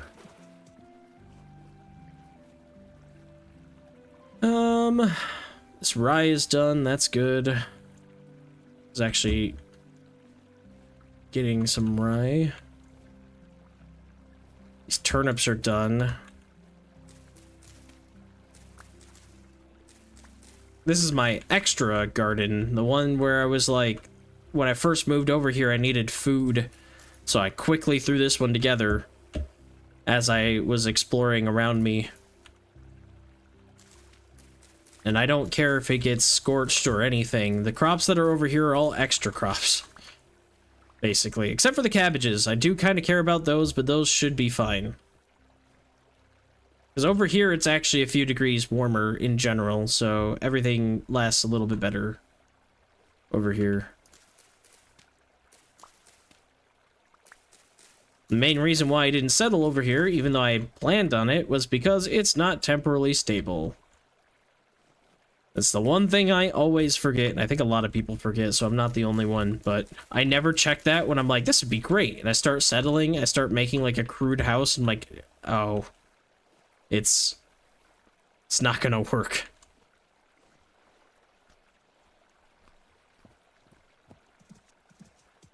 Because I had this like staircase going up to this hill, and I had like a little house up there, and then I had to move everything over to this one.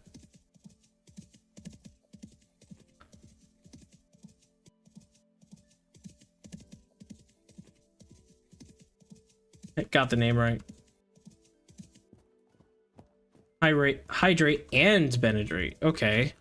So, benefits for drinking water is what I'm guessing that is. Instead of hydrate or dihydrate, which is negatives for not drinking water.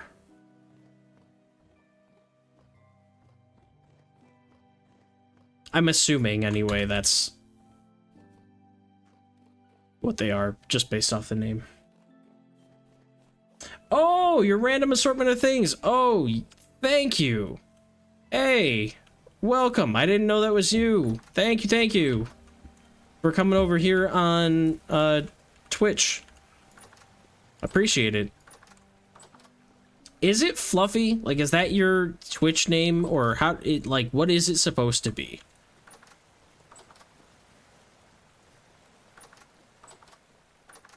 I want to, like, say at least it somewhat correctly. I would assume, based off of what I'm reading, like, you replace the U with a V. That's kind of a common thing, but that's just an assumption, and I would like to know so that I'm not just saying it wrong. Some people don't care, but, like, honestly, if I'm saying it wrong, tell me. Because I care. Because everybody matters to me.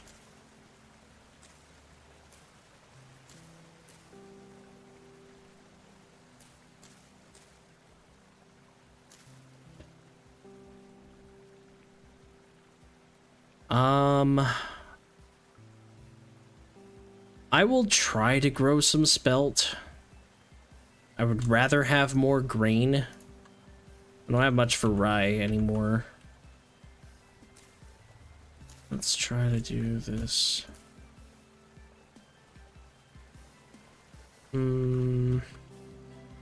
That works. That works.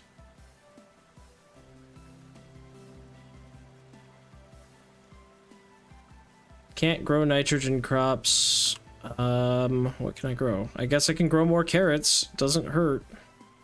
Could also grow onions, but I'd rather grow carrots, maybe? No. You know what? Well, actually, carrots are more cold resistant, and I might actually have to worry about that. So they go to -10, which is good. So let's do that, I guess.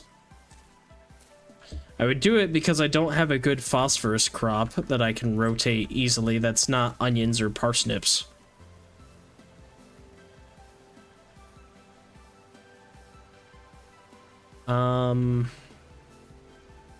About that.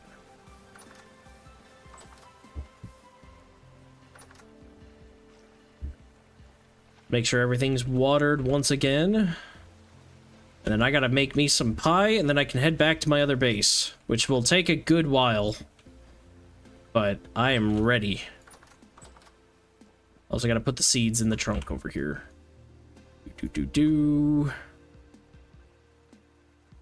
God, I got a lot of food now. Good. I want to make a clay vessel. Or maybe I can buy one. I don't think I have a artisan trader near me. I don't know my traders that well around here, honestly. I'm pretty certain that I have a commodities trader and a survival trader that I know of.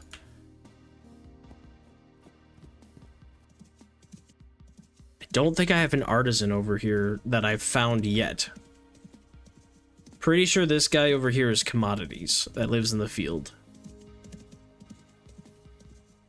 I haven't been over here in months. I spent all of my gears buying bread last... Well, not all of them, but a good chunk of them. He's a survival trader. Okay. I do have a commodities trader somewhere. They don't sell things, though, that I want.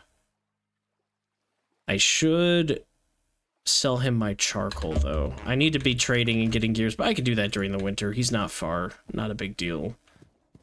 There is another trader that is over on the other side of my mountain, kind of here, if I keep going this general direction.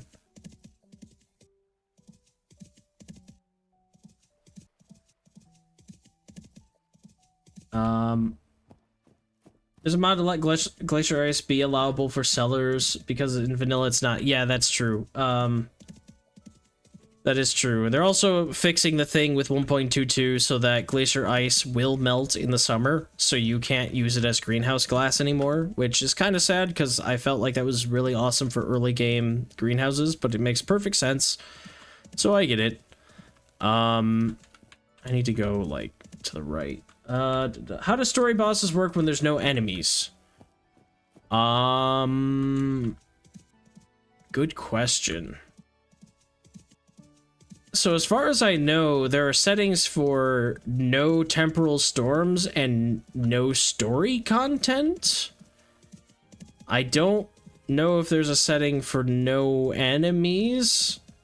I know no story content obviously will turn off everything, so you don't want that. Maybe there is one for no enemies, or there's one for basically like no rifts or no above ground rifts or something like that that causes enemies to only spawn in caves. But if you have a mod that's removing enemies, I would imagine that the story content's okay, but I don't know. Saw a comment on Reddit today about a guy who settled in an unstable area. He has to go on stupid walks for my stupid mental health every once in a while. That's true. The worst part about it is when you have a temporal storm and you're like, cool, I need to get back to my house to whatever, you know, put the stuff away. And then it's like, but I can't be there because it's unstable and I have no stability anyway because of the temporal storm. Treasure hunter. Do you have anything? Cracked vessels? I don't need that.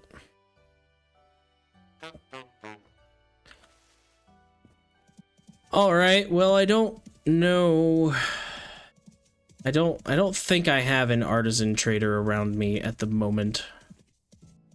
So I cannot buy a cracked vessel, which means I will have to go make a cracked vessel. I'd rather buy one so that I wouldn't have to spend the day firing the vessel, but that's okay. I can do some trading or something today and manage my crops a little bit. Tend to the animals, see how they're doing, all that type of stuff.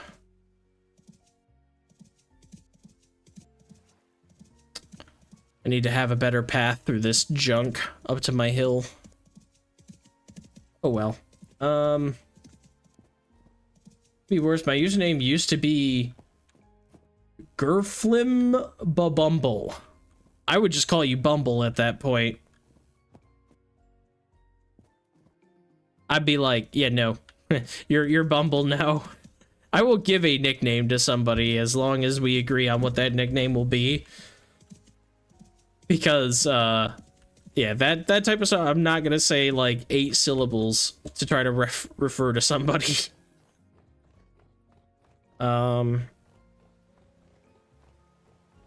Making beer in vintage story is so funny because it's so wrong compared to real life. Like, making wine is bad in game just because you probably end up with either mold or vinegar instead.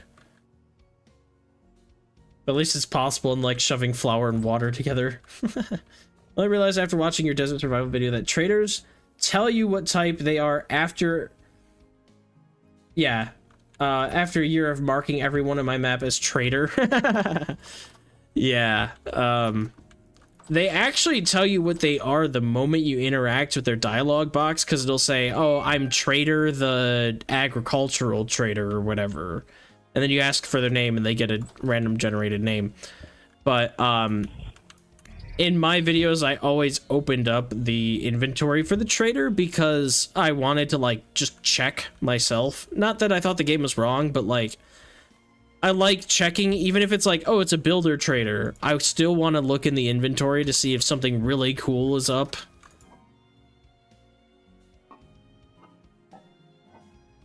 Usually that's not the case, but you never know. Alright, onions, stack. Yeah, this food's gonna last a long time come winter. I'll be just fine. Spelt grain, absolutely getting thrown in here. Rye grain, I'm gonna try to grind that up, I think, with the rest of it. Full and just about full in here. What can I do? 11 turnips. I need something to go in the pie. Oh wait, no, they can stack. That's good, because I want to use these parsnips up. And then I'm saving the cabbage for rice and cabbage pies. So I'll probably use onions. Oh, and there's still a stack of carrots, but we'll put those in here. Good. Hey, I don't have to make a clay vessel after all. I'll spend the day making food, and then I'll go on my journey. I was just asking that no enemies question because you have one of the tags as peaceful for this stream. Oh, I see where that was coming from. Gotcha.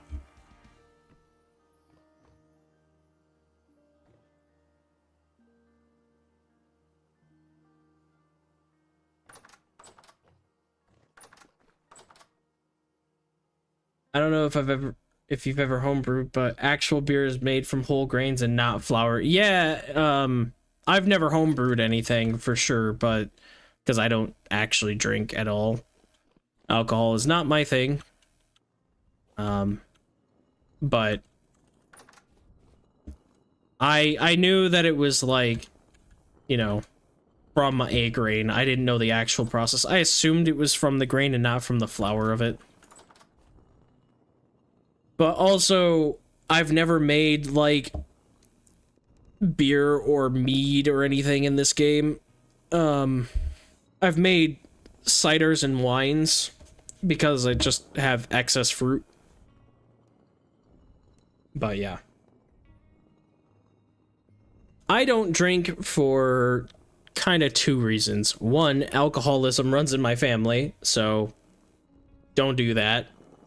For people who need it, you know, kind of spelled out, alcoholism is actually genetic.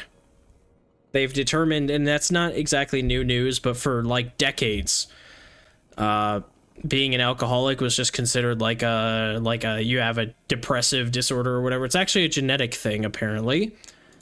And it runs in your family. So my mom's side of the family is it's got a lot of alcoholics in it, and my dad's side of the family, I believe, does too. They're just in denial about it. So I don't drink because of that.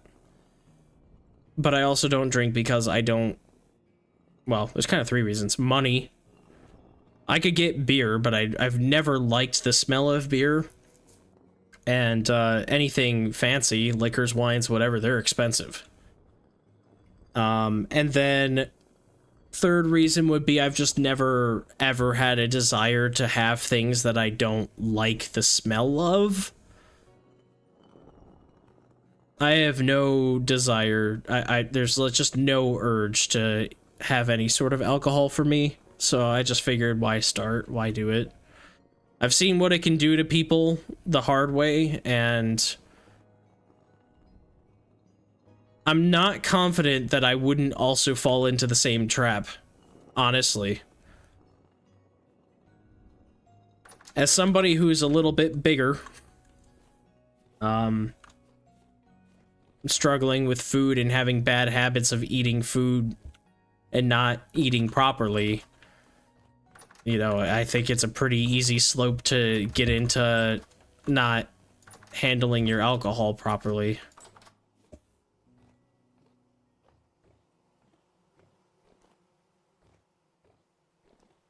But I don't like stress eat, really. I don't like, oh man, this was a terrible day, I'm just gonna sit down and eat. I mean, I think we've all done that.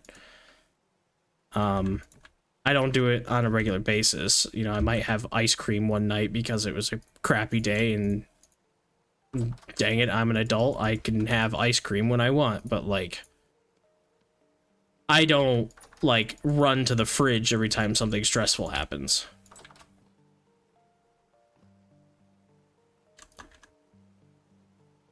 I just don't eat healthy. Too large of portions and all that other stuff. Something I'm working on. I'm also trying to be more active. Go to the gym more, that type of stuff. I didn't have a gym membership for years, and then I told myself, I make money, I can afford a gym membership, and I should. So I did.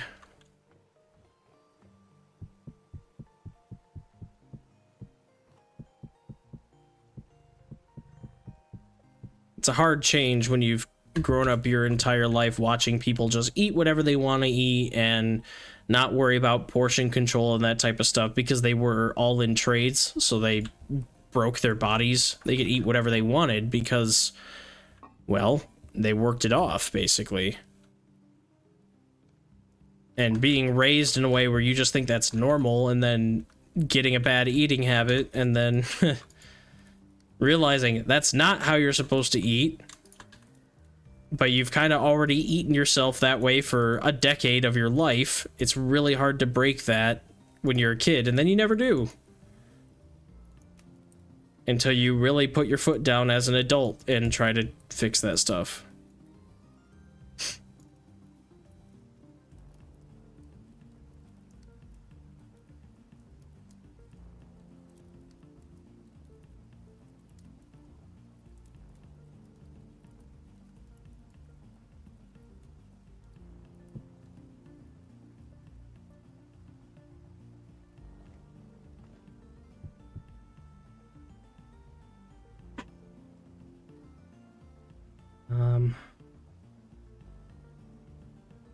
Russians have a soft alcohol made from bread and raisins. I don't think there's flour-based beer. Yeah, it's related to having the genes that make you a gambler. Interesting. Didn't know that. I grew up making wine, but I'm not going to judge people who don't drink. There's no positives for alcohol outside of the social aspect in a public setting. Like all the studies that wine is good for you are actually kind of screwed up if they correct analysis. Wine's just as bad as anything else. No, for real, the best thing I found is just to eat more beans. It's still easy to be fat in a trade. Ask any machinist. That's true. It's high fiber tortillas that are pretty good if you need more fiber in your diet. I think I'm usually pretty good on fiber. I have a lot of fiber, like foods, energy bars, whatever, you know, because of gym stuff and snacks and stuff. I try to buy and eat healthier foods in general. But yeah, like my dad used to come home. He was working, he did cabinet installation, which is not like the hardest trade, but you do have days where you unload a 50-foot or 52-foot long semi trailer and have to, you know, like you sweat your butt off. You do that for like 6 hours. Your muscles ache. And then you have to start lifting those cabinets and drilling holes in walls and that type of stuff to install them. Sometimes it's hard, but it's a lot of bending, a lot of moving, a lot of lifting, until you get them into the rooms where you're supposed to work. And then it's a little less, but he would do that. He'd start his days at 5 o'clock, and he had the unhealthy habit of he would just get into work and wouldn't eat. So then he'd come home after not eating all day, and he would pound like 2 big plates topped up full of food. So, you know, the man probably burned like 4,000 calories doing what he was doing and then ate 3,200 when he got home. And so when I was just raised that way, it was like, that's normal. You can eat 2 plates of food. That's normal.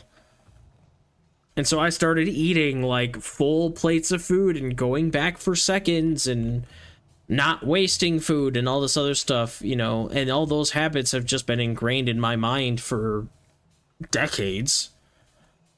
It's so hard to break that, to be like, make smaller stuff, eat less, drink more water, have snacks throughout the day, because that was never part of it. I was the 3 meals a day, sometimes 2 meals a day type of thing. And right now I'm on 2 meals a day, but I snack in between, which is a good thing, so I don't eat as much.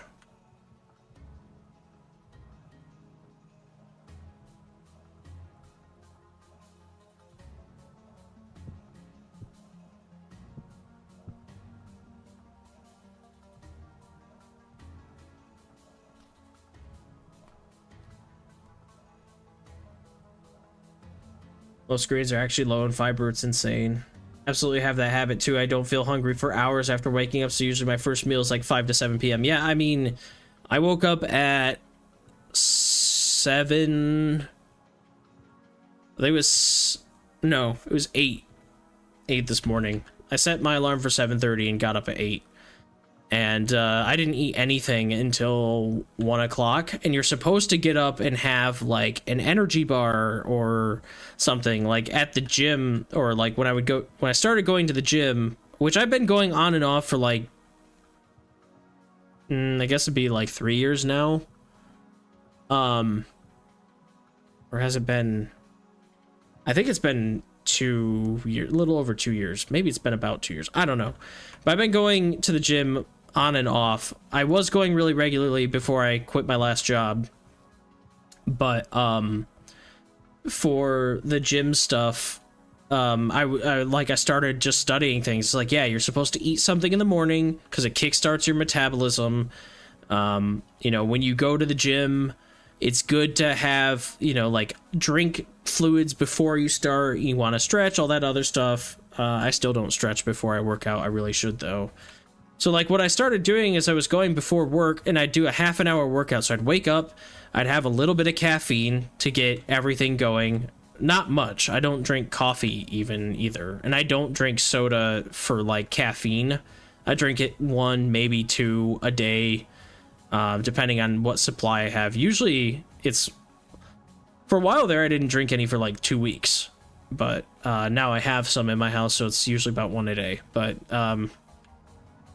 I would just wake up, I had some like caffeinated flavored water that I would drink, and I'd drink that while I was at the gym, and then when I got to work, I would eat a breakfast sandwich, even if I really wasn't that hungry, and that, I think, helped a lot. I'm getting my eating habits better. And I've dropped fast food. I don't do fast food. I don't get takeout very often, but I don't do fast food. Very rarely. It's only if I'm on a trip somewhere and I'm gonna be in my car for like 3 hours, you know, where I might have it before I do that 3-hour journey. Kind of depends, but locally, no.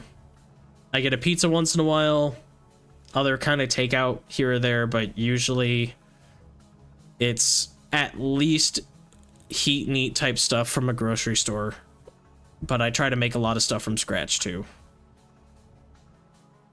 2 meals a day. I think today is 1 meal a day. 3 meals a day in college was too much, and I corrected it before I gained a freshman. I don't eat till 1 today. If you don't pre-workout stretch, you should post-workout stretch. I don't do either, and I know you're supposed to. So it's a bad habit that I need to correct for sure. You know, I do have a spot for these pies. I was gonna say, I made all this pie, and then I didn't have any spots for it. Is it? Yeah, it's kind of evening. All right, we gotta make it over to my other base. Not now, because it's about to be night, and I need to be able to see. I can't forget my maps. I need to empty out as much inventory space as I possibly can. Whoa, this way. Empty out as much inventory space as I possibly can. Because I'm planning on bringing back, hopefully, 2 windmill rotors, at least. 3 health hammers. Maybe 2 health hammers, but at least 2 health hammers, maybe more. Whatever other miscellaneous materials I can, like, I have titanium for refractory bricks. I gotta bring back my cementation furnace. The stone coffin and everything for steel making. And just in general, anything I might have left behind. There's probably a bunch of rot back there I'd probably like to make. I know I have compost back there. So I should probably not have 2 stacks of ladders. I can have, you know, a good amount. The sticks are not as important, but it's nice to have emergency sticks. The dirt and the cob and all that, I guess I don't have to have rammed earth. I can just have cob for the time being. Pies I'll eat. The healing poultices, the shears can go away. Unless I get really, really stuck, but I should be able to use my axe for. I don't think I'll be prospecting, so I can put the pick away. The bone flute for the elk. I don't have better bags. I'm gonna take all of these tools with me. Maybe not the pickaxe. No, I want the pickaxe, just in case I have like a cave-in or something crazy happen for some reason.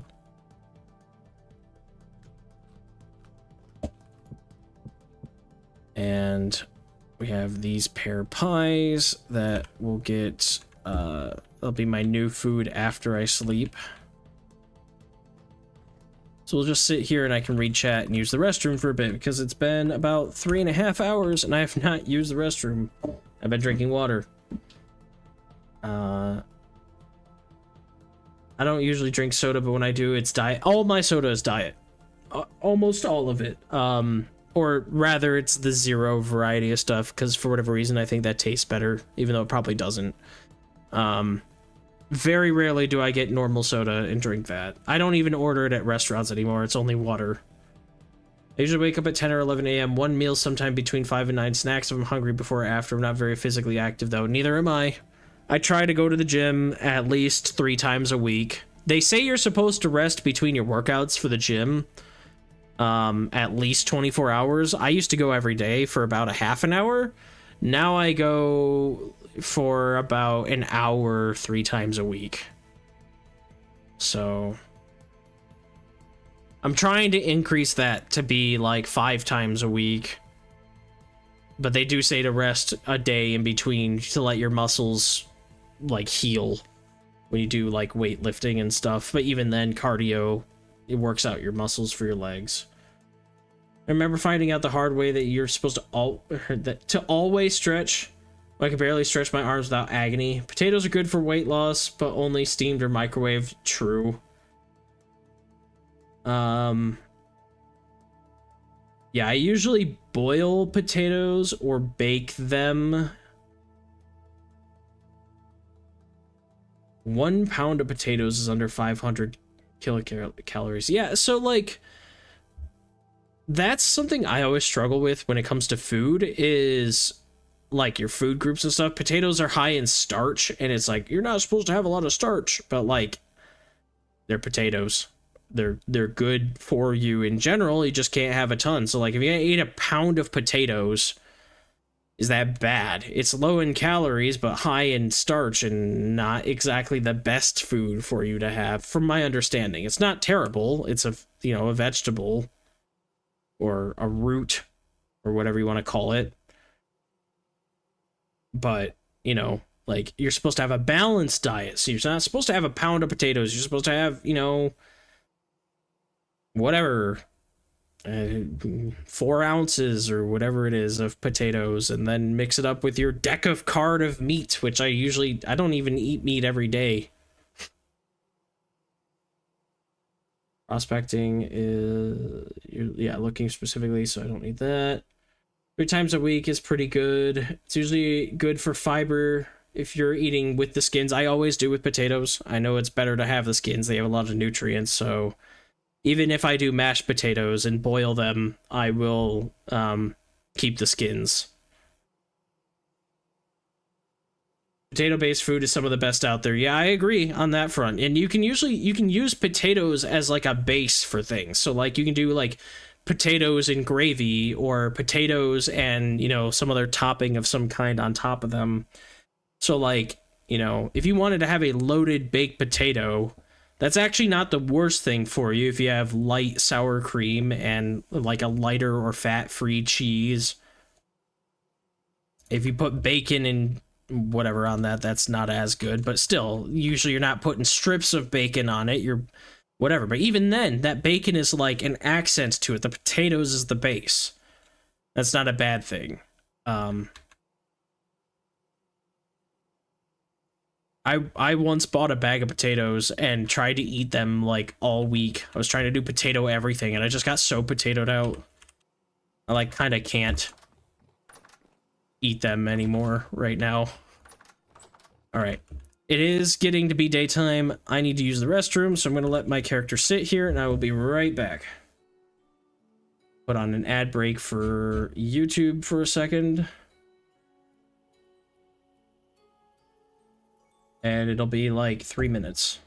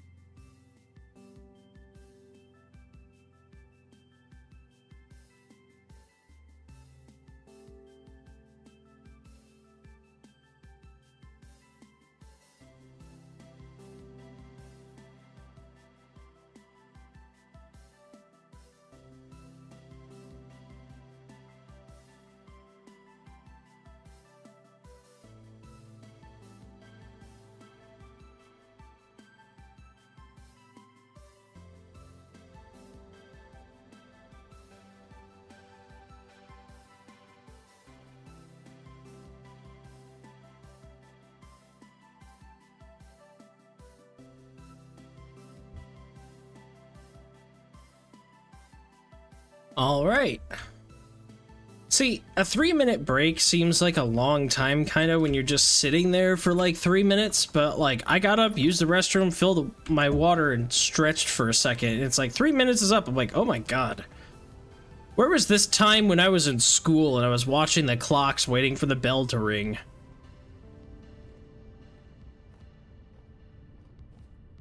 Alright, it is now 7 degrees. It's only about 7 in the morning though, but I need to make this trip somewhat quick. By somewhat quick, I mean as fast as I can. It's still gonna take a couple days to get there. I might not have enough food. I do have more pie here though. I think this should be enough. My old base, at the very worst, if like I feel like I'm gonna be lower on food than I anticipated originally, I have a cheese wheel or two sitting there. I did leave those back there. I might even have some grain.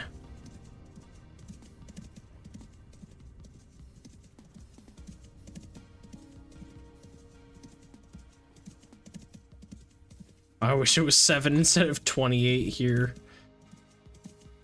You don't have to tell me any specifics, but if you don't mind, where are you at? What part of the world are you from?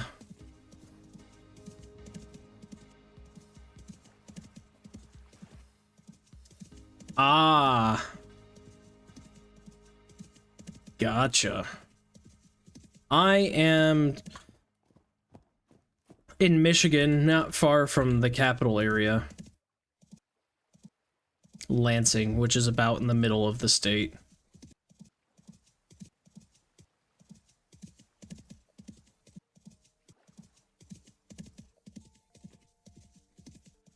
Nice. I don't remember who was there and what I said where.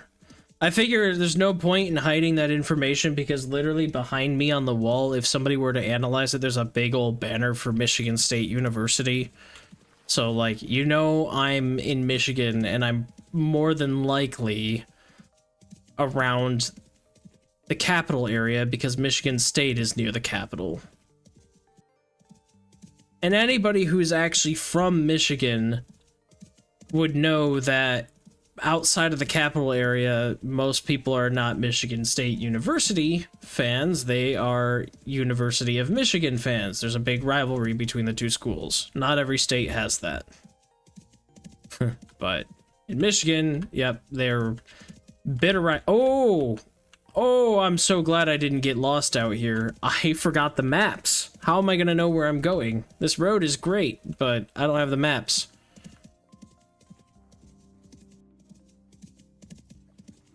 That would be really bad if I ran into the woods and was like, where am I going? That would be really bad. Extremely bad.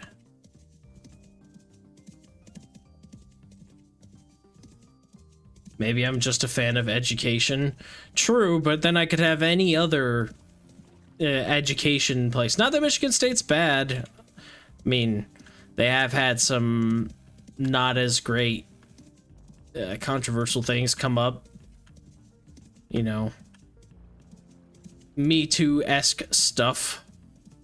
But I feel like that's kind of everywhere. I'm not justifying that at all for that. I'm just saying that it's actually sadly harder to find places that don't have those types of incidents than it is to find some that... Or it's harder to find places that don't than to find places that do. That's what I'm trying to say. I forgot what I said halfway through that sentence, so I had to restate it. But yeah, it's everywhere, so like, I guess I'm desensitized to it, but I'm not surprised it happens there.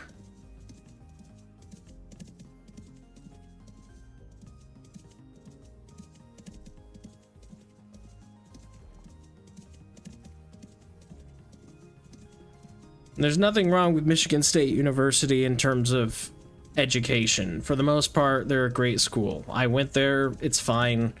I don't think they're really any different than any other university. I feel like maybe my education could have been a little bit more personalized if I went somewhere else. because Michigan State is a big school for Michigan, just like University of Michigan is. So you have classes of hundreds of students typically, which means a lot less interaction with your professor, and that's fine. But there is something to be said when a professor doesn't...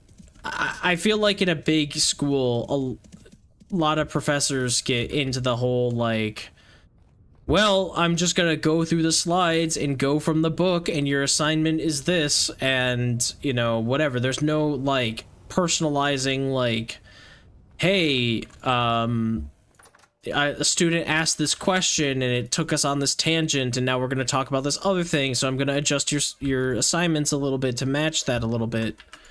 Like, there's nothing, there's no personalization, or at least at a community college, even though the teaching might not have been as whatever prestigious. I feel like the professors genuinely cared more about what they were teaching because they had a class of like 30 students instead of 300.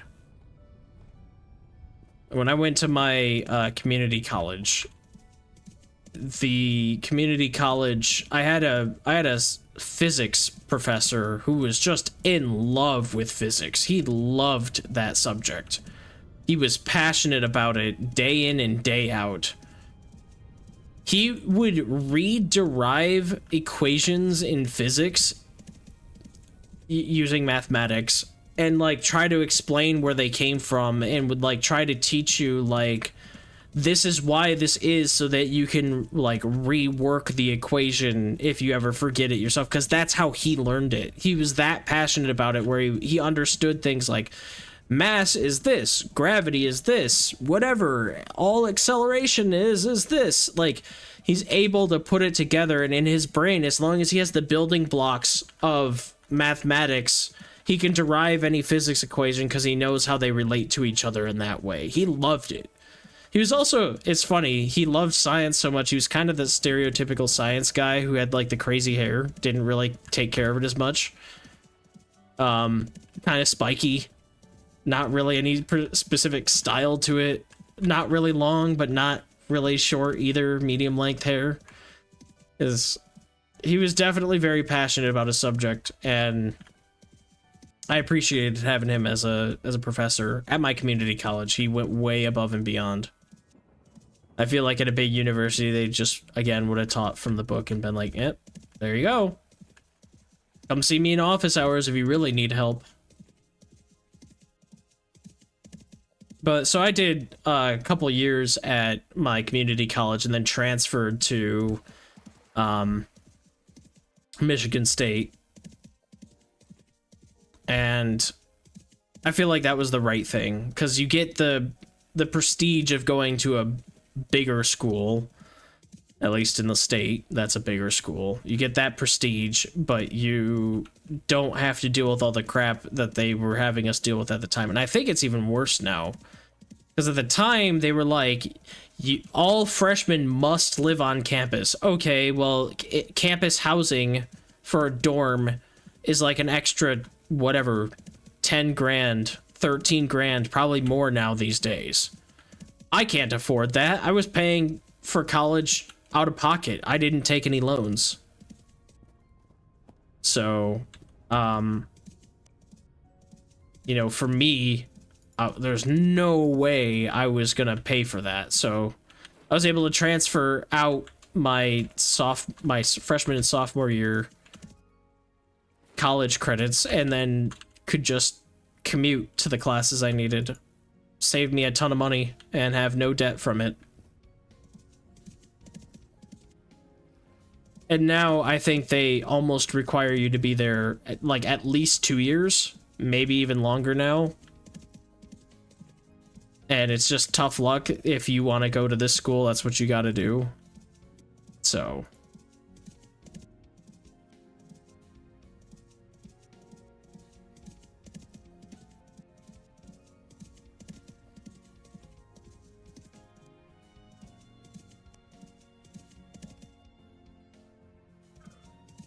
another forest. Won't have my nice path for this one.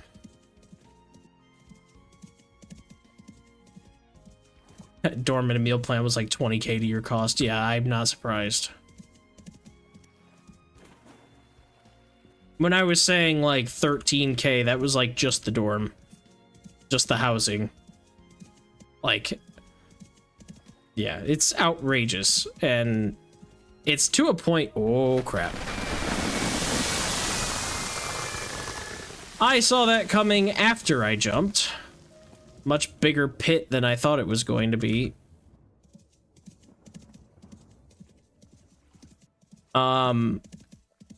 Yeah, it's getting to a point where I feel like it's not worth it to go to a university anymore. Unless it's smaller, but like they're probably still expensive for that. So it'd have to be like a really refined, really like focused education where you get the value out of it. Out of a big university where they just, it's about numbers, how many students with how high of a GPA can you achieve. It's probably not worth it going there anymore. Unless it's really specialized into the field that you're trying to study.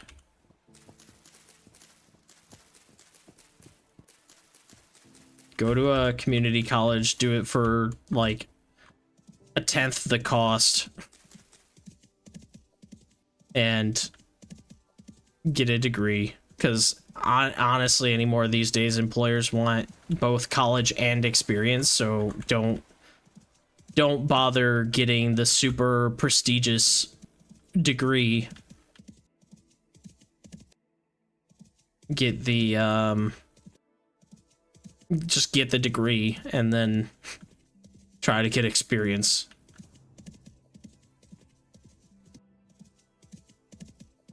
Or find a way to get into your own business for yourself. Which usually you need experience to try to do that, but yeah.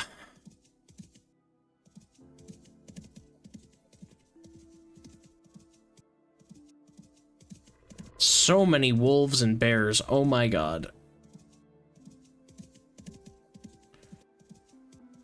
This mess of forests and stuff that I have to go through to get back to my other base is like, I nearly died like 3 times getting through this. It's part of the reason why I was like, let me get through this chunk of forest, at least for that little road, because this is, like, I don't even know where I'm going. And it's just surrounded by danger. Bear, don't touch me.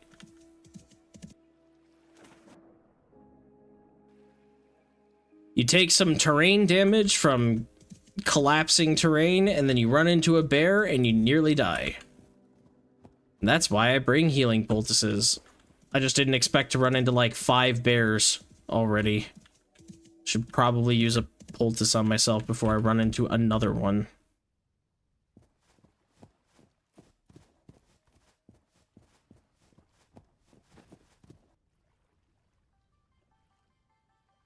My college had apartments or dorms, and the dorms were more expensive. Lived in a 6-person apartment. 2 people dropped out. It was fun. Being forced to share a bedroom with a stranger could be considered a form of mental torture. It depends. I mean, to some extent, you guys kind of both understand, like, hey, we have to do this. And a lot of times, your dorm mate can become one of your best friends, you know? Like, you get to know them on such a personal level that they can become a really, really close friend. I never got a dorm or an apartment with anybody because that costs money. And I would rather be debt-free than make one friend.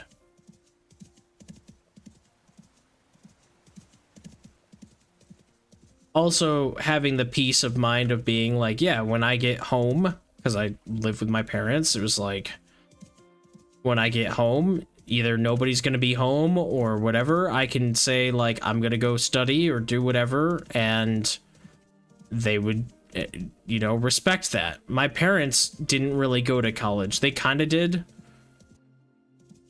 but it wasn't, like, they didn't get degrees.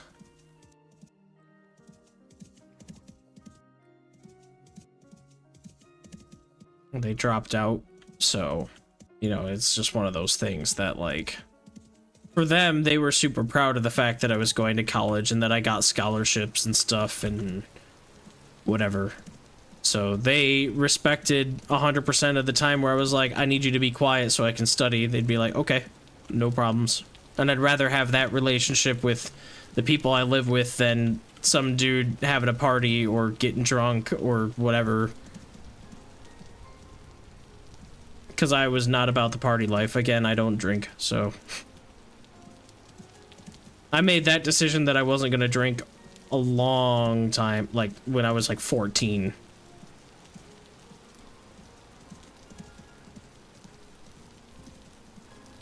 But yeah, there are definitely some great memories that people can have with their dorm mates, for sure.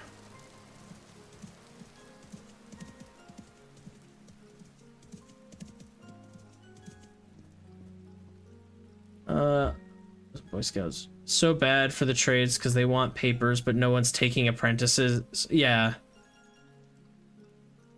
Can I incinerate the forest? I suppose, but it's raining in this one. I don't mind living with someone, but I am completely unable to sleep without a door and a wall between us. We had a fellow classmate and homeless. He was living off campus, so we let him sleep in a closet. Closet was so big we slipped a mattress into it. He was there for 2 weeks till the RA made us kick him out. We managed to graduate school. You had your first taste of wine at 10. See, a lot of kids have that. Like, well, people, not just kids, but like a lot of people have that experience as a kid, I guess is what I should have said. But like, they're like, yeah, you can have a sip of beer, or you can have a sip of wine or whatever. I never, not even as a kid, did I ever have an interest in even trying alcohol. That's just what it was for me. Now, as an adult, I sort of have an interest just because I'm like, I can have it. And there's nothing stopping me from walking into a store one day and just being like, yeah, give me this. And they'll ID me, but everything's fine. But I never had that desire. My dad would have a couple beers, my grandpa would have a couple beers, you know. My parents never had wine for dinner or anything like that. My family is mostly a beer drinking family, and they were mostly a cheap beer drinking family, so maybe that's part of it too. Either drink, like they drank mostly Budweiser or Bud Light. And very rarely would they get into like liquors and stuff. My dad was a rum and coke type of guy. But nothing fancy. They were never like, oh yeah, like whatever, like these crazy mixed drinks with all these different flavors or anything like that. They were never into that. Simple mixed drink or beer was basically their only thing. Almost never wine. And my mom, actually being an alcoholic, couldn't have wine, so they never, you know, went out to dinner and had wine or anything like that. My parents never had that. Resin. I want that. I'll probably never see this tree again, so let's grab that now.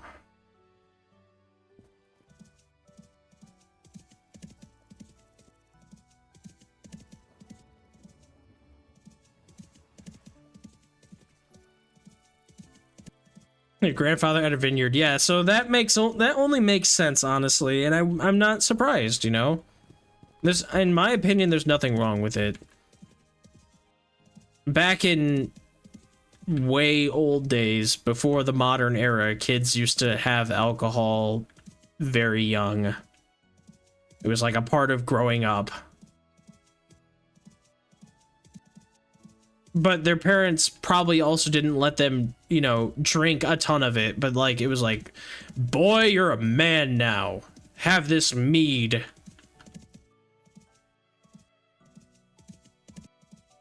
Or ale, or whatever, you know. It was always that type of stuff in the medieval times, especially. But they probably weren't like, yeah, have as much as you want. Except for maybe to teach a lesson, I would assume.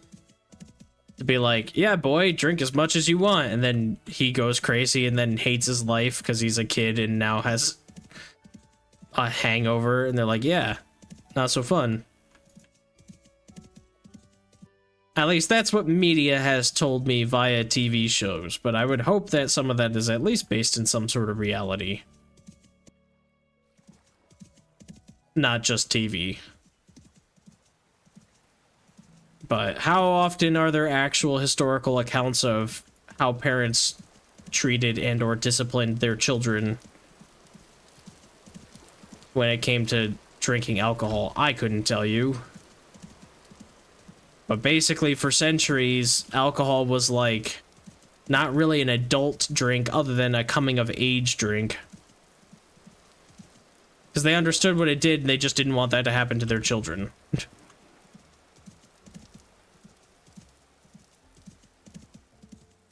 There's this really good beer chicken stew I've made before. Wouldn't feed it to someone in AA, but it's pretty good otherwise. Actually, best with cheap beers like Michelob or Bud.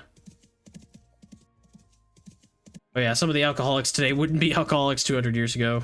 You ever seen the first episode of King of the Hill with Bobby smoking a whole pack as punishment? My grandmother did that to my uncle. He gave up smoking. Yeah, I mean, like, that was kind of a thing, I think.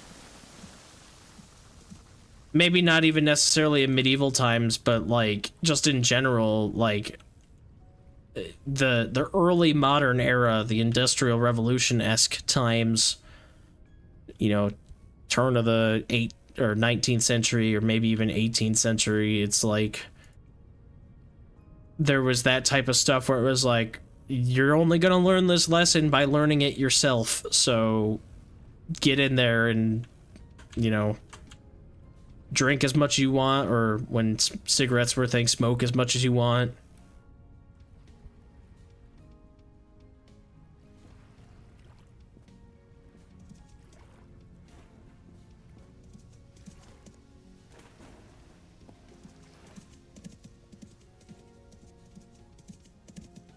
And I don't really know how to feel about that type of behavior with a kid.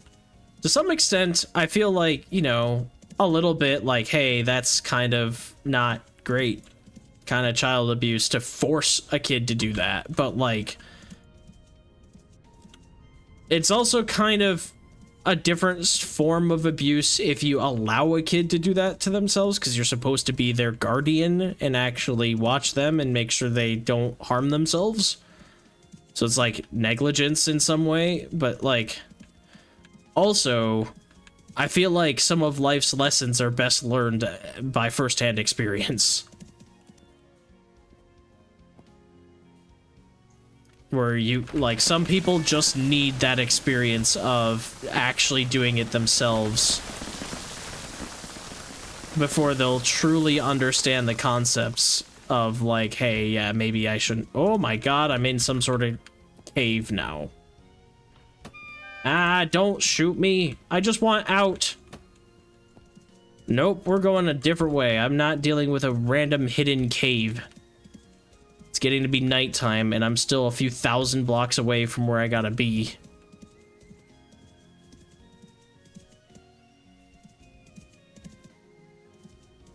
This terrain is awful. We're getting back into bear territory, and I can't see. Oh my god. This is why, for the other half of this journey, this is only to make it halfway. But once I get to the Lazaret, I have a road that I spent a month digging. It's not all the way to the Lazaret, but it's pretty well smoothed out. I think there's about 1,000 blocks or so of terrain that's a mess, and then it turns into a road. What is this? Like, what is this? What kind of terrain is this? No.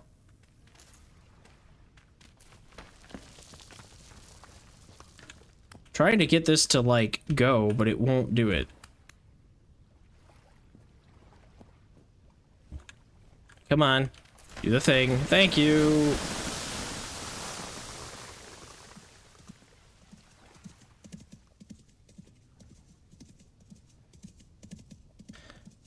And I should be able to sleep when I get to the Lazarette, because I do have a tiny little house that I made there for respawning, because I didn't know what the Lazarette was going to have in it. So...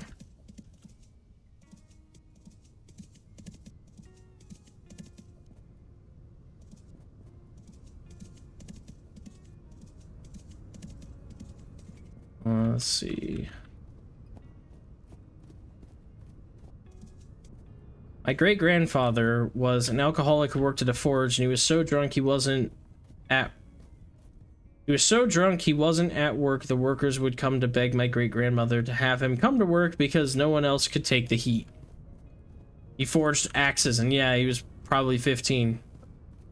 70-year-old co-worker at Walmart told me he started smoking at 10. I mean, yeah, like, different era of stuff for sure.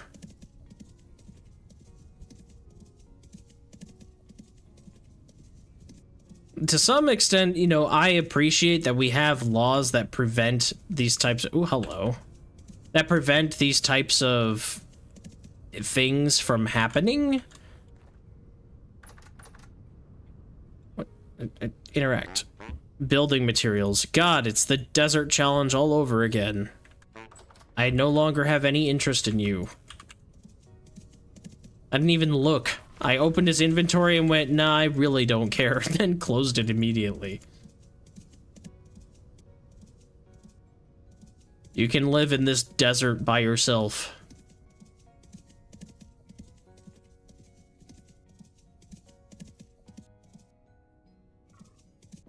How is Souffle doing? Oh, he's got plenty of health. He'll be fine. As long as I don't go jumping off the tallest mountain, I'll be good. Somebody was in here a few days back and was asking, like, I just got my elk, how much should I, like, worry about his health? And I'm like, you can jump off of mountains with this thing. It's fine. Not that you should, but you can.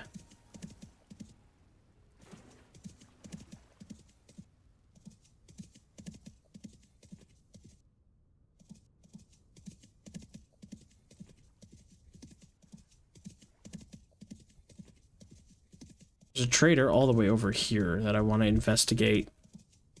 Again, I'm never probably going to see this guy again, and I don't have any gears, so there's no point, but I suppose it's worth looking.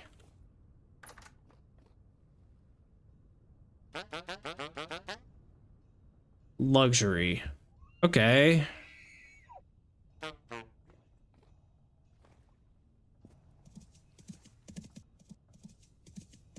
Like, I've made this journey 3 times, I think, and that's the first time I've ever talked to that dude.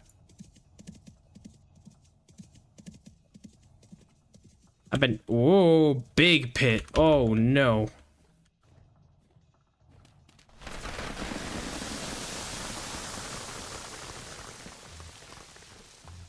Where is that? Yeah, no. We're gonna do that. And whatever this turns into, I don't care. We just can't have caves like this.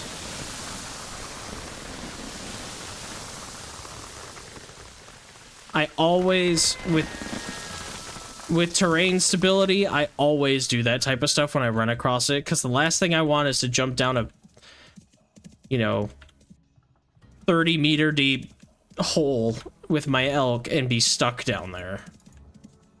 Like I've had happen on multiple occasions while doing this trip.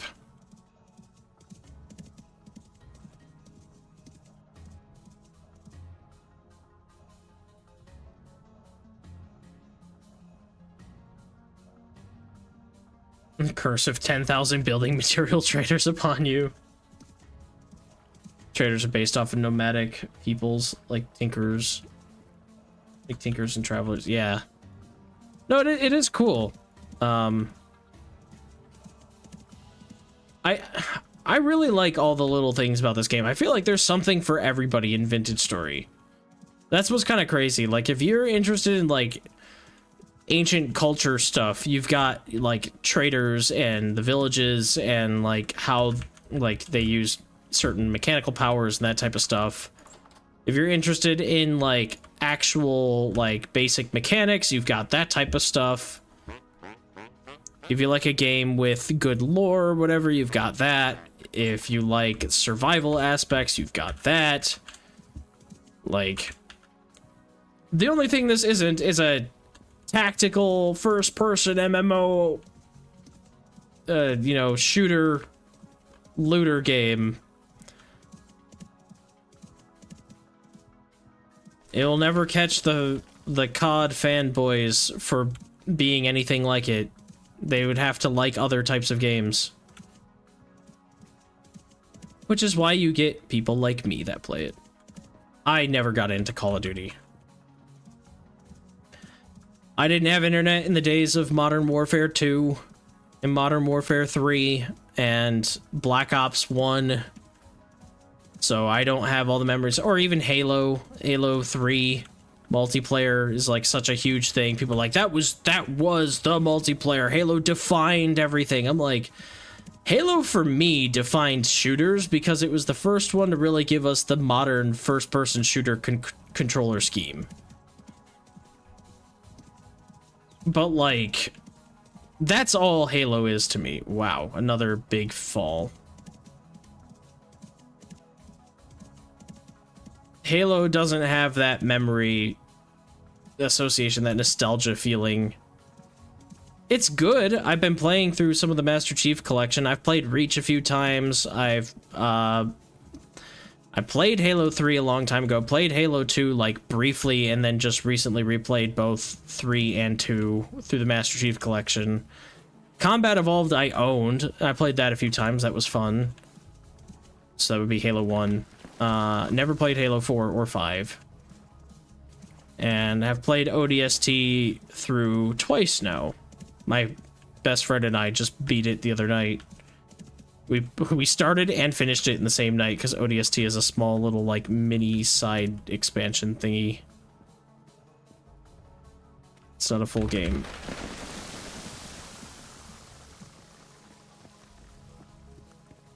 I hate walls of stone like this. It's cool, but like, let me out.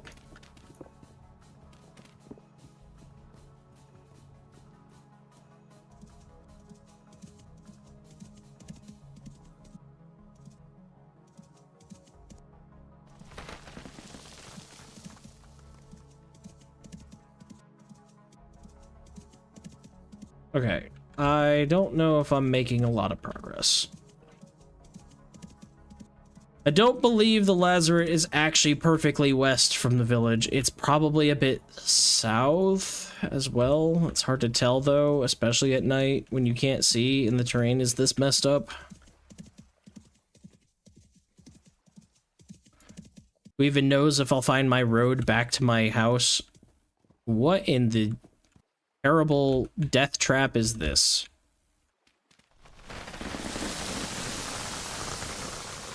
No. Never liked shooters as a kid, or now for that matter. My first Halo experience was 2 years ago. 100% of my Halo experience is it's Lasso. I don't know what that is. What is LASO? I don't know what that is off the top of my head. Ah, Legendary All Skulls on. Okay.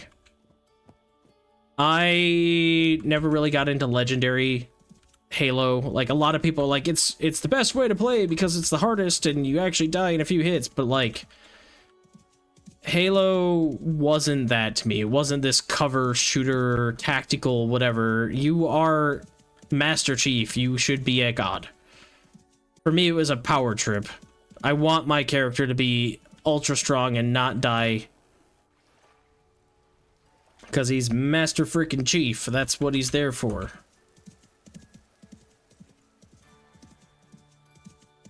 Looks like I have to go a bit north this way. Okay.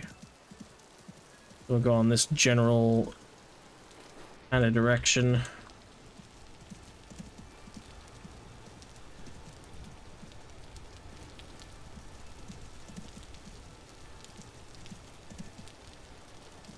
And as for skulls, I never really activated many. I didn't care too much about the skulls themselves as like a concept. The only one that I really cared about were some of the funny ones, but I didn't want them on the entire time. Like Grunt Birthday Party was like the one about making the confetti or sparkly crits or whatever, and like that's cool for like 3 missions and I'm tired of it. The only other skulls I've ever played with in my campaign runs have been with my friend, and it's been for like the funny dialogue, because for me that's kind of what Halo is too, is it's kind of goofy, especially with the grunts. You know, they're all like, he's unstoppable, and then they run away. Like that type of, it was always meant to be kind of humorous with that, so I never took Halo seriously in that regard. Oh my god. I really hate this journey. Ugh. Trying to take jumps across big gaps so I don't take as much fall damage. Let's see. Half-Life has been rotten in my library for ages now. I really gotta try it. Half-Life 1 is my favorite FPS game still. I'm so glad the L can go up 2 blocks. Makes traversing 100 times easier.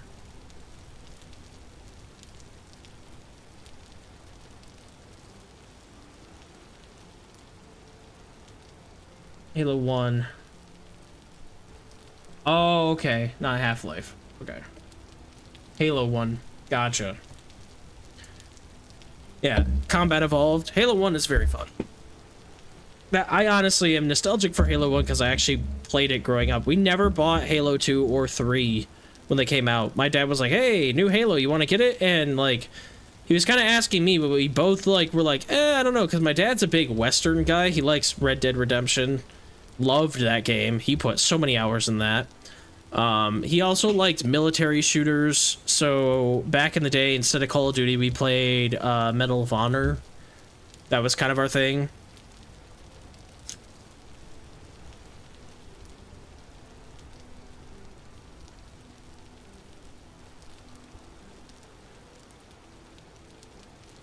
Brother and I are just stubborn. I think it's hilarious to tell people.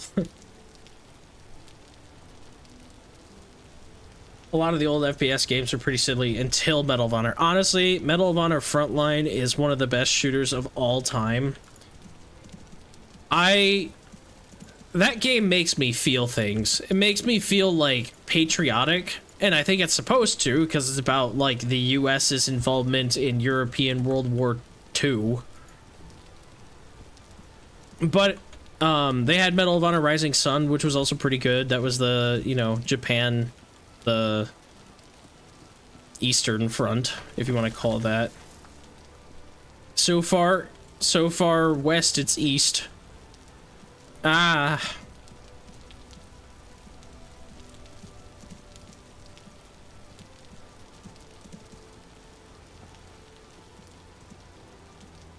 God, how do I get out of this? Let me out. Oh, wait, it's Gracie time. Oh, well. You saw her for half a second. She is now on top of the PC. She has moved. Gracie, would you like to say hi to your adoring fans? Anything to report? I wish you would not... I can't put my light cord anywhere else, so she just kind of has to deal with it.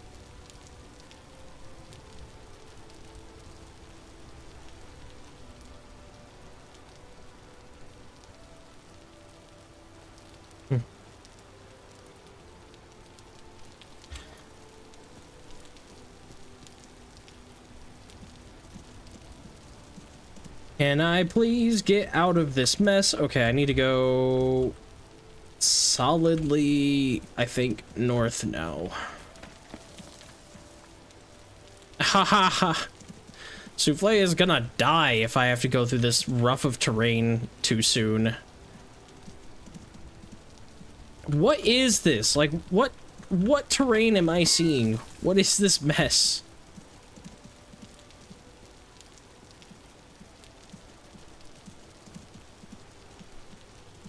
So I guess this would be north? Oh god. Okay, at least that's the lake. He's not taking fall damage. So this would be north and west. So northwest of... Oh my god. What is this? Like, he's gonna die. He is going to die. I'm gonna have to rest. Which way is safety? Have I passed it? No more climbing mountains.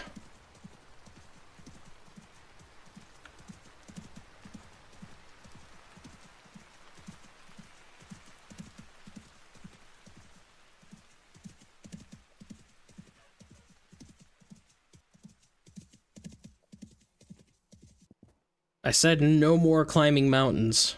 You are not going to die on me.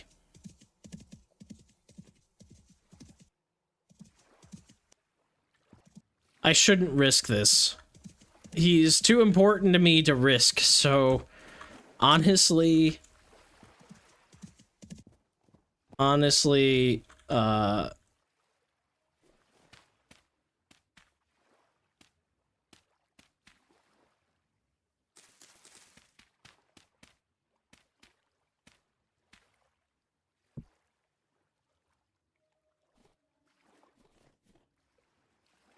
no, give me the bed.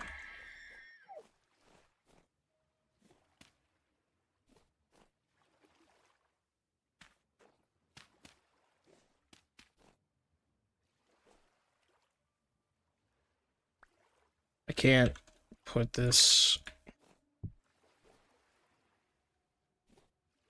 Come on, you can do it. I know you can. You want to, game.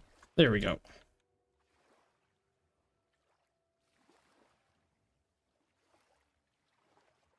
See you later, cat.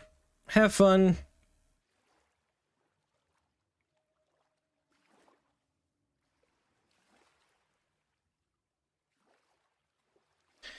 Gracie doesn't choke out my PC. I have tons of airflow in that thing. It is absolutely fine. Plus, it's a vintage story. It's not exactly the most intense of games.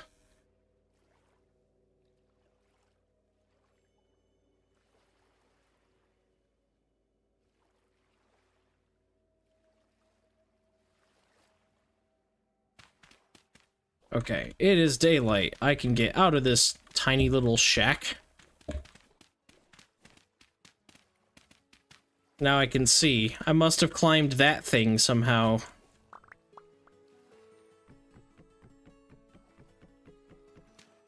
Hey, Jack, what's up? How's it going? Thanks for stopping by.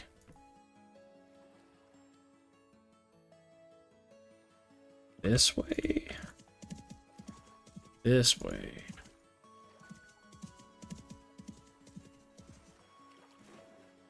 Okay, this way. Got it.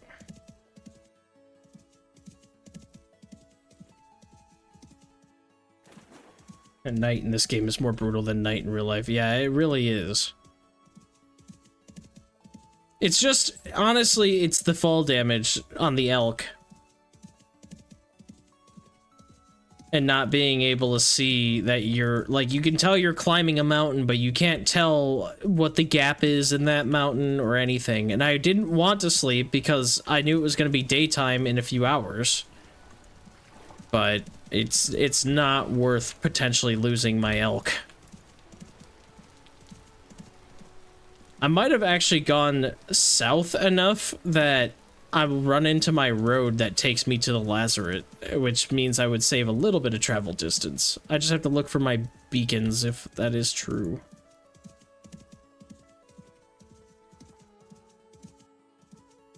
By beacons, I mean really crude, random-looking L-shaped things that stand up.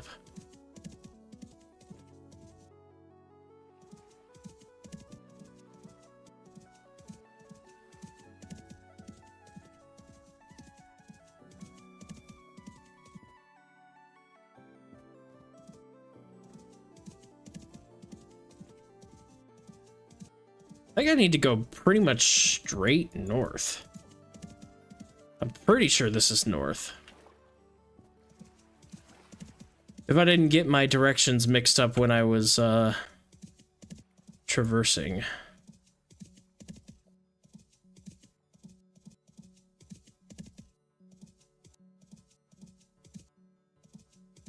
I'm doing all right, Jack. Trying to get back to my first base. I'm in year 6 of this Vintage Story world. So, I guess technically year 7 because it starts in year 0. So this is year... It's labeled as year 6, 7th year, whatever you want to call this. And I'm trying to go grab my steel making and a bunch of other things I had over there because I've moved bases since. So I would like to not have to remake all my Hellhammers and stuff like that. And don't have a map, so traversing anything is quite the challenge, but we're getting through it all right. Trying to make it back from that first base before winter is here.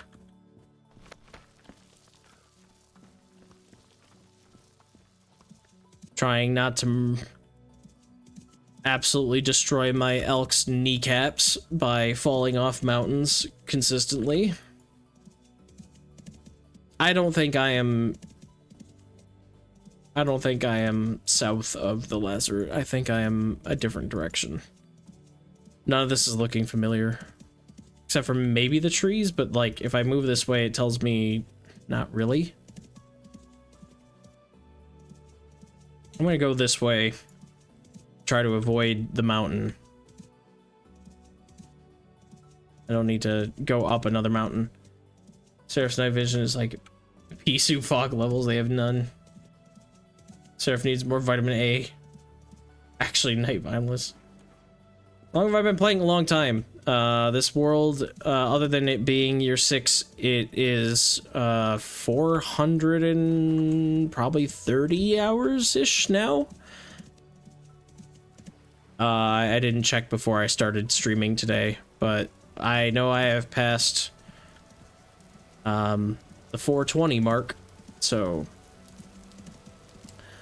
it's a long time. And then I have a bunch of other smaller worlds and challenges on YouTube. Oh, please don't. Okay, I was gonna say, please don't take a bunch of extra land terrain damage. So yeah, me total, if I had to guess, I have well over 500 hours in Vintage Story total. This world being, well, this is not even a guess. I know I have more than 500 hours. But this world being the majority of it. And I'm trying to play through the story. I've never played through the story of Vintage Story before. And for whatever reason, I decided that would be the best way to do it, would be with no map. Because I had played enough before I started this run to understand that the map is really important. So therefore, I don't want it. Because that's the type of person I am. Oh my god, let me through the trees.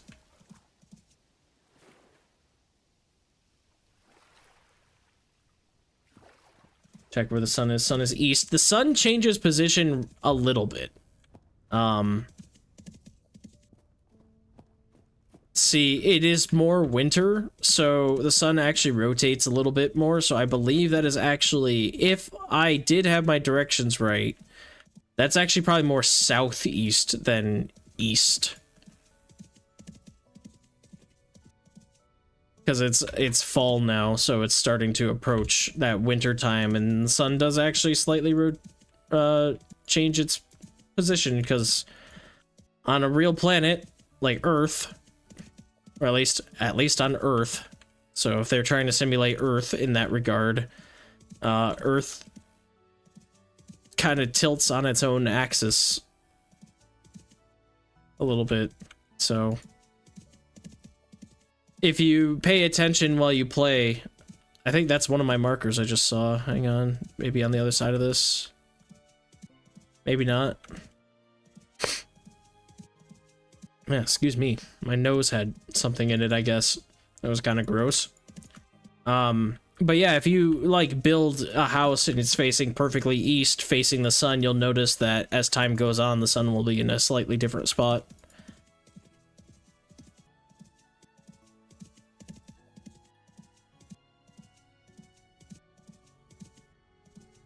So I guess I really did need to go around this mountain. So I can't completely 100% rely on the sun, but I can do good bases. So I should be going west-ish right about now. Another trader. I'm not even gonna bother to look at that guy. And this does feel right now, this does feel like west to me, because I'm pretty sure I've approached the Lazarette from this stupid little lake and this wall. I've climbed this before, I'm almost certain. I get over this hill and I go just a little bit further and I'm there. And I mean, it even says that with the block counter. Try not to fall into any pits on my way over there, because again, we go up to go straight back down. Oh my lord. No thanks. None of that, please. Is my base big?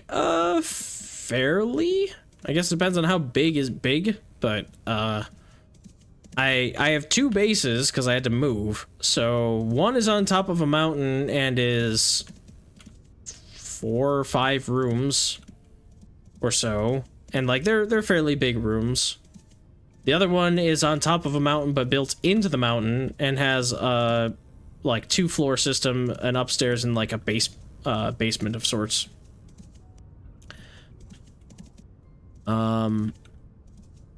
Okay, the hardest part of this journey is now over. Because now that we're at the Lazarette, which we really are, it just doesn't look like it. There should be a trader over this way. Yeah, there's the trader. So I have a tiny little hut that might still have some temporal gears in it that I think I left here. Okay, so the big mountain with the horn is kind of my central landmark for the Lazarette area. Yeah. Nothing crazy in here, just some random stuff. This is what I was trying to get to for the bed, so I wouldn't have to camp out in the middle of nowhere. So now all I need to do... And I started growing a pear tree, which is funny, because this is actually ripe, so I might get that on my way back, because I always use the Lazarette as like my middle point, because from here to the village it's about 13,000 blocks, and from my house to the Lazarette it's about 13,000 blocks. Of course there has to be like a sandstorm, so I can't really see, but going this way we should run into my little landmark mile marker things.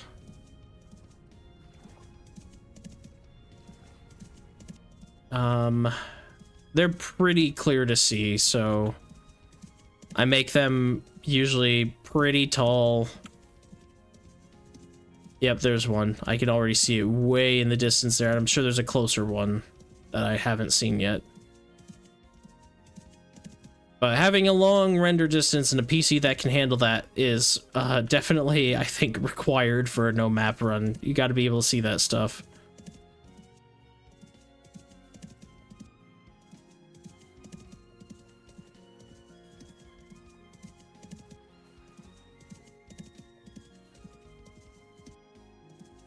And basically, the only thing I do, the trick with this is, they always point towards home.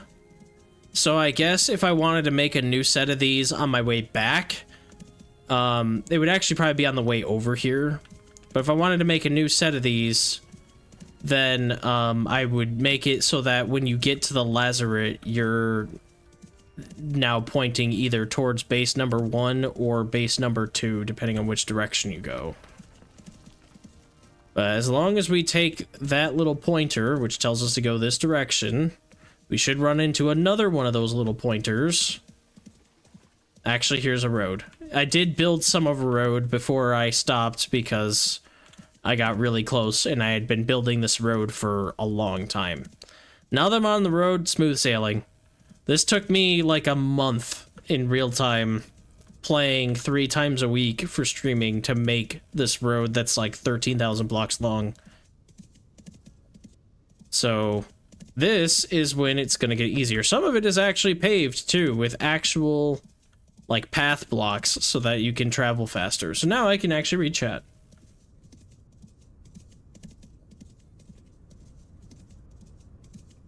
Bye, Jack. Have a good time. I mean, pattern recognition is pretty good until it makes you see conspiracies. I like your content, but my brain is incapable of watching a stream and playing a game at the same time, so I hope you have a good night. Well, thanks for stopping by, Fluffy. For sure. Appreciate you.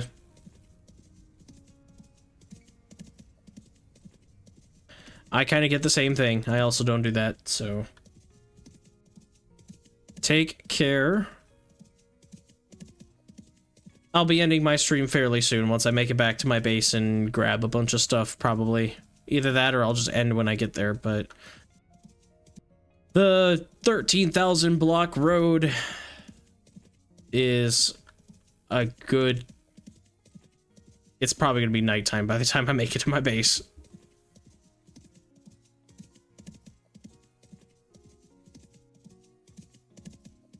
Is there a lantern in here? There is. Okay, I should probably keep that there.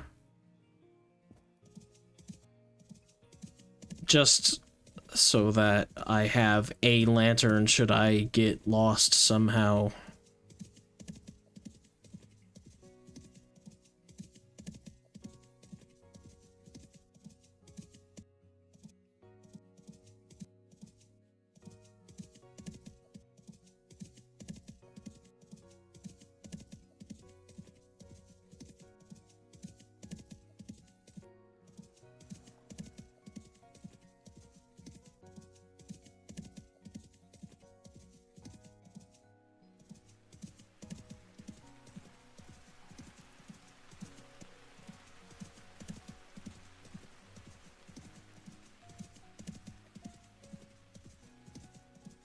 This is something along the lines of what I want to do to the other one. Actually, when I started this road, I was starting to make it like as flat as possible. So I was mining through mountains and stuff and through hills. I wasn't going up and over things like I am now unless it was minor. But then as I realized how long this was actually going to take... Oh, that was resin.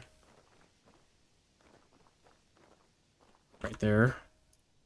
Once I realized how long this was going to take, I made a point to try to speed it up for chat, because it's not fun to watch somebody just mine through mountains for hours on end. But for tall things like this, yeah, you bet your butt I mined right through this thing. I was not trying to go up and over or around that. I actually got to a port here where somehow, just perfectly, this trader decided to put his cart, but he doesn't own the land underneath it, so we go under him.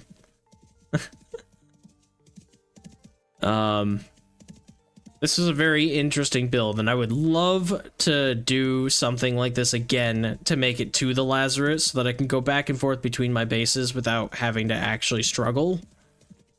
But this just took so long, and I don't have the time to sit down and just play Vintage Story for like 40 hours straight making a road. Going under the trader is hilarious, yeah. Well, you can't build near him because the game will be like, nah, he owns this. And you can't destroy blocks that he, like, that his cart basically touches. So yeah, I had to just go under the trader because I didn't want to go around him. I wanted this to be a almost exactly straight shot to my other base. It's not entirely because I do make a couple like adjustments here or there. Because it was like mine through a mountain or move 3 blocks to the left. And it was like, yeah, I'll move to the left. I'm not going to do all that. But also when you get over to my base, it curves a lot more and twists a lot more because my original path that this started from was just to get me to a survival trader for trading gears. So that path wasn't perfectly straight because I used it to get to a different trader and then built from that trader, and just kind of guessed, and then I found him and I connected the dots basically, so it's not perfect. But yeah, going under the trader I thought was kind of funny too, and that is one of my favorite parts of this journey. We also have a couple side things, so like there's a trader over there you can rest at, though that doesn't really help you in the winter. I also have a couple little huts along this road so that as you're traveling you can you know, sleep at night if you need to. It's actually really nice to have this. If I didn't have this, I wouldn't be able to go back to my other base. I would have to remake everything, because you don't have a map that takes you to wherever you decide to settle down. I would have had to either settle right next to the archives or move everything to the Lazaret, and then I still wouldn't have been able to get back from the Lazaret.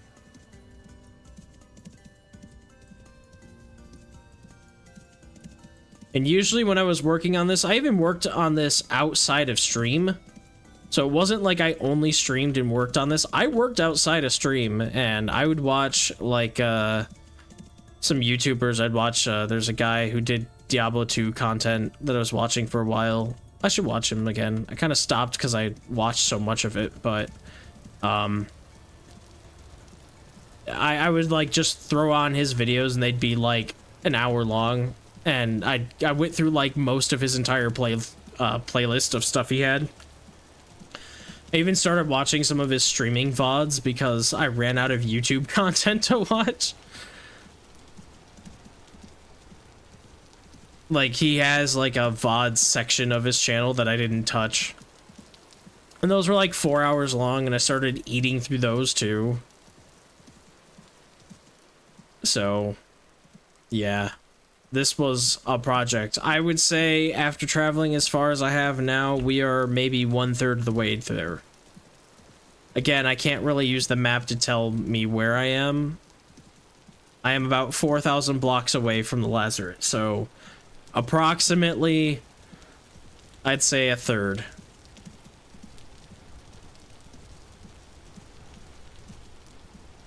Found out your Lazaret is across an ocean. How big is the ocean? No elk travel, sorta. Although, honestly, you probably have a map. If you can sail across the ocean, and I don't know if your elk can ride on a sailboat. I've never made a sailboat. But if you can sail across an ocean and get there, I mean, your next location after that is going to be in a completely different, like, it might be beyond the ocean even more. So all you'd have to do is somehow get your elk either through or around it or whatever. With just one time.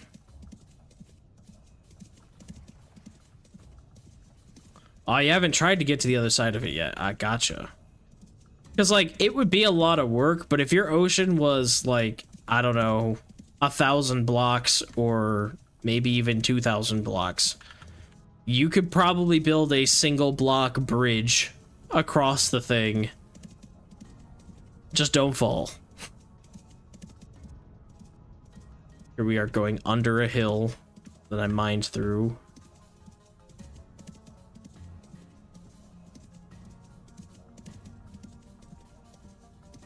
Yeah, world's a bit more oceany.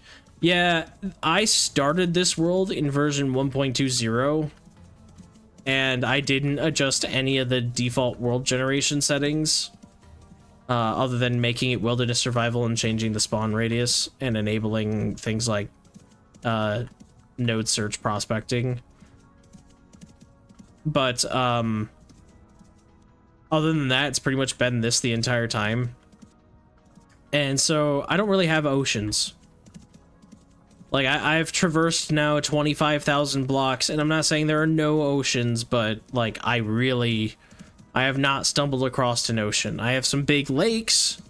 In fact, my main base, or rather base 1, I should call it, is on a big lake. but I can clearly see the other side of it. It's just kind of a pain to travel across or around.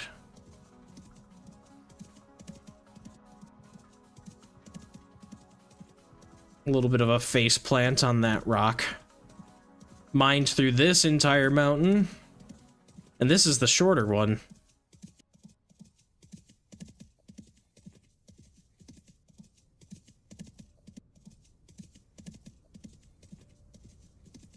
I love how customizable worlds are too. This world has the issue of I started this world after attempting to play Vintage Story maybe 4 or 5 times. So like I had played Vintage Story a few times on my own. So I played with a friend, or a few friends rather. And we restarted our world like 4 times due to a number of reasons. And then I had at least one world that I did myself, where I played completely vanilla, no mods, because the problem with playing with my friends, and this wasn't really their fault or anything, but they played with mods, and I was inexperienced in the game, didn't really know what the mods were or how it worked, so I wanted to play vanilla. So I played vanilla, and also when you have a group, a lot of people do things. So like we had somebody who was into blacksmithing and would do all that. We had somebody who was doing all the farming. We had somebody who was whatever. My thing was hunting, but it was with a butchering mod. So I wanted to play the game vanilla. And so I played a couple worlds on my own in vanilla. Hello, bear. I forgot that there's a bear that likes to travel on this path. And then after I played a couple worlds, I was like, okay, well, we wanted to explore the story, but we never went through it, and they stopped playing Vintage Story. They still haven't played it since. Not because of anything bad, but like, probably burnout. I don't know. But I was like, you know what? Screw it. I'll play myself. If they're gonna just leave me and play something else, then I'm gonna play my own world. And I decided I'd throw a wrench into it and make it no map. So this kind of has that problem of one of my beginning worlds. For as much as I play and as much as I know about the game, I still don't know a lot, and this is still like an early world for me, despite it having hundreds of hours. So it has those issues.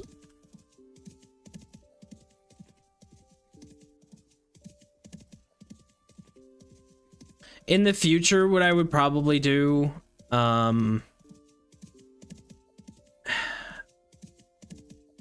I think, like, I respect how this game handles the spawning system, but I think for me personally, I like the idea of being able to permanently change your spawn, and there aren't really any good alternatives to, like, you can have your gear be constant when you use it, but that's not really what I want. And I don't want to have something like bed spawn, because that has the issue that Minecraft has, where if you're traveling in Vintage Story with a bed, you rest in it and then you break it, it's going to reset your spawn. So what I would like to have is just a one-time use, maybe hard to craft item that permanently changes your spawn, but then you have the temporal gear spawn on top of that. But since it's not really a thing, I think I'll probably just, in a future playthrough, set my spawn to wherever my base is at. And even if I have 1,000 block respawn radius, at least it's 1,000 block or 5,000 blocks around that point.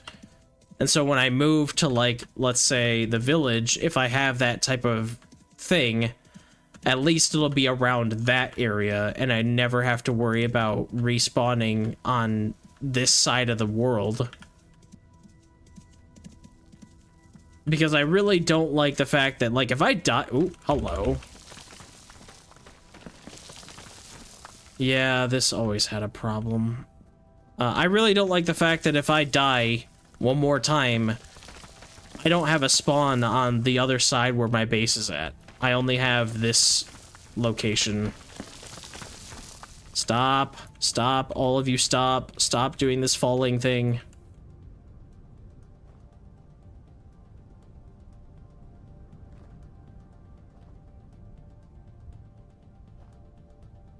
Land somewhere, thank you.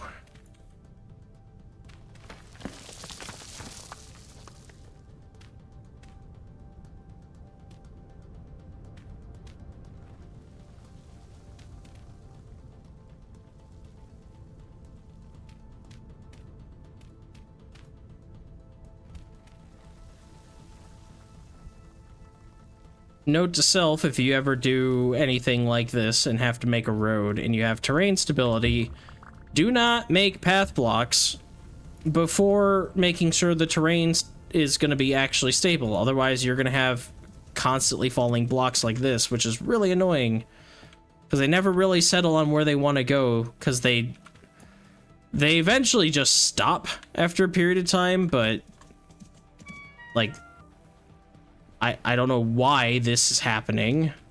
I had this all... I'm drowning! Why am I... I'm not drowning. I'm taking damage from something. Let me out! Let me out! Let me out! Let me out! Stop. If I die to this, I'm gonna be so mad. Let me out.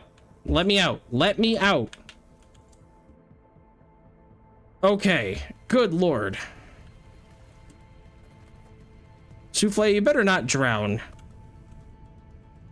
Get your butt up here. I don't think he'll drown because I wasn't really, but... Now I'm not on my road because there was a lake I tunneled under, and apparently that just decided to fall apart. I don't know why. Where are you going? Hey, no. You're not allowed to move. God, now where's my path? Of course, this all happened at nighttime. There it is. Ugh. I'll have to fix that on my way back, because that's annoying. Even though I don't plan on taking this path that much more, that's really annoying. That shouldn't be happening. I thought I patched that all in, but apparently one block led into something else that is now having a problem. We're going to use a couple healing poultices. Change my world from 1 million to 600k without changing any settings. And went from spawning on a continent to a tiny island.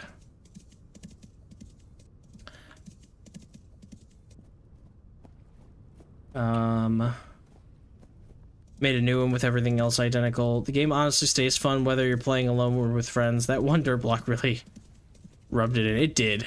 It really did. There are people, like, I mean, Helia was in here earlier and was like, well, I play with a friend and this game's just not the same, you know, without having somebody to play with. And me personally, like, I get that. I do. And I mentioned earlier that, like, I found that, like, these types of games never really work that well with me in co-op with friends because I have an incessant need to progress, and a lot of my friends that play at least Vintage Story, they just like don't. They want to do the story, but they're completely okay with just chilling out and doing something, and I'm like, I have to have a goal. If I don't have a goal, I lose interest in stuff. And so for me, like in this world, the goal is to complete the story that I can anyway. Without this goal, I probably wouldn't have 400 hours in this world. I just don't see myself being like, yeah, let's just travel 25,000 blocks east to see what happens. Like, that would never happen. It would never happen. I'd be like, I have no reason to.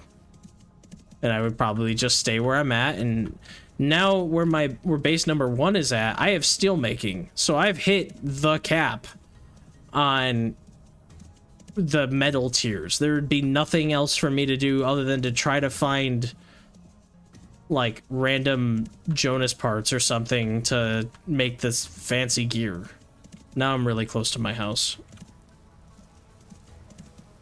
I gotta just take this path, and this is where it starts to turn. It isn't as consistent because I was using this as a footpath, not an elk path. not a road.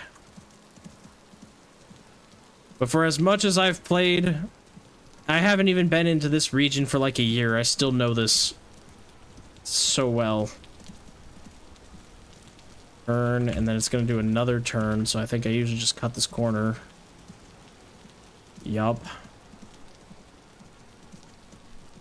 And then, yup. And then here we go. Follow this up to another trader.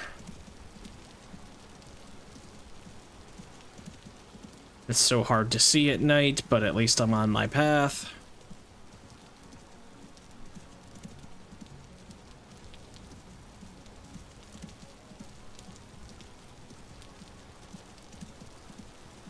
And then it bends a little bit because it had to go around the trader, and we go here across a lake, which we can't even see, and that's funny because I'm only like 4 blocks high.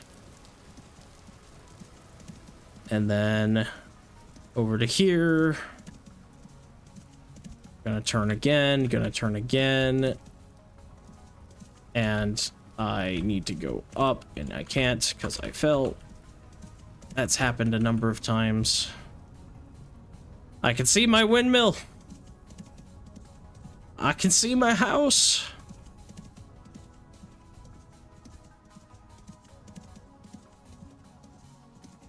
I've got my oak farm. So many oak trees. My birch farm. Got my berry farms out here. Next to my giant lake. This is where Souffle usually sat. Go up my staircase. Oh, I miss this home so much. I spent so much time here. And it had the perfect water. I had water flowing here. I have water flowing into here. This is right next to my kitchen, so I'm able to do this. I never really did a thing where I was going to fix that, but I was going to. I've got chickens. I've got pigs. I've got sheep. I've got my home with the paintings. I had 3 ovens here. God. 5 buckets of water, this thing I chiseled, and the little statue, and the music box, and all these books. It's like a study room. And then over here's my cellar, which is... I still have 98% spoiled pickled onions. Everything else is rotted. Yeah, look at all that rot. That's honestly really good to, like, have if I wanted to make compost with it. Cheese! Still good for 3 years. The undercellar, because reasons. The compost, because compost never rots, so I might just make that. I got 176 here. We still have grain that's good for years. Although, this might have been flax that finally rotted. I don't know. I've got spelt flour, I've got spelt grain, I've got pelts. I've got all this other flour and grain. Look at this stuff. I got salt. Another bucket.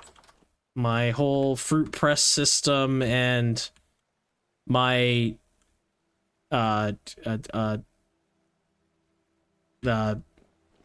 Perry, the wine made out of pears.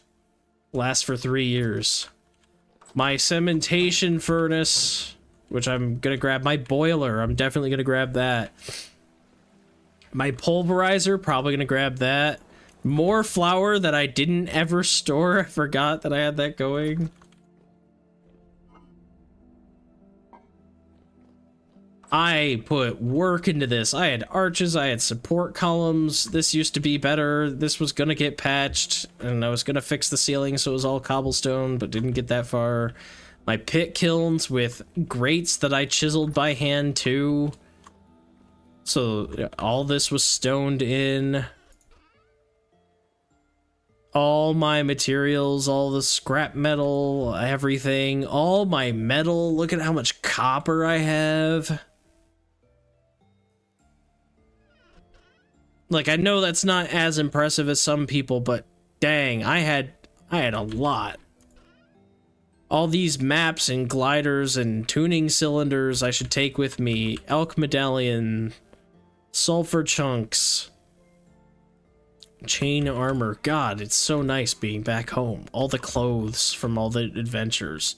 Sticks, flax, more flax, flint, limestone, empty, granite, empty, conglomerate, clay. Birch boards, because that's what I built most of this out of, because it's a light green wood. My bed, my charcoal pit, which might actually have charcoal. It doesn't, it's half full. My charcoal stacks and brown coal stacks that I made, so that you can just pull from here, and it will actually visually drain from here. I loved that. Charcoal, black coal, firewood, brown coal, all for doing all the forging stuff. I still have iron blooms that are here. I still have 4 steel plates and a stack of iron ingots. God, I was going crazy with the amount of stuff. I got backup steel hammer, backup steel falx blade, not even used. What is this? This is a soldering iron that I had to use for the boiler, I think. My water that flowed into here perfectly for quenching everything. This was my everything setup. So my mechanical stuff was set up with, this is a 4, what you call? 4 rotor windmill that's powering this thing. And all I had to do to switch it was go into this crate, take the kern off, and it's actually windy enough so I could do this. Alright, go into this crate, take the kern off, and then just decide, what do I want to do? Do I want to do Hellhammer stuff, or do I want to do pulverizer? Actually, I don't even need that, I need the gear. If I want to do Hellhammers, come over to here. I had an anvil that I've taken since then, but 3 Hellhammers. These are the things I'm gonna steal, because I want this. I miss this so much. The large gear, I might even steal the large gear, honestly, because I have a feeling that if I really wanted to stay here and,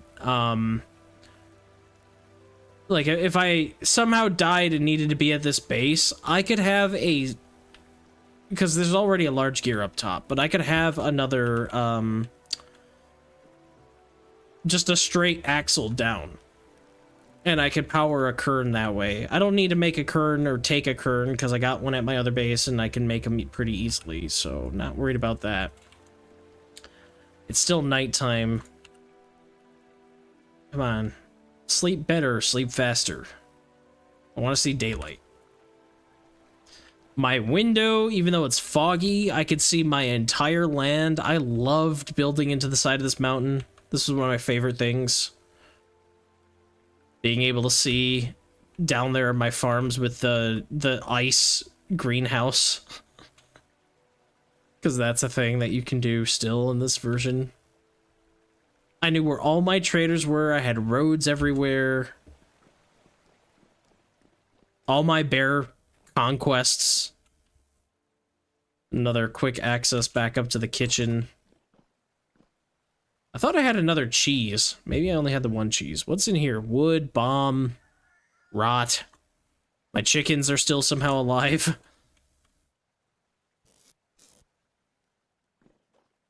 I just had so much here. And then it was like, yeah, pack that up on 1 elk. Oh, I got all this honey. That would have been nice for when it was all dark and crap.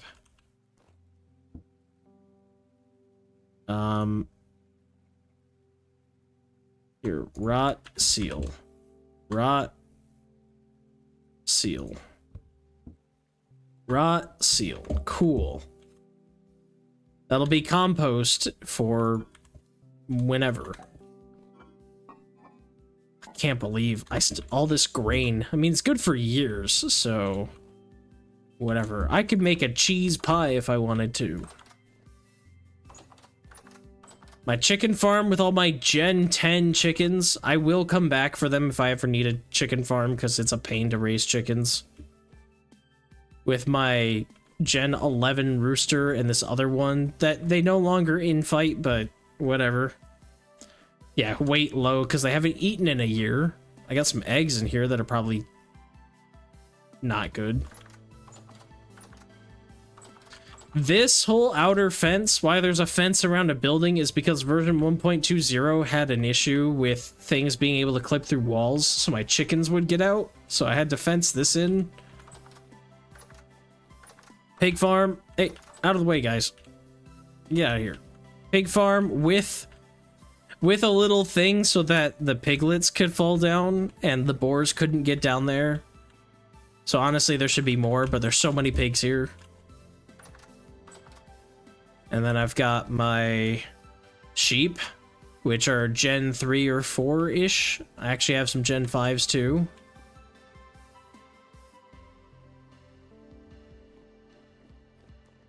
This one was an in-ground one because the same thing as the chickens. I didn't want them escaping. I found sheep really early on in this world. So I didn't want them escaping, so I just threw them into a pit. And then I gotta get up to my windmill, right. I don't actually have a way to get up there from here. But I do have this side door, which I don't really use anymore, but I have that. I have a tower that I climb with windows, with a spiral staircase thingy. I was rich and made bauxite cobblestone, because I can. I was gonna put a door here, never did, so I just placed it there temporarily. And the 4-rotor windmill, and it's snowing now, so it's definitely cold enough. Look at this stuff. 100%, I'm gonna harvest like all of this and take it with me. Maybe not the large gear, although I might because there's no point. Large gears are expensive. Oh, I wish I could have. Yeah, bauxite stairs are a flex. Yeah. I wish I could, I don't know, I miss this. Oh, and I have my signs. These were all things to tell me where things were and what to do. I was gonna make chromium leather stuff. Improve windmill, that's done. I didn't clear that out after that. Lazaret is far east. Archives is far north. God. 2 crates of oak logs, all the feathers. Lots of horsetail. I think I had tons of, yeah, 937 cattails.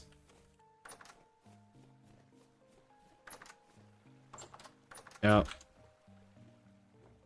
I actually have a whole kind of backside to this house too. Not much, but I used it to like trap moose and stuff early on. It's how I would get my brown coal if I needed it. My apiary that's down here with really tall flowers. It's much smaller than the one that I have now. But my bees. Outside farm for extra crops, and then 3 greenhouses with flowing water of varying amounts. I have Terra Preta, which I can't take with me. I guess I technically have 4 greenhouses because this is a separate room. This is where I tried to grow my pumpkins and failed. And then, why can I not? Oh, I think one of these was carved and I didn't. I think it's this one. Yeah, it's slightly carved and I didn't put it right there. I don't know why I'm fixing it.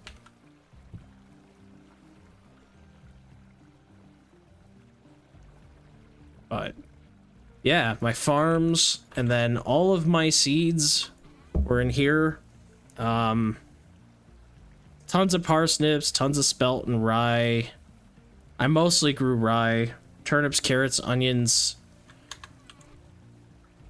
I might bring some of those back.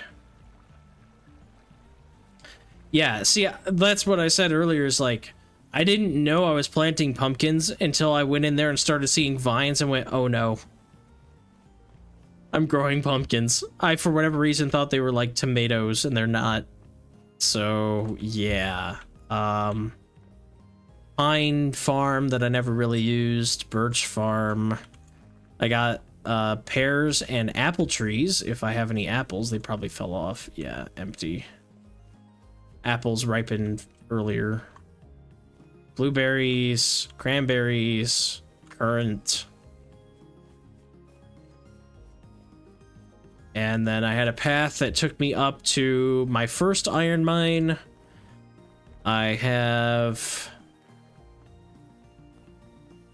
Yeah, living on a bauxite mountain, like, not only was this a great spot to, like... This was a great spot to, like, have the elevation and everything to be able to see. But it was also just, like, there's bauxite. I never had to search for that. I just spawned basically next to this one time and decided to make it my house. So I have this side cliff path here that takes me into this mountain where there's a translocator. And then down here, I have the moose trap and the bear trap, I guess. And then this would take me to a desert that would have my brown coal. So I have some stairs and whatever. This isn't really part of my base too much anymore. Like, I built a staircase to get up and down fairly easily.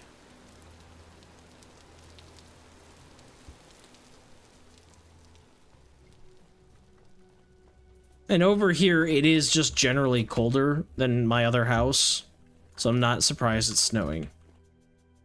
Yay! Home, sweet home. I might take the cheese with me. I don't know. I kind of want the cheese. I have so much rot. Alright, well, I think I'm gonna end stream here because I've got to pack up some stuff and head back over to my base, and I can kind of do that off camera. I also have to decide what I want to take. I'm not entirely sure. I have a lot of random things. All this extra rot laying around that I'm gonna turn into compost here. I might take compost with me, I might not.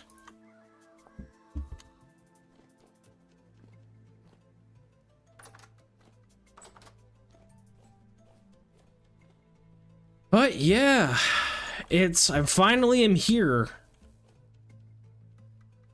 We'll see if that path helps at all on the return trip. But yeah, having to mark things on signs to remember where my traders were. I mean, like, God. And then I marked things like, oh, here's where you get resources. God, I miss this place. Anyway, I could go on, but I'm not going to. I'll end stream here. It's been fun. Thanks for stopping in, Sleepy, and you've been here like the whole time, so thank you so much. It's like 5 hours.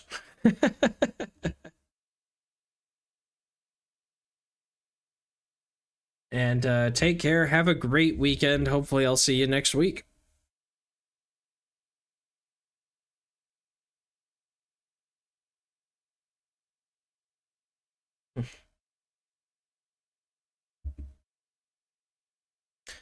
Bye now.